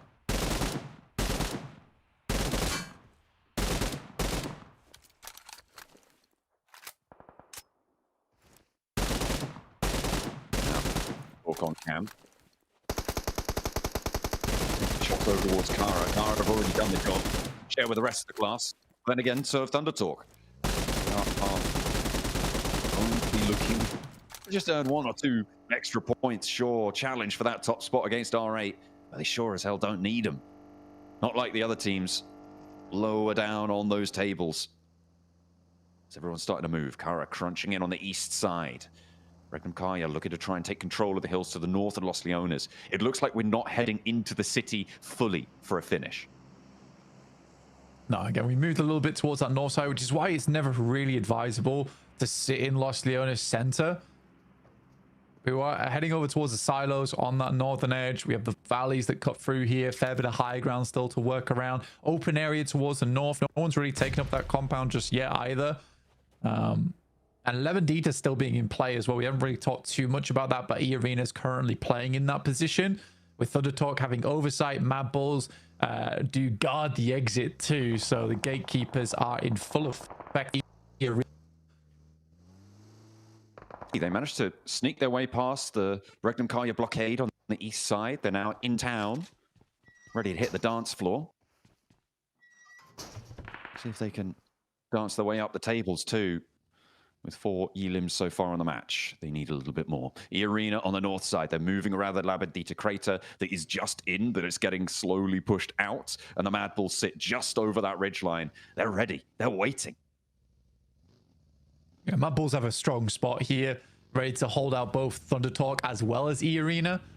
E-Arena knows that as well. They have to expend utility to make this happen, but from what I can see from Joker, there's not a whole lot on them, in terms of smokes at least. The nades will be useful, but you got to get up to the building first. And that's the difficulty. Certainly will be tricky. Ooh, a knock over to DX Xavier out on the west side. Of course, Alpha 7 and DX Xavier pretty neck and neck here. Both looking to solidify their position. 5th and 6th on the tables. Paragen tries to step forwards, but Revo has the corner, has the shutdown as well. Carrillo needs to heal, so does Revo. And now the rest of DX Xavier need to strike, but where are they? Nate T on the upstairs, Lambor's repositioning, and they are going to get overwhelmed if they don't do something soon. Brisal's cut off a little bit from Obscure, but they need to find more now, Blank. That they do. And I mean, for the time being, this is looking very rough for DX Xavier. Lambor seems to just be sending away, which is the smart decision here, I think. I'm pretty sure for DX Xavier, they realize all is lost in the building. Get Lambor away, potentially get a couple more points, because that's all DX Xavier really needs. Couple more might do it. Nate goes down. Alpha 7 want to secure themselves that 110, and they push themselves over that boundary that we were talking about towards the start of the tournament. A 7th place still sits at 105. Thunder Talk now challenging Mad Bulls on the north side, as they have taken that fight to them, but they don't need to. With the circle popping down to the south, they could disengage with that knock. Now might be the best time, but they've lost one of their own to a response nade from Tulika. Good stuff from Thunder Talk. 3v4 here going fairly well, but there is a shot from off in the distance from CEO, who continues to burn through teams. AJ barely getting away from that one. Joker able to pick up one elimination. CEO still going, sending shots over. Wowee. In the meantime, Thunder Talk going to crash on in. They're going to get away from the ridgeline, but it's not going to be pretty inside the longhouse there. Steps out into the crossfire. Pusher looks for more, and Thunder Talk fall. They will be eliminated here, and the Mad Bulls, again, looking to continue that solidification process. Arena now crashing in to try and third party, but once more, they're just too late. Yeah,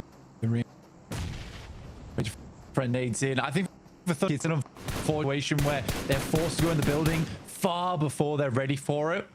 Carolo continues to be a nuisance on the back end of this fight with some great shots and some, I think for the rotations from Kara's side, they are incredibly good at cutting off teams of where they want to go and just causing these big problems. I think the speed at which they rotate off into new angles and the communication between those angles is very, very good. M249 barking over towards the Mad Bulls right now. Flip last remaining inside the building is getting low very quickly as stage 5 will hurt. He has to step out from behind this truck at some point or other, and immediately he's torn to pieces. Question is, who got the point there? Looks like CEO was the one to snaffle that away. Nice stuff. And Kara, take that first place spot back.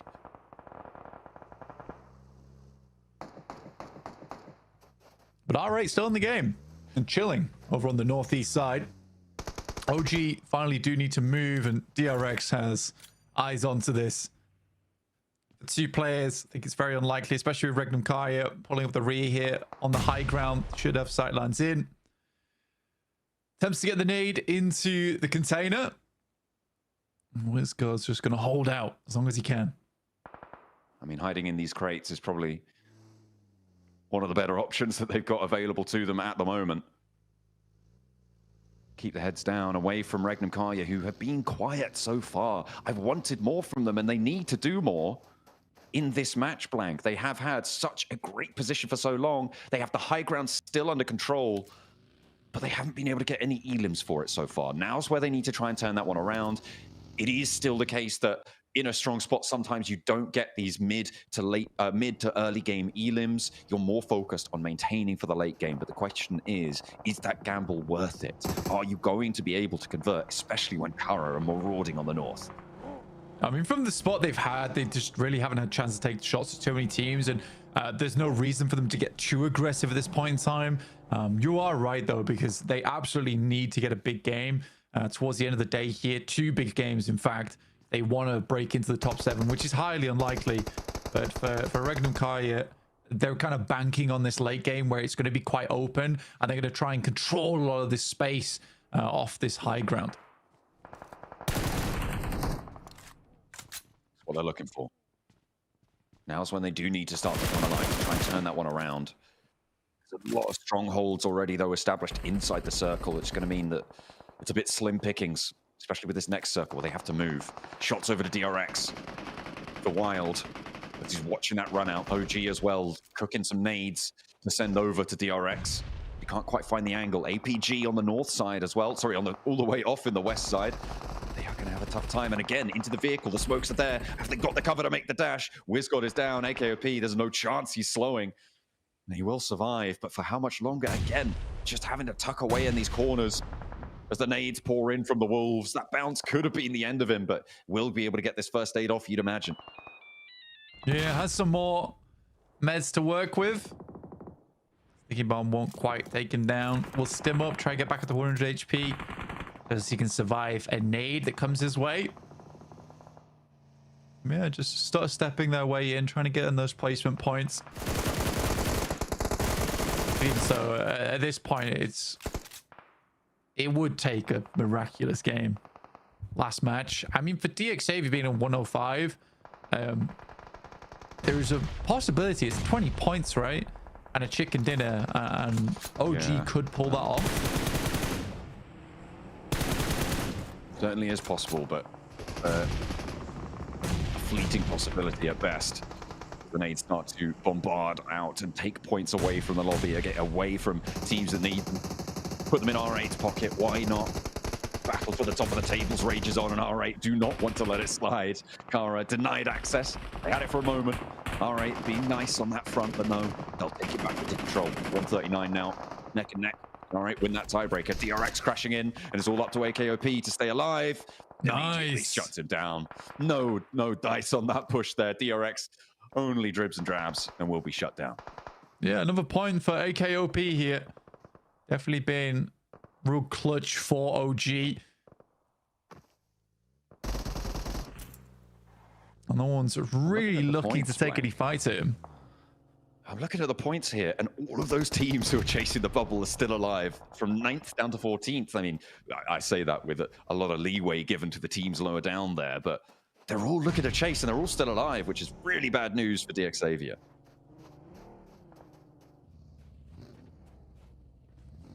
Yeah, for DXAvia, it does look worrisome. I think for the Wolves here, though, there is a good chance for them to set themselves up for this last game. At least put themselves on par with DXAvia going into this final match. It's a bit of a difficult run out. Regnum Kaya will pick up the silos. Back at this one. Oh my god. If the circle hated these teams, this is one way to show it. Playing off this is really rough, and I think for Ulf actually do have a very strong spot to continue playing from, but they need to cause damage and cause chaos and carnage around the map here. R8 pushes through, but Regnum Kaya quick with the shots downwards from the silos. Oh, Joker lays down the law to Loxy and will send him down for a knock, as Regnum Kaya do have to slow down a little bit. Regnum Kaya up to 3 elims now off in the distance. Deadwolf getting knocked and flashed to Ulf on their high ground hilltop position that they've held for a while now. Ulf really looking to solidify up in those top 7, up to 109 at this point. Yeah, they're getting further into this one. Regnum Kaya, you know, they just need points here. R8 repositions inside the building off the left-hand side, and still, Wolves have done nothing about AKOP, unable to find these nades across, and AKOP is going to send one of his own. Whew, felt like it was close. I felt like that was bouncing correctly. The zone, though, is pushing in blank, and it will move everybody out of this area. AKOP wants to spot the run-outs, maybe get a flush or 2 if he can. That would be a successful salvage. Regnum Kaya slam down the hill and immediately into the meat grinder. That should be it. That should be them done and dusted. No chance, really, of them getting into 7th place on the next match. It's just too tall of an order. AKOP gets 2 on the nade. Okay. Over towards Wolves. Wait, what? Coops goes down. Did he take them out solo? I think he did. It came up on the picture-in-picture. I wasn't ready for it, but oh my goodness me. AKOP now has Ketch to deal with. He's heard the chicanery around the zone, and Ulf are actually putting a lot of people over in this area. AKOP darting, dashing. More points than we thought he'd get, and laddering up another place 7 elims. Blank, that's going to draw them up on 90 points. That's 15 points behind the bubble right now. That is so doable. Incredible stuff. I mean, and it just shows that OG can take fights. I just hope that in future doesn't take them going down to one singular player and just having that nothing to lose mentality to go for it. What a nade from AKOP though over the top. And I think he hit an initial Molotov as well, which was crucial at delaying the guys on Wolves. And that does put Wolves in an awkward scenario now. Yeah, it's going to be quite nasty down in 9th place there. God, that race is not getting any easier. Although it's good news for DXAV, who hold on to 7th place for one more map at least. I'll have to give it a good go next time around. Everybody else really chasing for solidification spots. And I think Alpha 7 and Ulf will have done enough to be secure now. No one really going to be able to chase. And it's one spot up for grabs at this point going into our final match. The arena, some more shots. And Murray will go down as Ulf once again is just pumping points. And for Ulf, this is the type of game that definitely just puts them a spot where it's going to be very difficult to push them out from top 7. Alpha Gaming similarly wants some more points off the back of this one, leaving it just to DXavier being that wall guarding between them and other teams underneath. I think if you get to about that 120 point mark, that's where it's very tough to catch up to and would require an insane game from very particular teams. Certainly would. It starts to become more and more impossible as time goes on. Virtus Pro looking to try and take down Ulf though, and that might make it a little bit easier for the teams chasing if Ulf go down, but they're not going to go down without a fight. Surely not, but Ketch now the last to stand as they do get torn apart. Of course, it's R8 chiming in, now up on 145 points. Blank, they are starting to accelerate away from that top pack that's been neck and neck for quite a while, and Ulf go down. 115 locked in on the points tallies there. Alpha 7 looking to continue their ascent as well, closer to that 120 safety zone.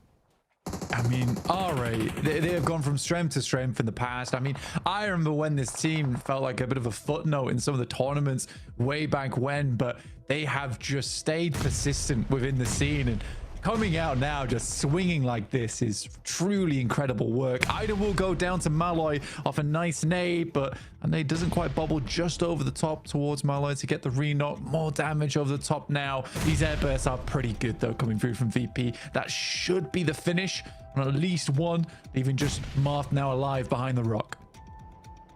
Pushes up, needs to get the heal first. Alpha 7 capitalizing. This should be an Alpha 7 chicken dinner. Virtus Pro crammed into a corner here. The numbers advantage is there. Aragon able to do the rest of the damage necessary to take down R8. And maybe Virtus Pro could turn around now. Alpha 7 not fully in position yet, but they will establish as time goes on. Revo steps up, and he will be able to find the first. A second with a DBS. No, not quite. But the turnaround for Carrillo is there, and they trade it off. Alpha 7 really want to stay in the top 7, and they will be able to do so. A chicken dinner in the penultimate match. That's how you lock your spot down.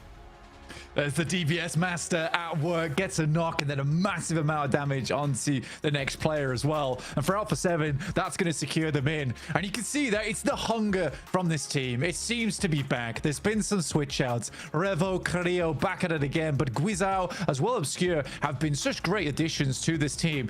They're just fingers crossed they don't get kicked off this tournament, because come on, please, let's just keep a stable roster. One time Alpha 7, I beg. Oh, maybe this will be the time that they're able to do it. But we are also looking at teams that have really fallen short of the mark. Alpha 7 found that resurgence, but a lot of teams that game needed a lot, and not many of them found it. It's good to see the spots getting locked in, and it is still a chase for that 7th place spot. But 6th looks like it's just out of reach at this point. Absolutely does. I mean, for Alpha 7, what a fantastic game from them. But Ulf just barely missing it. Now they've got a little bit further to go on that last game. But VP, maybe they're chasing too.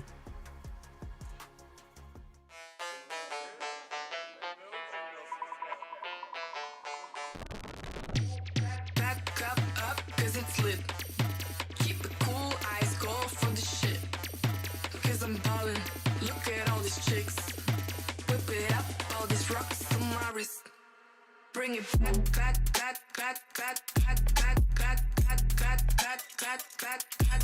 Bring it.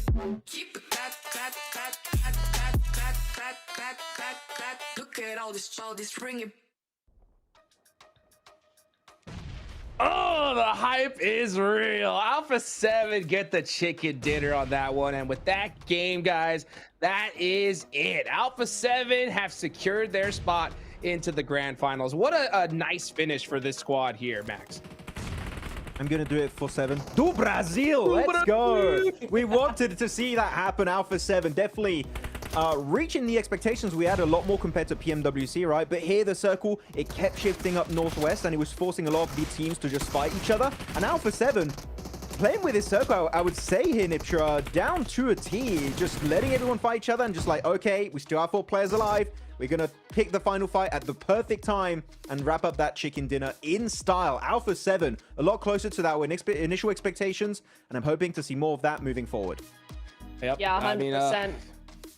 I agree, Neptura. That's what it's all about. You know what I'm saying? They did make us a little bit worried there for a second, but they shut that down real quick. Yeah, they sure did. It was really nice to see as well because, you know, going into Miramar, going into the chaos rounds, right? Everything is possible. So really nice for them to just get that win out of the way, get those points on the board and go, hey, whatever happens next game's not our problem. Well, you know what? The last game is going to be a serious problem here, guys, because one more is left to go right here. But before we get into those storylines, let's just go ahead and hype up this squad one more time, right? Rebel getting 3 eliminations. I'll tell you what, you know, I think a lot of people had a big question mark on their head right before this tournament, Max, man, because, you know, Mafioso, a legend, has been with the squad for so long. You got Guizao and Obscure on the squad, but I'll tell you what, this change has really been working out for them. I really enjoy this change, but I think Guizao and Obscure have been doing a little bit too good. So wherever this game's like, I'm going to show them who's boss, okay? Who's the true Alpha 7 OG, and he performs a little bit better here, getting himself almost 650 damage, 3 eliminations to boot. So definitely a really, really solid game coming out from the entirety of Alpha 7 and the IG Lingo of Carrillo. Again, understanding fully how to abuse this circle in their favor, because the death of a lot of teams in Iptra, this match clearly was Los Leones. A lot of teams were forced into making that call to go through the city. And as we saw, a lot of teams did not make it out alive, or at least not as a full team. No, they didn't. I mean, so many teams fell victim to that, right? APG had a really rough game. They were trying, but they got surrounded so easily. OG as well had to kind of limp into a building and do their best as a solo. And it was not the game that teams wanted for sure. I mean, we did have a few outliers, of course. You did have Dick Xavier out onto the western edge there, who were able to survive quite a long time into game, still racking up those points. You also had Ulf over onto the center side, up on a high ground. So a few teams were okay, but again, the zone does the thing that nobody likes, and nobody likes that nade. I ended up out crazy. Man, it's so crazy. At first, I thought we were going to get that Los Leones City finish. I was so excited. But then it goes and heads up to the north. Alpha 7 had that western side position, and then they just closed it after that. But man, you know, a lot of things to talk about in this game. You know, one of them in particular, we saw OG, right? A little bit earlier, they end up getting 7 eliminations. I do want to give props to ACOP, though, on that beautiful nade, though, to finish out that squad. But man, yeah, that was beautifully done. They're definitely fighting their hearts out here. I will give it up to Team India for their first PMGC. For them to even be right in the position they're in on the leaderboards, you got to give it up for them, right, Max? Definitely. You're looking at the players on an individual basis. I would say every single one of them deserve to be here at PMGC. AKOP had some great plays that nade, that clutch especially. I hope we're going to see in this replay. Actually, no, I think we did miss that replay. But he did clutch up versus Wolves, right? So very, very nice stuff coming out from AKOP. But I'm really curious, Hodrix, to see the leaderboards, how close it's going to be, because these teams, I'm telling you, they're going to be chasing it down here for the top 7 in the very last game of the Gauntlet. Looking back at these replays, the rotations, Alpha 7 dropping so far away, Niptura, but we're going to see the circle keep shifting their way, and they just obliterate the lobby in the mid to late game stage. Yeah, I'm really excited to see how actually VP rotate as well here, because they're on the south side, and we did see them on the north in the end in those final zones, right? And I kind of so much stuff was happening in the center. I didn't really see VP do much here, so kind of surprised to see him in the top 3. But yeah, A7 just being able to control the whole north side here. Ulf, of course, still in the center doing their thing, and there goes VP just wrapping around, just sharing a little bit of space with A7, just chilling, taking out Ulf maybe potentially here. So just trying to clear off those sides that do what they need to do, make sure they have that space to move around, and it got them that second place. Yeah. I really like the... So I'm going to go on Alpha 7 again because I feel like they had the most interesting rotations this game. Yeah. They understood a majority of the lobby were going to respond to that circle by going in the city early on as like... But as you said, Hodrix, we thought it was going to be a city Los Leones finish, but no, it tended to move away. So by delaying your rotate, if it does shift away, guess what? You're the first team to pick off those strong positions that are going to be in the later game scenario of this match. So very happy with Alpha 7. 16-point game. Let's keep in mind, they did have a 0-point game earlier. I was a bit scared maybe they could slip out of top 7, but no, this 16-point chicken dinner is exactly what they needed to make sure Brazil is present at the biggest stage here for the Global Championship. That's right. Hit that stamp, book that ticket to the grand finals. That's how you do it right there. I mean, Alpha 7's rotations, they're absolutely one of my favorites to watch because they can pull out a chicken dinner from the most crazy spots. You saw them land so far in the north, and I love that graphic because it shows such a difference from the last game, right? Xavier, they got into that spot so early and they just sat there all the way to the win. But A7, they're so good at that edge style play, Neptura, right? I think when it comes to playing from the edge out, there's nobody that does it better than Alpha 7. What do you think? Yeah, they certainly have the most experience into this, and that experience is paying off. There we go. 123 points. They are unstoppable now. No way they can drop down past that 7th place. But you see R8 continuing. I mean, they had a really good game again in this last game, right? In this last Miramar. So another good game, just making sure that they're solidly on that top spot. So actually, the point threshold here did not move. It was 105 points between Ulf and Xavier before this game. It remains at 105 points. The entry point top 7 has not budged at all this previous Miramar game. Xavier currently on the cusp. DRX 6 points away. 7 points needed for Wolves, and then you're looking at Orangutan, they need 15 points. So pretty much, if you're below Wolves and DRX, if Xavier don't do anything, you need a win. If you're up there, otherwise, DRX, Wolves, you need to get a strong top 3 finish. Is there going to be any movement in the leaderboards, Hotrix? I don't know. It might just stay this way until the end. You want my honest opinion? Tell me. How real should I keep it? 1 to 100. As Nitro would say, 100% real. 100% real? It's over. That's in my opinion. I'm telling you, I've seen this happen so many times. The last game is so toxic, right? Because almost the entire lobby knows where they're going to end up, if they're going to go to the finals or not. That only leaves a few teams so desperate for points. Those shenanigans coming into play, I can't tell you how many times where I've seen a team only need 1 point and they couldn't even get it in the last game. So in my opinion, right, from the history of this game, I would not be shocked at all if we don't see this leaderboard change. I think that the top 7's locked in, and it's up for all these squads to change the script. What do you think, Max, man? Take fate in your own hands. I fully agree with your point. No, history has been saying that in the past, this is not going to budge by too much. But you know what? I don't want history to repeat itself, Niptura. Looking at teams that can move it, that can maybe climb and change the script here in this last game. Do you have any teams in mind looking at maybe DRX, Wolves, OG? I think DRX have the best chance just because of how they've been playing. Wolves, even though they won on Rondo, they haven't really done much since. And OG and Down, honestly, 10th place and Down, I don't think have a real shot here. OG might be able to pull up some points, but not 15. I don't think so. It's a tough one. I'm going Wolves. I think Wolves are going to make it. That's my prediction.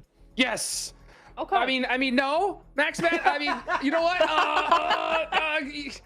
Don't you do that curse stuff on us, Max, man. I will be real. I want to see the Wolves so bad do this. The reason why I'm keeping it real is because, I mean, I have to, right?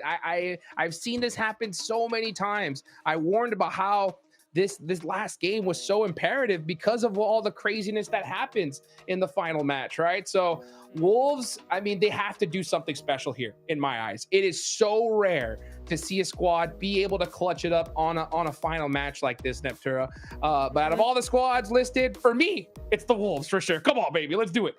Come on, we gotta have the Wolves, right? And you know what? Maybe they'll take advantage of the chaos, you know? Maybe they'll have no pressure on them. It's like, listen, it's the last game. Either we do it or we don't. The other teams are all so worried about fighting each other. Maybe they'll be able to slip in, do their thing, and then in the end game, just spread out and do exactly what they've been wanting to do this whole time. We're talking about the teams currently not in top 7, right? We're looking at DRX, Wolves, again, Orangutan. Xavier, how are they going to approach this game? They know they're currently the cutoff team as the entry point for the grand finals. I would say Xavier, this is a game where you have to play passive. I want to see them get into top 5 minimum if they want to be comfortable to move into the next stage of the global championship. Xavier's got to be very careful, man. I don't think it's going to get to the point where they're going to get hot dropped by any particular team. That's good. For sure. That's way too risky. But at this point, Xavier, play it slow. If you're not in top 5, for me, they might just slip out of top 7. Man, you know, looking at this, and I'm of teams that could change the script, Neptura, right?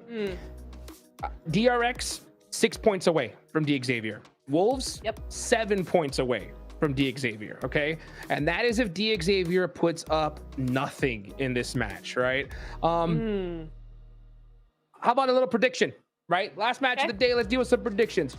For Xavier, in my opinion, Ulf have made it, right? I think those are the only 3 teams at play here, right? How many points do we need to see Xavier make in order for them to secure their spot in the grand finals? What do you think? How many points? Yes, how many points? For Xavier. DRX. Xavier, at least 10. At least 10. Well, you know what? Let's see what happens here. But before that, we got a nice interview on the stage with the 7WG. Welcome back to a quick report with the 7WG. I'm joined by none other than Rebel. They just got to win and secure your ticket to the grand finals. Besides securing the ticket to the grand finals, what does that win mean to you, Rebel? Well, that win means a lot for us. I wanted to go to the finals because I lost the most important person in my life, and I want to go to finals for her. Well, you're definitely going to be able to do that, but now there's still one more match left. There are some teams that are currently struggling, like DRX, Wolves, that beat you in Americas. Are you looking to maybe make it a little bit more difficult for them to make it into the finals? To be honest, no. We are trying to get the top 2. I know the top 1, it's almost impossible, but we're going to try to get the top 2 to get another win and stay in the top 2. Anything you want to tell to the Brazilian fans? Thank you for all support. I love you guys, and let's go for 7. Let's go Brazil. Let's go Americas. There you have it, ladies and gentlemen. As we're about to jump into the final match of the Gauntlet, we will be securing more spots and deciding who's going to be going directly to the finals.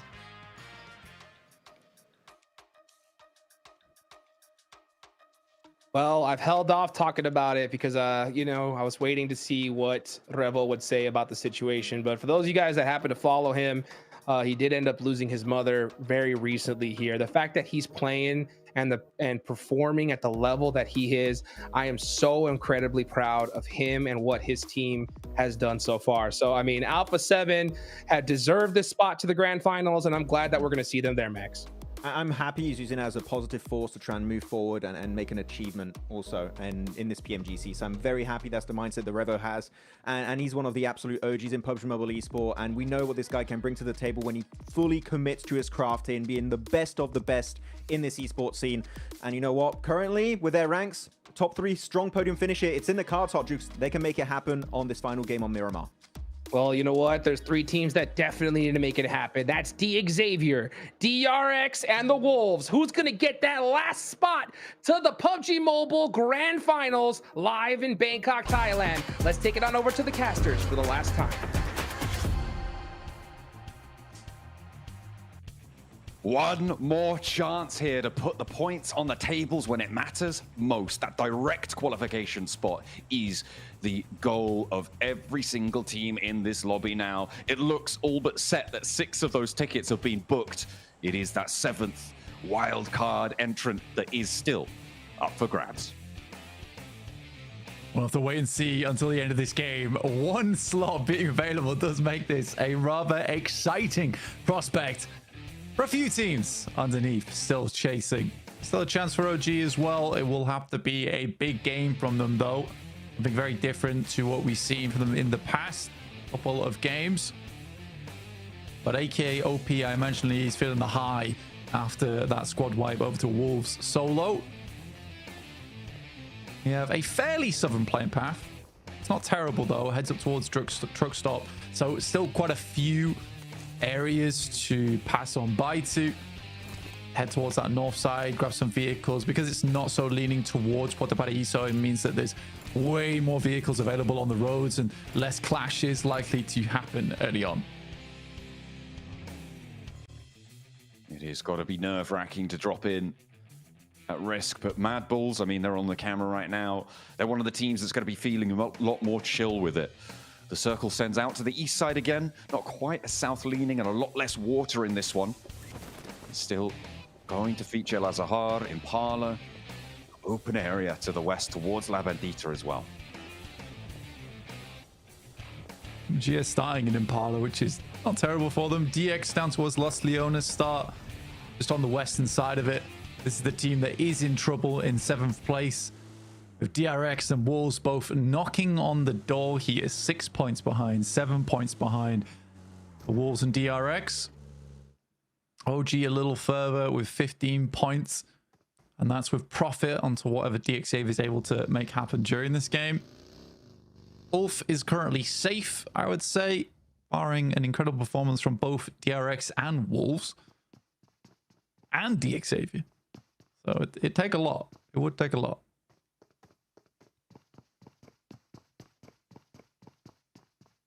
It definitely would. But that's what these teams here, every single one of them can deliver, right? Even towards the bottom, we saw Geeky deliver a chicken dinner during today's games. It is a set of championship teams, right? It is every single one of these teams has made it to the top of their respective regions, are the best in the business when it comes to PUBG Mobile. And that's what we're witnessing here. Those Titans taking one another on. And it has been exciting. A treacherous road for many. As those 7 places loom over them. A big threat. Nobody clashing just yet. Mad Bulls on that north side near water treatment. Actually sending further away from the circle. They're going out to La Cobraria by the looks of things. Yeah, picking up their original drop spot. May as well. I mean, later on, they can just re-rotate across Torre Armada, Campo Militar, pass back down once other teams have crossed. I think they realize at this state of the game, they're already quite far away from the center of the circle. May as well just take their time looting in an area that they're comfortable in.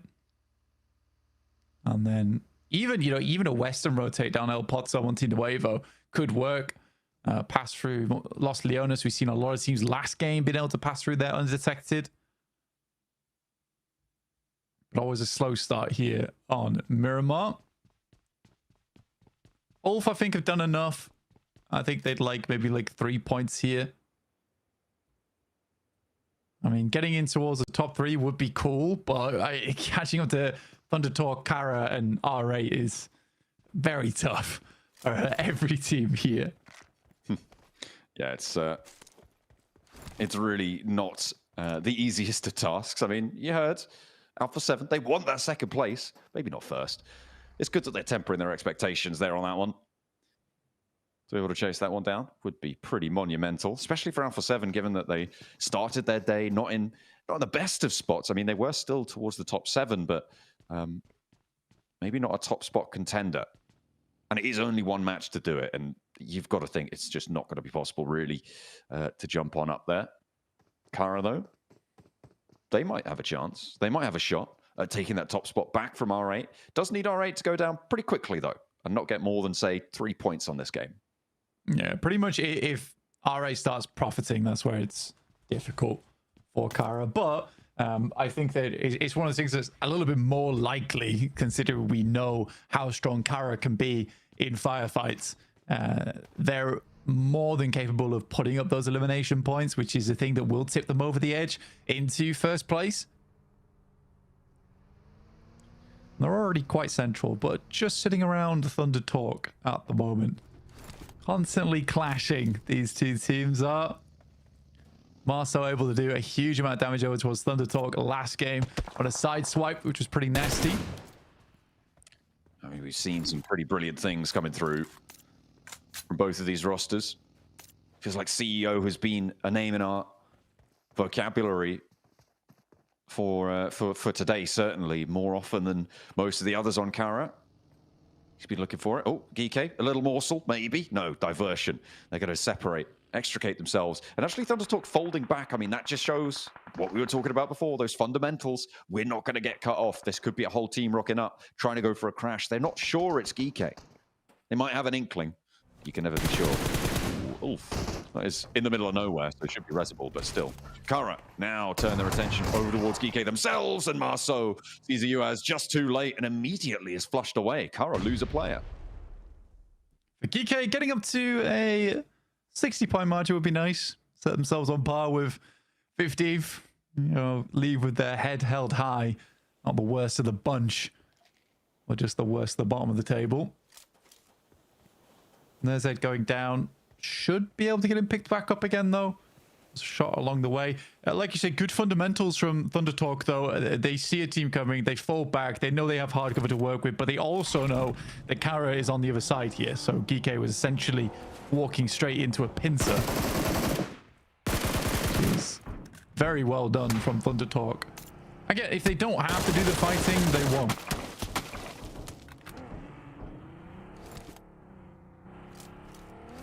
Well, look to try and divert away, try and get extricated if they can. Geeke, they're up to 2 elims. Are we going to see another Geeke chicken dinner to close down the day when everybody else definitely needs it more? I mean, I don't know. It's too early to call, and they only have 2 elims so far. But they are at a pretty decent spot near Minas Generalis. Would be nice. A cool way to finish out the day, at least. Kara, the dreams at first place are dashed. It's only down to 2 players now, and dreams at second place might be looking rough as well, with only 3 points needed to tie even. The Thunder Talk.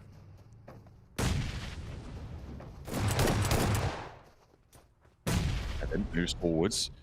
Sighting with a nade in response. Doesn't tag on, but does keep him inside the concrete. A little bit of a bold switch around there to go to the other side. Very exposed, that open wall, but looks for the challenge. Doesn't connect, really. And his teammates now moving up, using that covering fire to establish a little bit more of a forward position. But the nades from Thunderbolt get to really have an impact. We'll see if that can change. The healing needing to come through as well. The sighting goes very, very low. So does King as well. And Ragnarok does go down. He has been spotted. Sighting got that healing on board, and now he steps in with a shotgun.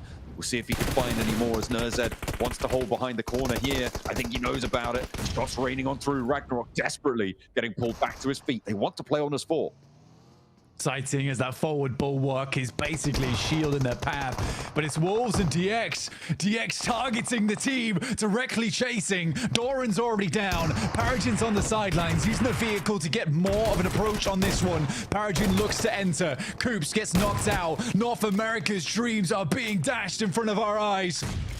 Dastardly DX Xavier on the hunt here. The Wolves are the target. And now just Igor remains. A nade. Anything would do it. Virtus Pro might be bearing witness to them. But they will put those nades in the building. You've got to imagine that this is going to be done and dusted for the Wolves. With 4 players from DX Xavier, they'll know who they have on their doorstep. They'll know what is at stake here. They will confirm this. In they go. Lambor in first. Nate D as well. Hopping around the corner. The Molotov to burn them away. And the Wolves fall. They will not find their spot. NA's dreams burnt to a crisp. DX now only have one other team to worry about, and is DRX. Alpha 7, though, a great initial nade. Swipes away the shield that has kept the Vanguard strong for Thunder Talk for so long in sighting. Revo around the side with a nade, sends it over the top. Doesn't get too much damage done. The DBS in hand, we know what a monster this guy can be with it. You got Kara, you got Alpha 7, you got Thunder Talk, you got R8 all in this area, Blank. It's a battle for the top spots. The podium beckons these teams and they want to fight for it. They're out for blood and Alpha 7 will be denied. 4th place, not locked in, but they will not be able to ascend towards the more top spots. Let's go with that. Kara going to be trying to change the tune of Thunder Talk and take that 2nd place back away from them. King remains on top of the throne there versus Alpha 7. Not to be outdone whatsoever.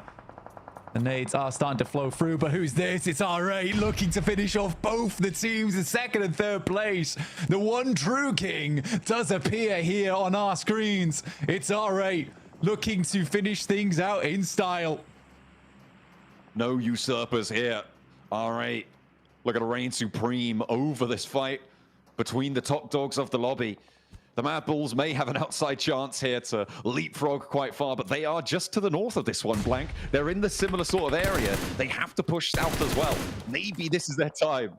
Maybe they get a chance to jump up to that podium as well.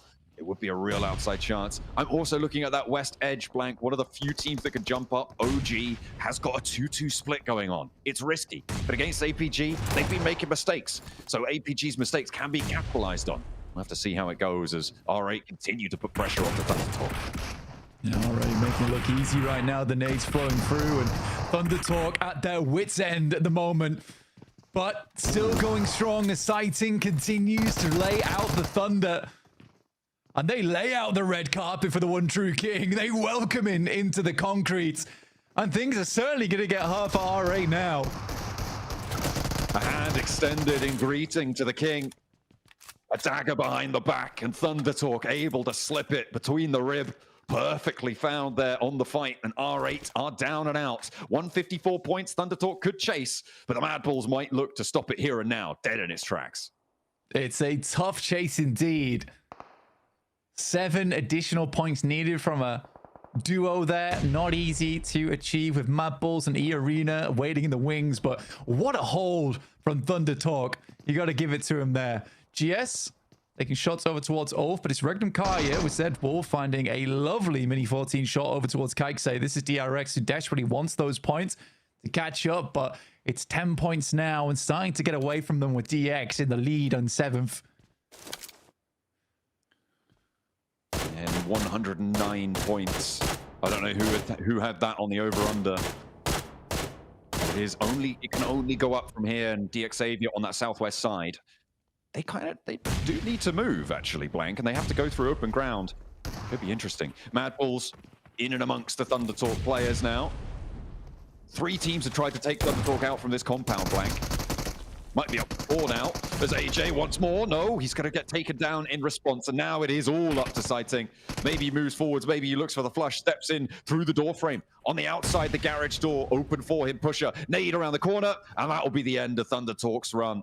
147, lock it in. As Kara now maybe soon for it too. But the nades from E-Arena trying to take down these top 5 spots. Mad Bull's not out of danger. It's been an incredible amount of firepower been sent over towards these concretes. Everyone wants a hand at it. And Mad Bulls now have to be the one to hold on. But the resilience from Thunder Talk was something legendary there. Extremely cool to see. How can Mad Bulls be the one to hold on strong to his position? Sakura gets up on high. Joker takes an outside position. Good high air burst on that nade, though. Does about half HP damage. They're going to have to leave the concretes now. No more fighting in them in about a minute or so because they have to kind of push south. Look at the hold currently for OG. DXavier sent so many teams committed to this north side, Blank. It has allowed DXavier to move through a more open ground than maybe they would have expected.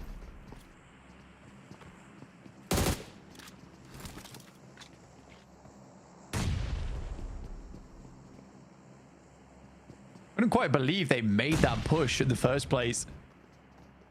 Nice nade from Flip. Ooh. Pushes out wide. Will take down Sakura and a good amount of damage over towards Turney K.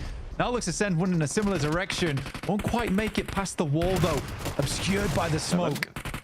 On the corner, turns it, and will be able to find the shot. Okay. The shot down to the rooftop as well. Lemon is on the hunt. He's squeezing him. And it is going to be E-Arena getting shut out of this one. No way did Lemon make that dash. He is unscathed as well on the outskirts there. But the blue zone, it pushes. They need to move fast, and they need to make a decision quickly.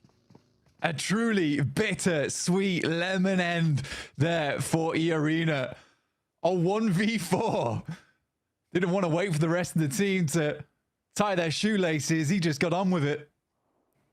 Xavier holding this position. It's not a bad spot at all. Playing the ditch. It's slightly nadeable, but there's only really one player off in the distance there, and it is Kara Lewis, who is a solo. The Mad Bulls will be happy with that. What a way to finish things out there for Lemon.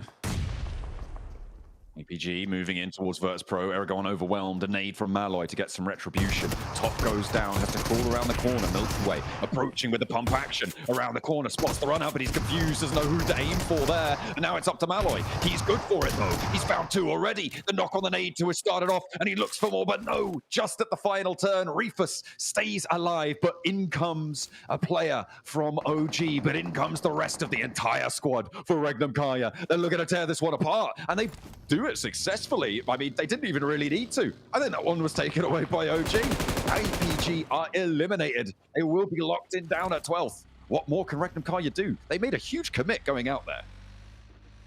I think for OG, it's a nice time to make a flex out.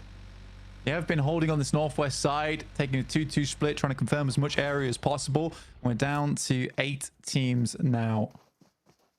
OG looking to finish out the tournament strong. 92 points in 10th place. Regnum Kaya chasing that position. 9th place, I think, is now out of reach for Regnum Kaya. Mathematically, with 22 points that they could earn on elims, they would get a 32-point game.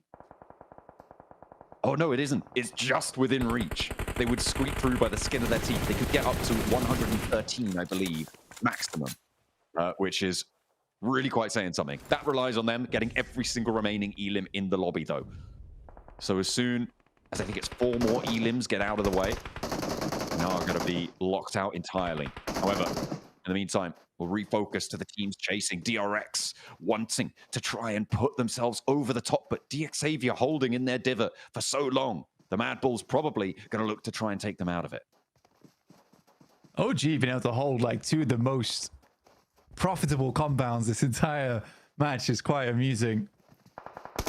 No one's really taken too many shots yet. They had a look in over towards Regnum Kaya's position, but were quickly backed off as the rest of the team started to regroup there. And as a duo, a smart choice to make. Mad Bulls now up against DXavier, looking to profit more and hold on to this 7th place.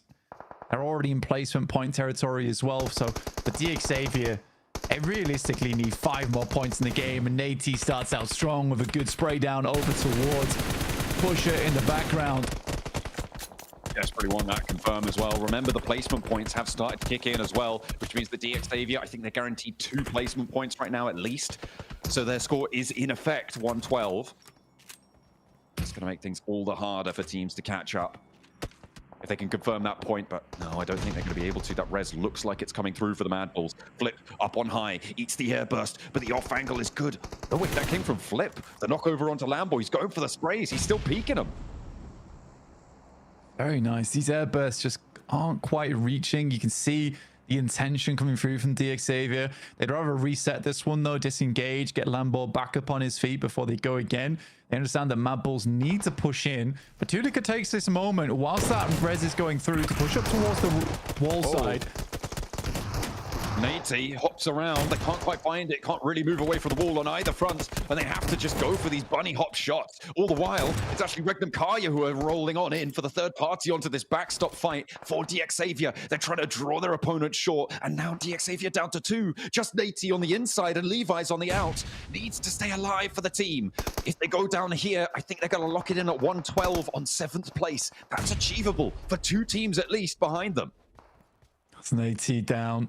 Levi's still up, but like you say, this is not looking good now for DXavier with the chase being on, with DRX down towards the southwest side on 4 players. With a good chance into this game, haven't really stepped up too much to the plate so far for DRX with 0 eliminations. Waiting on this next shift, and OG has quite a lot of ground to play around with, so they win basically every single northwest shift in terms of having a strong position. All these teams chasing want DXavier to go down next. Placement points do add up, Blank, and it will be that little shift, those 1 point differences that really make the difference here. As on 112, it's catchable. On 113, that's a different story. I'm thinking specifically about OG here, though. They haven't chimed in so far. I think the Mad Bulls are looking to shut Levi's down. No. Over the ridgeline. A nade, a shot, anything. That's all they need to find. But Rectum Kaya suppressing this ridgeline. Pretty brutal stuff. Next circle, just around the corner too. We'll see where it pops. Yeah, and OG holds a lot of space on the map. Basically a southeast shift that's going to cause problems for them. That does cut out 2 compounds for them, but they have anchors. It's playable. Mad Bulls will find Levi's. And that now draws we're cutting it out at 112. That boundary is so within reach for DRX, even for OG as well. But DRX are on the outside. They have a much tougher time moving through the open ground before them. There's really not a good option. I just wonder how long this split can hold for OG, though. Will they be able to make a miracle happen? The problem is that there's not a lot of angles that are looking over towards OG. And I think for quite a few teams, they're still going to just get a pretty free approach from this north side. So decent endgame here possible for OG. They're still deciding on where they want to play next. Navaru scouting out off in the distance. No sightlines over towards him. DRX are going to make the push over this way, though. Immediately spotting over towards Aru.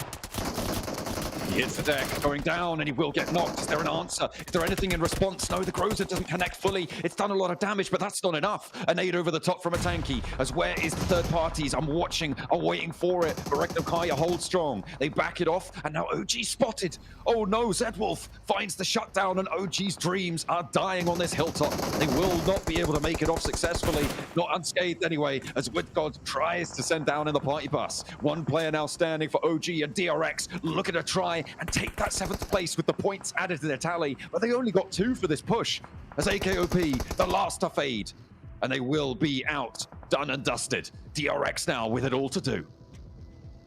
OG disappearing in front of our eyes there versus DRX. Even the P90 not able to save them. DRX, 3 teams remaining. This is a big moment for South Korea. They instantaneously split across the field, looking to take up all the positions that OG left behind. And this is a real bittersweet potential victory here for Rectum Kaya if they can find it. It won't be enough. They don't have the points margins. The differences just don't sit there. No more elimination points that they can get. They put them over that 7th place as it sits. 102 right now. DRX need 10 more points. Just getting the chicken dinner would be enough.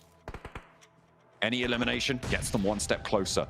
A knock, a nade, and Mad Bulls may be taken out of the fight as well. Wild will finish off 1 there. DRX have a fair bit of utility to work with. 15 nades in the hands of Rectum Kaya is a pretty mighty backpack on their side. Now Mad Bulls down to just 2 players. DRX, it is the battle between the south and the north here. Rectum Kaya begging for a southern shift, or even a central one would support them. Ooh.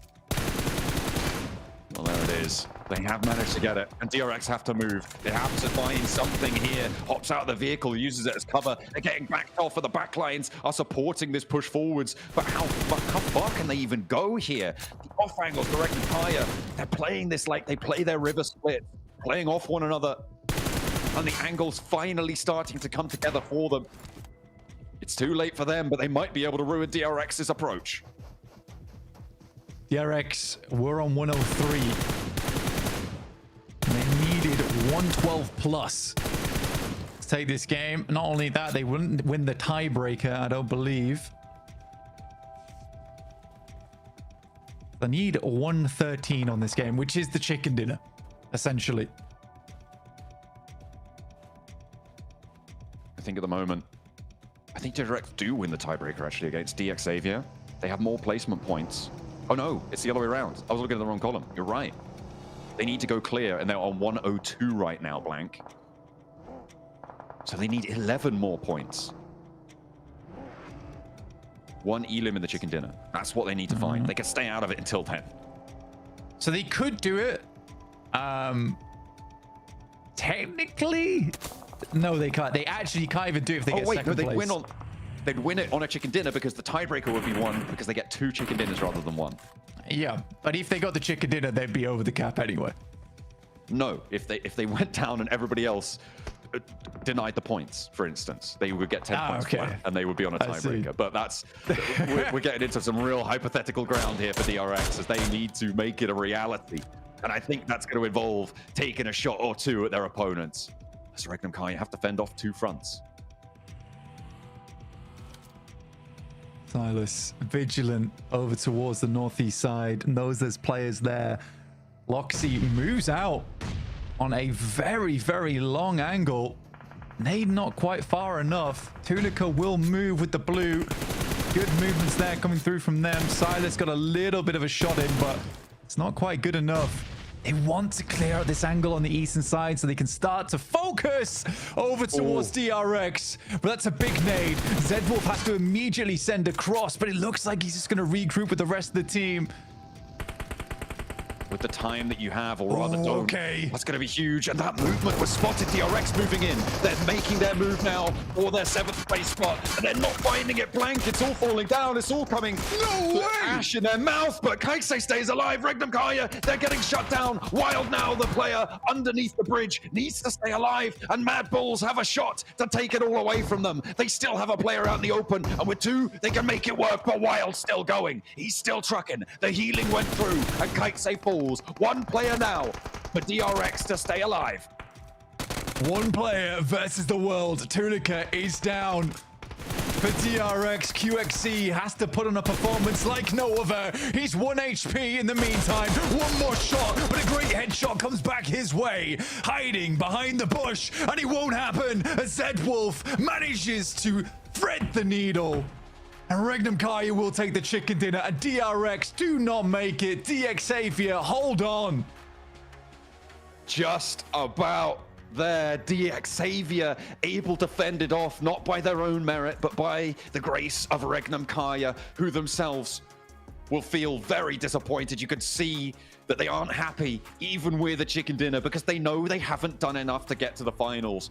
Don't worry, all the teams that we've seen so far will be seen again in the group stages. But you can see it's even harder on DRX. They knew they had it within their grasp. They saw DX Xavier go down early, but they just couldn't get all that way. Those extra placement points that DX Xavier got for getting across that open ground, that cacophony on the northern side from our top placed podium teams allowed them to stay alive for just long enough to solidify themselves on 112 points. Down to that 1v1 as well. I have no idea how Zedwolf got that mini 14 shot off. It looked like UXZ was fully covered as well. But into that 1v1. What an insane finish from DRX and Regnum Kaya, who will be battling again in those group stages. Oh, and you can bet there's going to be grudge matches coming on through. I can't wait to see it. But for now, let's head to the analyst desk to break down the 7.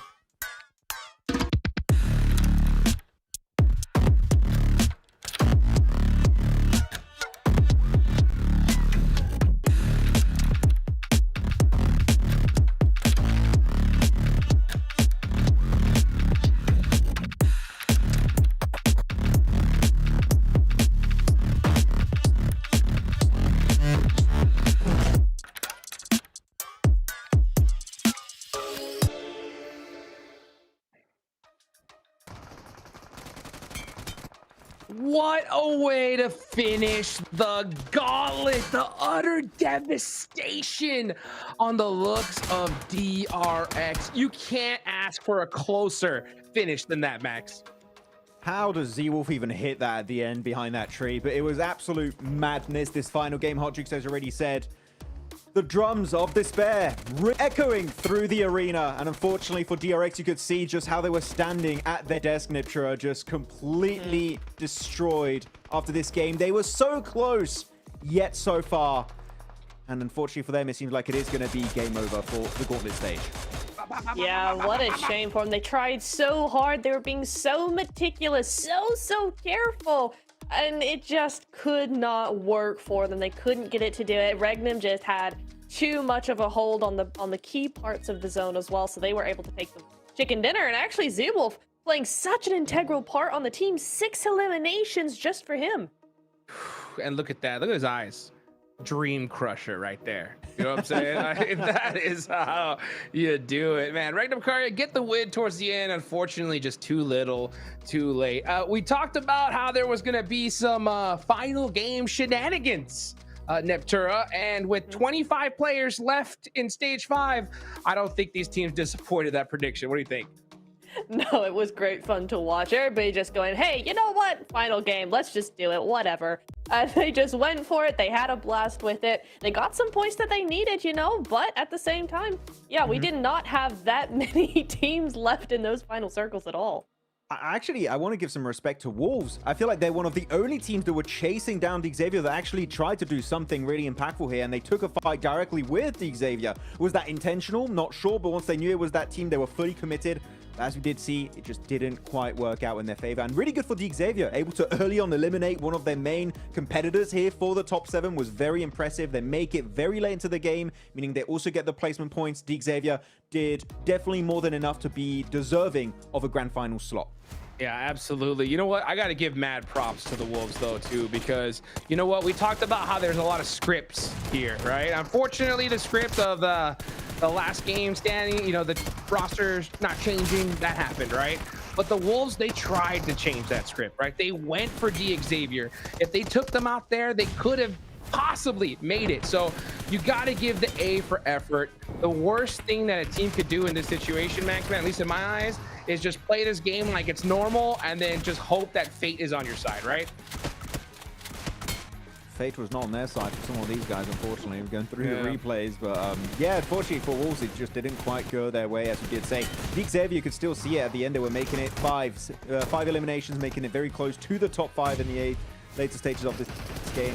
Again, being very comfortable for the top 7. The Regnum, they really had nothing to gain from this. They still went really hard, maybe hoping to try and replicate something like this in their respective group stage. Wild, Loxy, everyone, Z-Wolf, Silas putting on a clinic at the end here. And this push of DRX Niptura was the right play, but unfortunately for them, the clutch was just not meant to be. Yeah, just the look at him, domination. Look at him. Yeah. Oh. The domination, the dominating angles that Regnum had were just too much, and I gotta give props to both these teams, right, holding their own. And you can see the rotations here of all 4 teams in that top 4 here. We're going to be seeing it Mad Bulls, Thunder Talk as well, both in the top 4. So maintaining that top 7, top 5 position for them in the final, up until the final game, rather. And actually, Mad Bulls had a massive rotation to do, just come up to the north side there, really nicely played. But we do see that Regnum and Xavier, honestly, not Xavier, DRX rather, both of those teams like basically just stayed where they were for the majority of the game. I mean, Regnum doing a little bit of movement, running around places, but honestly, just those two, just able to really think through the rest of the game and how they wanted to play it.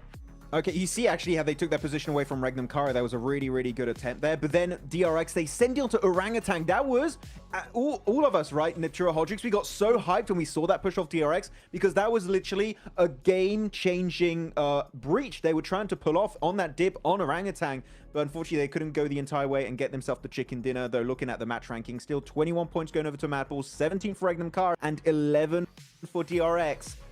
I'm heartbroken. Hotchicks looking at the leaderboards. If it's a 1-point difference, I'm gonna cry. Rex. Oh, me too, man. Oh, I want to see a replay of their reactions again because it just shows, right? I mean, all these teams, you got to give props to every single one of them. These guys have worked all year long to get right here, the biggest event of the year, and to come up just that short, it hurts big time, Max. Yeah, it really does. The thing is, you know how disappointed DRX were, and Regnum weren't even satisfied. They were just like, yeah. It was like it was just a heartbreaking 1v1 fight to wrap up that game. Z-Wolf, congratulations being your game MVP here to wrap up the Gauntlet. Though I do wonder who's going to be Gauntlet MVP overall. Got a few contenders here. Maybe Lemon. That'd be a fun one. Sitting.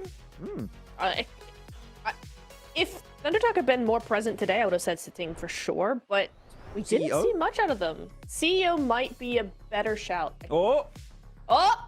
Let's look at it. Points. 2! Oh my goodness.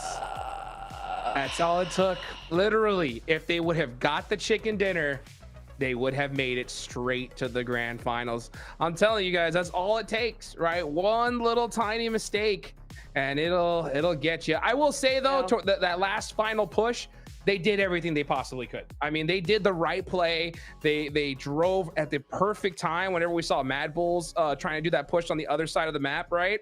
It just, unfortunately, they just didn't win that fight, Neptura. Yeah, and you know what's even more heartbreaking? They didn't even need the win to get those 2 extra points. They just had to clear Regnum or clear Mad Bulls because they were 2 duos up left. They either had to just clear all of Regnum and get the 2nd place and be done, or clear all of Mad Bulls after the initial push onto Regnum. So, heartbreak central here for day number 3. Down to the wire, and the script, it was written in stone, Hot Juice, and they could not change it. Their fate was sealed from the beginning of this game. It does seem to be the case. But here, congratulations, of course, to R8, our Gauntlet champions here for this stage of the Global Championship. Completely unexpected for me. Really happy, and looking at the day 3 MVP, it is going to be Scarface of Ulf. I hope they keep this kind of momentum going in the next stage, because, man, an aggressive Ulf is a scary Ulf, Hot Jukes, and I hope they can do it once more in the future. Oh my gosh, you got to give mad props to this squad. I mean, yeah, look at that. 18 eliminations by himself. Remember, this team was in 13th place before this day. We weren't even counting them possibly in on making it to the top 7. And not only did they do it, they were able to sneak in that 6th place position. I mean, to do that on the final day, Max, I mean, that is so hard. It really, bro, there was so many storylines. I just got the bro because I don't have any more statements. I'm just like, bro, what is going on? But there's so many storylines intertwining into each other, clashing in these final matches, and that was just a fun one. And the Gauntlet MVP is none other than CEO from Team Kara. Congratulations, 38 eliminations on his lonesome with a 19-minute survival time is ludicrous. And CEO, we knew he was a top-tier player from his region, but to this extent, outside of Turkey in PMGC, now that's unheard of. That's crazy. Unreal. As a matter of fact, just looking at the numbers, let me see if this is correct. I think with that amount of eliminations, yeah, as a matter of fact, with 38 eliminations, he outperformed his entire team's day 1 performance. You know what I'm saying? So yeah. Day 1, they had 28 points. So for them to have that crazy comeback, I'm sorry, they had 27 points. 27 points. They were in 10th place. Yeah. And then just went crazy. So I mean, they showed that, you know what, the clutch factor, they got it, Max. Can I be a bit toxic? Sure. Right, can I be a little? So he has 38 points. He's almost, not quite, but almost got half of the points of Alpha Gaming on his own. I don't want to put them on the spot, but I'm also going to put them on the spot like that. Bro, he is performing. Good job. Nice play. Oh my goodness. Hey, Alpha Gaming, I'm sorry. You got some explaining to do, right? I mean, we got the group stages coming up right after this. So the day after tomorrow, we're going to be seeing Group Green enter the stage here. So these are your official qualified teams. R8, Thundertalk, Kara, Mad Bulls, Alpha 7, Ulf, and D Xavier. Made beautifully done. You can see right now, these are the different groups that they're going to. What do you think about that, Max? Well, I'm looking because I have the groups in front of me right now. So we're going to have Wolves, Orangutan, APG, GS going into Group Green. That could be a little bit of an issue with military, right? Could be happening there. Of course, they do have also Inner Circle, Team Falcons, Gen G, and Group Red for DRX, etc. You got some big names over there. You got Team Flash, Twisted Minds, Influence, Rage, Weibo. Bro, group stage is going to be a mental, Niptura, that's for sure. Oh, it's gonna be insane. I can't wait. These teams have a lot on their hands. They got to do a lot of analysis tomorrow because it's not gonna be easy from here on out, Juke. That's right. D+ are going to be in Group Green. That's your previous champions. We'll see them the day after tomorrow. By the way, happy Thanksgiving for everybody that celebrates it tomorrow. You know, so that's going to be a great. Hey, get some turkey, get some stuffing because man, Group Green is going to be one heck of a show, Max. I mean, the top 7, they're definitely going to be eating up that turkey. Not a chicken dinner, it's a turkey dinner for them today. Very happy about it. I'm looking at the groups right now really quickly. Which one do you think is going to be the group of death? Because we've got Group Green, Stacks, of course. You've got Alter Ego, you've got your D+, as you said, Hot Chooks, previous champions, Reject, top-tier team from Japan, Inner Circle. Group Green, for me, is the group of death, currently quickly overlooking it. Yep, I got to agree with you 100%. Group Green is going to be absolutely crazy. So, guys, remember, mark your calendars. The day after tomorrow, we're going to see some more crazy squads here. But you know what? What a show. The Gauntlet did not disappoint in the slightest. Let's go ahead and take it down on over to the stage in the 7WG to wrap things up for us.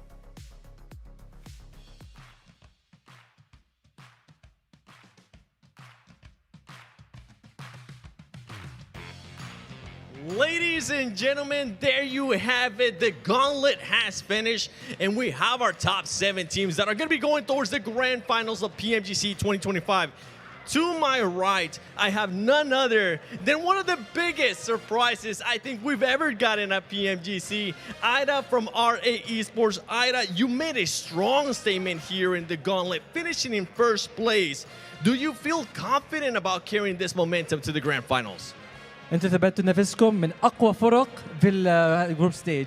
هل انت واثق انه حتلعبوا هذه المرحله في الفاينلز؟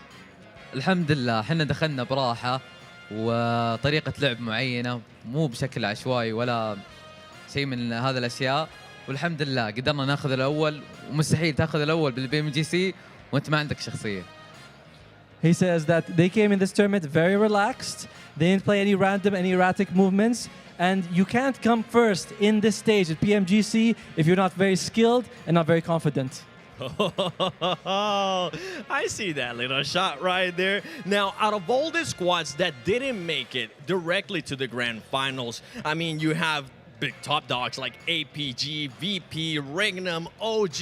Which one do you think is more likely to actually make it to the grand finals via group stages or last chance? من الفرق اللي فشلوا ما سووها للفاينلز مين تتوقع حيوصل الى هذيك المرحله اي جي او جي مين منهم اقدر اقول جي اس و يو بي جي تقريبا I believe that هم الاقرب ذلك واتمنى انهم يتاهلون معنا. I think that GS and UB might make it, especially GS, because they are geographically close to us. They are our neighbors, and we'd like to see them go to the finals with us. Okay, a little bit of biasness there. I don't mind it. I mean, I'm happy that you're going to be going to the grand finals as well.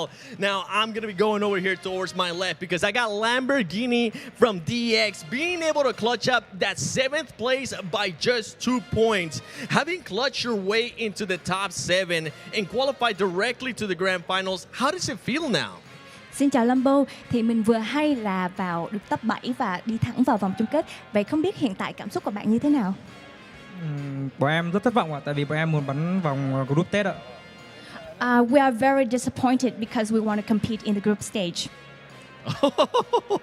What makes you want to do that though? What makes you want to go into group stages considering that it's harder? You have to do the top 3. Vậy thì lý do tại sao mà mình muốn vào vòng bảng thi đấu? Tại vì trong đó thì có thể là mình sẽ phải gặp nhiều khó khăn hơn, tại vì mình cần phải vào được top 3 thì mới vào được vòng chung kết. Muốn làm nhà vua thì phải đi từ những con số 0 ạ. Vì em không muốn vào vòng này trước ạ. Well, if you want to become a king or a top performer, then you have to go up from 0. So we don't want to go directly there right away. All right, well, hey, guess what? Newsflash, you are going to be going directly to the grand finals. Now, you are going to be having plenty of time that you don't have to play the group stages or last chance. What do you feel like you need to improve to make sure when we go to grand finals, you have the best chance to become a champion? Vậy thì bây giờ các bạn không cần phải thi đấu trong vòng bảng cũng như là vòng last chance và mình sẽ có rất nhiều thời gian. Vậy thì Whip không biết là các bạn sẽ cần phải cải thiện như thế nào để mà khi vào vòng chung kết mình sẽ có cơ hội nhất được chiếc cúp vô địch.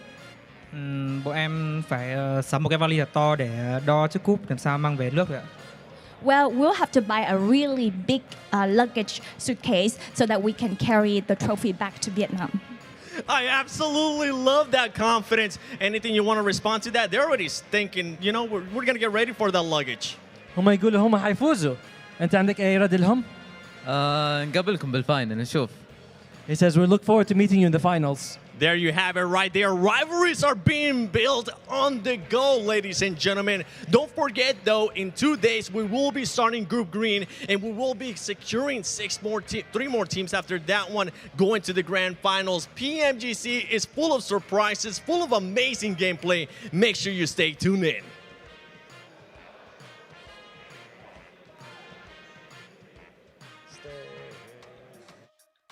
Hey, the PUBG Mobile Global Championships had a whole bunch of firsts, right? Like we see the Gauntlet for the first time.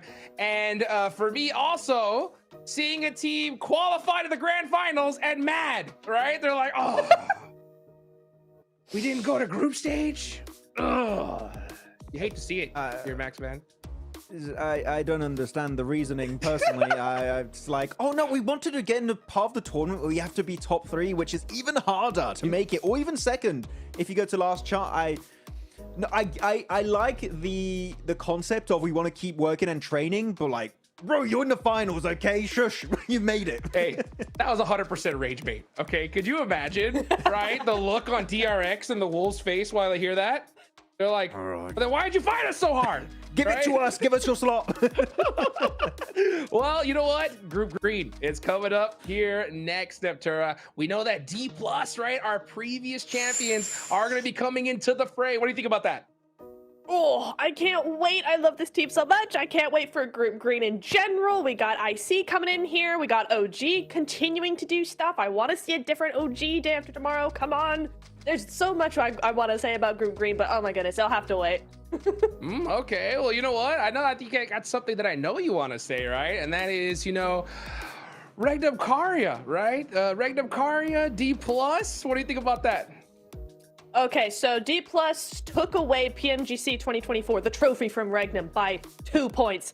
Regnum said, okay, DRX, you're not qualifying to finals by 2 points. Revenge achieved.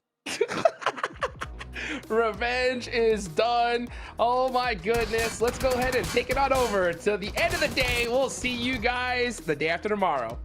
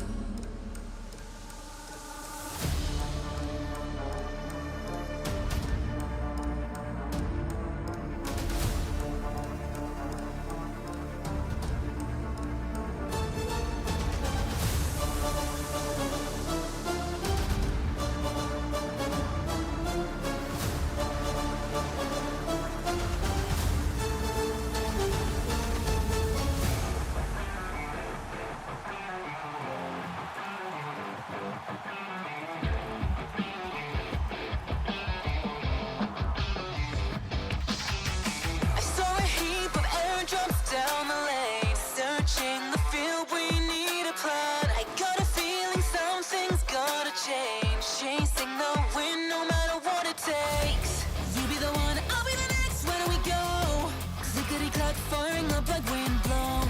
You don't wanna lose, neither do I. Hearing the siren that has never changed. Out in the world, grow from the low. I got your back, you're not alone. Flare up, even at the lowest ebb, nothing's bending us down. Stand up, blaze brighter with every challenge we face. Ignite, let the glow of my roar overshadow the darkness of our glory. Never thought of giving up, it's never ending.